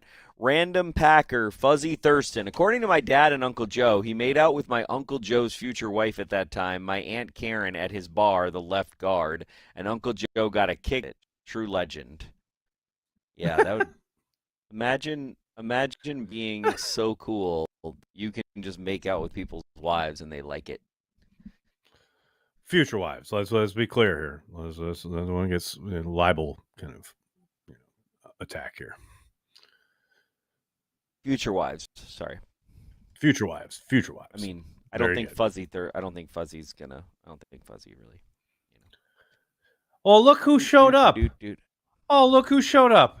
We got Amar in the house. Oh, hey, where's the information? I'm going to join the live stream. And then shows up right at the end. Well, nice of you to join us, buddy. Bro, I'm exhausted from yesterday. You're trying to sneak in here like you've been here the whole time. Get the No, not this time. Not this time, man. Random Packer player, Joey Thomas, cornerback. Has not been said. Wow. Not been said. Correct. Well done. Good pull. And Pat Lee. Same draft class. Love me some Pat Lee. Love me some Pat Lee. Come on. You're looking fresh, dude. You got the new, got the fresh cut there. Looking good, man. Yeah, had to clean up, man. Had to clean up a little bit. So draft day, and I'm over here getting my heart broken one time, then I'm getting woken up and I happy was again. just gonna So, no, ask, how you it's doing? good. You're famous for your meltdowns. So how many? How we doing? How the Packers? Are they killing you this weekend? What's going on? I'll put it this way. No, because they can't help the fact that these teams are training ahead of them, getting the guys I want. But I'm happy with Edgerrin Cooper. I loved him. I wanted him. Bullard, I'm happy. And Morgan, honestly, like everyone's been talking him up. So I was like, you know what? Goody knows what he's doing, bro. I'm not even gonna hate. I'm just gonna I'm gonna ride the ride, man. I'm gonna ride the ride because I know every time I've hated, actually when I've hated, those guys have turned out well. So maybe some reverse psychology. I don't know. Maybe I'll try that. But there it is. That's it, man. Just keep hating. It's working out. It's working out for the Packers anyway. So wait, hey, man, are there anybody? Is there exactly? Is there anybody left? Is there anybody who you are still pining for that you're like, oh, I really hope we get him? Well, I wanted Pooney, and we just saw him get drafted, so I'm not happy about that. But Jaden Hicks, man, we can get Jaden Hicks. I'm a big Jaden Hicks guy. I would love Jaden Hicks to be in Green Bay. Okay. Oh, We've talked about him quite a bit tonight. There you go. Packers are on the clock. Roll the graphic. Here we go. Packers are on the clock. Oh, look at that. The Packers are on the clock. I can't wait till they trade out of this. It's going to be great. It's going to be amazing. They're going to trade down. You collect a couple more picks for tomorrow. Really just make me mad. All right, Joseph. Also, Joseph, I want to say here publicly into a microphone, I am so impressed and somewhat amazed. You have a ring light for your draft board. Like this we're dealing with a professional here. We're dealing with a man who knows what's going on. He needs to write a little bigger. I can't read it though, but I know his handwriting. Okay, Corey, baby steps here, man. Baby steps. We can see the board. This is amazing. I write way that's small to me, but I write really big naturally. Like I was the kid that needed the big like loose leaf paper with the lines in it because that's how big I wrote, and I still write to that day. That was a struggle for me, honestly. Me and Soder, shout out to Soder because he sponsored this board. We're probably gonna get something a little bit more visually appealing, maybe next year. But yeah, I'm not in love with anybody, so I'm gonna go with a 1-2 punch. So we're like one behind the other. Mason McCormick out of South Dakota State, an almost perfect RAS 996, and like I put him in the article. One scout says he plays like an asshole, and that's something that we need on the offensive line. We need a little bit of that. So we need a little bit of that. And then second is I'm still going to stick with Jalen Wright. He's the only running back I have left on the board with a day 2 grade. So unless they maybe like Ray Davis a little bit better because they brought him in for a top 30 visit. So those are the 1-2 punches that I'm going with. Defense has been obliterated. That's where I'm at, guys. All right. Well, we'll see. They're still on the clock. We'll see which way they end up going. Oh my gosh. Let's go. Let's go. So close. So close. I need it. Man, I just want this to be like someone that no one's expecting. And I need a good old-fashioned Twitter meltdown. That's what I need. There's no way it's not. That's where I'm at. That's exactly what we're going to get. I promise you that at this point. I'm down with it. Come on, Goody. Man, you just know he's taking calls. He is taking calls and being like, yeah, I'll drop down. I'll drop down to 30. How do I get 3 more picks? How do I get 5 How can I get a couple more picks? Can I get 2 tree picks for tomorrow? That'd be great. How can I go down as the general manager at more picks than anyone in the history of the NFL? I mean, we've just seen his put it past history him. yesterday It's his legacy. with 6 quarterbacks in the first 12 picks. First time that's ever happened. Which, by the way, just because we're waiting here, Goody said Ted would probably say that had to have happened at some point. But Goody comes is like, but I'm pretty sure it's never happened. But it just made me think of Roger and Mad Men when the mower at the party cuts off that guy's foot and there's blood everywhere, and then afterwards the what's his name? The guy, the accounts manager says, "Don't worry, somewhere in this business this has happened before." Like that's the Ted Thompson line. Like there's nothing new under the sun. 6 quarterbacks in the top 12. Everybody thinks they did everything, but they didn't. Yeah, it's happened. Right. Roger Sterling, that's the character's name. Couldn't remember his name. Don't worry, somewhere in this business this has happened before. Come on, Brian, make the pick. I need it. Where's Tyler? Like USC running back. There it is. There he is. USC running back MarShawn Lloyd. Oh, what did I say? There's your running back. There's your running back. That was not the running back I called, but nice. MarShawn Lloyd. Welcome to Green Bay, baby. MarShawn Lloyd, I got to admit, don't know a thing. Joseph, what you got? This was I'm eating my words here. This was a surprise pick. He was the number 6 running back on my board, one ahead of Blake Corum, and the one thing that both they share, they're both 5'9" running backs. So the difference is Lloyd doesn't have the injury concerns, but Lloyd is not quite as thick in the lower half. He has a little bit of everything. He's good in the passing game. He has good vision. He's patient, but a little bit of ball security issues. So, and then obviously there's going to be the 5'9" size.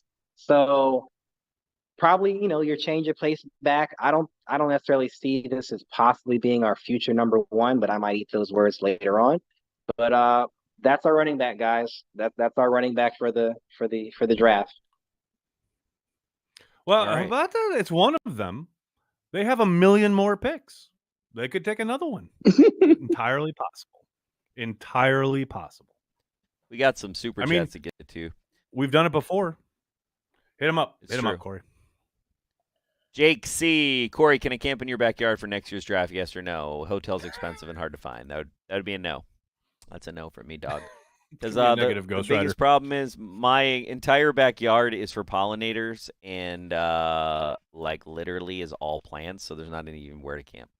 Matt Leal, forgot random Packer Brian Williams.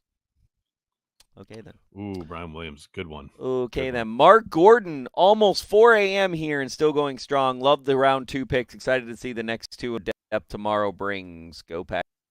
Let's go, Mark Gordon. All right. Oh, this is This is Mad City Architects draft crush. So, agitation. Random Packer Royal Preston. Mr. Crown Royal.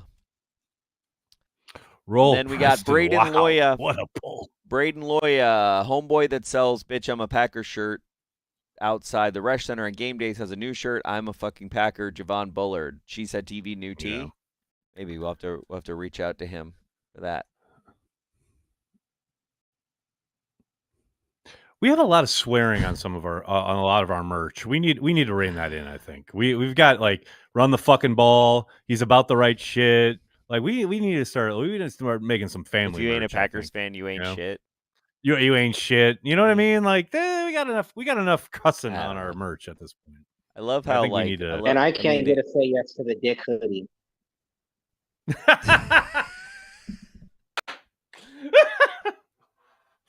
I mean, at this moment, no, you cannot. But I can make a call. We can make it happen. Lord. I love how I love this. Now the Packers are 1 away from picking again. I love how somebody's like, this is my draft crush, and then somebody else is like, this kid is a shitty running back. Oh, a shifty running back. Okay. Oh, there you go. Got it. I was like, this is a juxtaposition right here. Daniel Jeremiah on NFL Network, quote, "In my opinion, the Green Bay Packers just got the best running back in the NFL draft," unquote. I mean, I don't know. I mean, nothing, but that's one man's opinion. Soder has his hand raised. What's up, Soder? Dude, he's a genius, right? Best running back in the draft. I mean, essentially, the number one safety, number one linebacker. That's what he does. I know I speak for Joseph. I know I speak for Brandy's hubby. I know I speak for Eddie. I know I speak for Oz. There's not nearly enough swearing in this freaking environment. I mean, yes, no. I second that. Thank you, Oz. Thank you. I mean, in the happy hour in the Zoom chat, that's fun. Fucking A, swear up the fucking wazoo. I'm fucking great. I love it. Fucking hell. I'm just talking about on the merch. You know, fucking A, man. That's all I'm saying. You may have think you have language easy. Packers are on the most clock. effing. There we go. Packers are on the clock. Let's do it. Short of Army level effins. Missed out on Elijah Jones. Also, I want to say this, man. Amar, your kitchen shots ain't doing it, man. You need to upgrade it. And I'm going to say this: Joseph has kicked both of our asses on the kitchen shot. Way to go, Joseph! That's a freaking awesome. You got to compliment Joseph. You got to take it, dog. Access to Soda comes hot with there these cakes. Spectacular. So I give Amar a lot of crap, and thank you, Amar. Spectacular. I love everything you do on Twitter. Thank you very much. I did not think I was in the running for the kitchen shots. I love my place. I hate that I'm moving. I tried to find a clone of it in Houston, and they want like $2,500 for it. So I was like, well, I guess I'm downsizing. Ooh. The pick is in. The pick is in. Love it. Love it. Oh my goodness. What do we got? Doing? Where are we going? Punter? Come on now. Kicker? Another running back. Let's do it. 2 running backs in a row. Let's go. That's what I'm talking about. While we wait, MarShawn Lloyd was number 4 in the CHTV draft guide, and he was his comp was Josh Jacobs. Oh, nice. Please be Jalen Wright. Please be Jalen Wright. Please be Jalen Wright. I'm sticking to my nondescript offensive line. It's gonna be corner. I'm calling corner. Ooh, Corey Behnke. Yeah, they just missed on Elijah Jones. The pick is in. Yeah, the pick's been in, Nagler. Where have you been? The pick is in. The pick is in.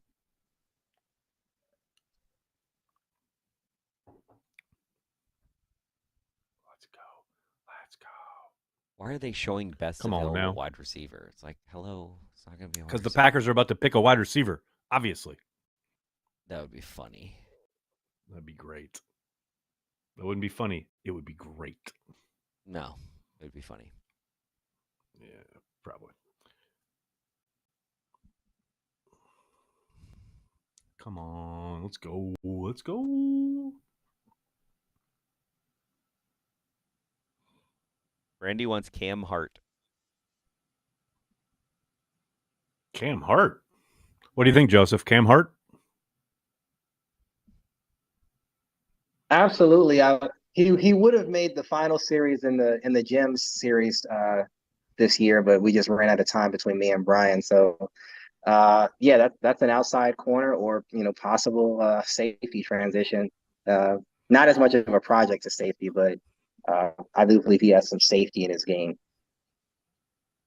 Yeah, he got a lot of highlights in the Senior Bowl. He was like one of the top cornerbacks. I'm pulling for Dwayne Carter. Let's go. Come on. Late day 2, defensive tackle. Let's do it. I'm all about it. Let's happen. Come on.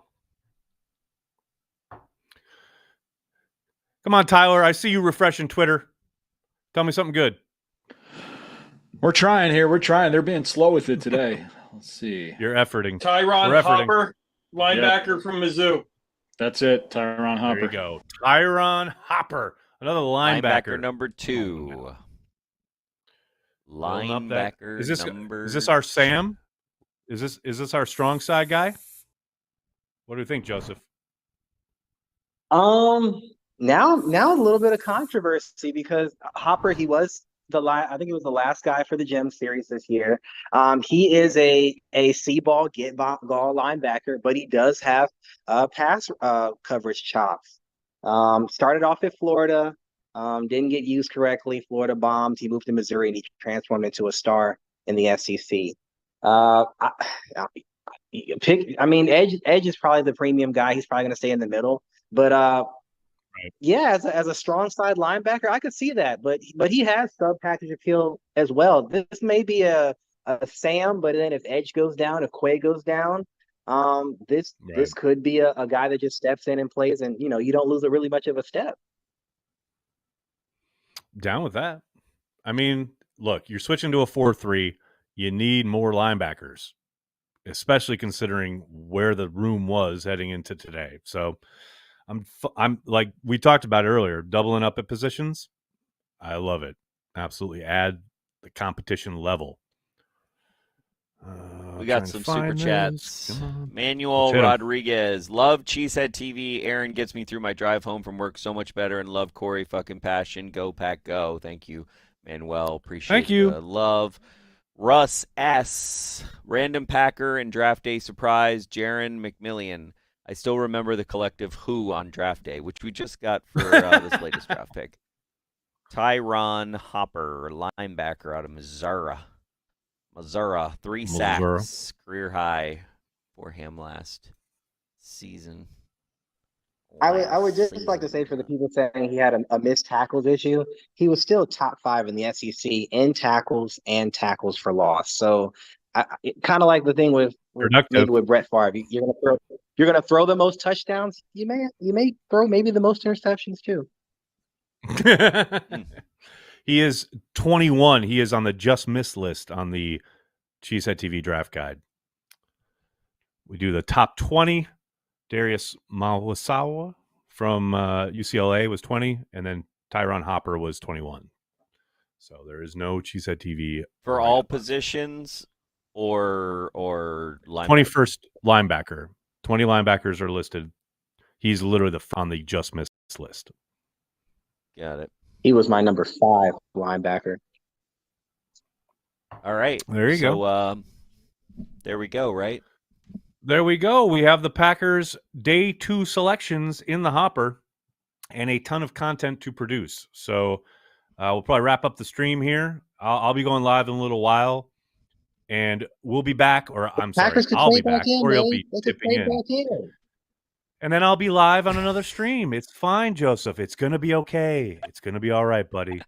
I promise. He might put those 2 picks and move up into the back of the 3rd. There might be a meteor heading this way right now, and we'll all be dead. So, we're just going to have to roll the dice. It's going to be okay. Cannot thank you guys enough for hanging out, supporting Cheesehead TV. Do we have Soder with a hand up, I believe? Soder? You got one last thing to say? He's like, bye. Oh no, Soder! Now you're muted, Soder. You're muted, buddy. You're muted, Soder. You're muted. You're muted. Okay, Soder, you're muted. If you're not a Cheesehead TV member or a Patreon member, please sign up. It is worth every dollar of it. Especially since you get to call me an idiot. I'm so down with that. You idiot. Nobody. It is a spectacular. Thank you very much. Major feature. Bravo. It is a major feature, no doubt, no question. And thanks you get a lot, emojis everybody. If you're a Cheesehead TV. It's true. I will be live later. I will be live once we wrap up all the content we got to do. Corey, any final words for the folks at home before we head out into the evening? Hey, let's win a Super Bowl. I want to get a better record than 9-8. That was depressing me when I saw that. There you go. So here we go. There you go. Let's do it.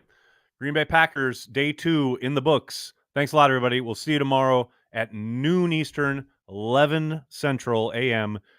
Can't wait. The Packers have like 4 billion picks, so I'm sure we'll be very busy. Thanks, everybody. Have a great night. Go Pack, go.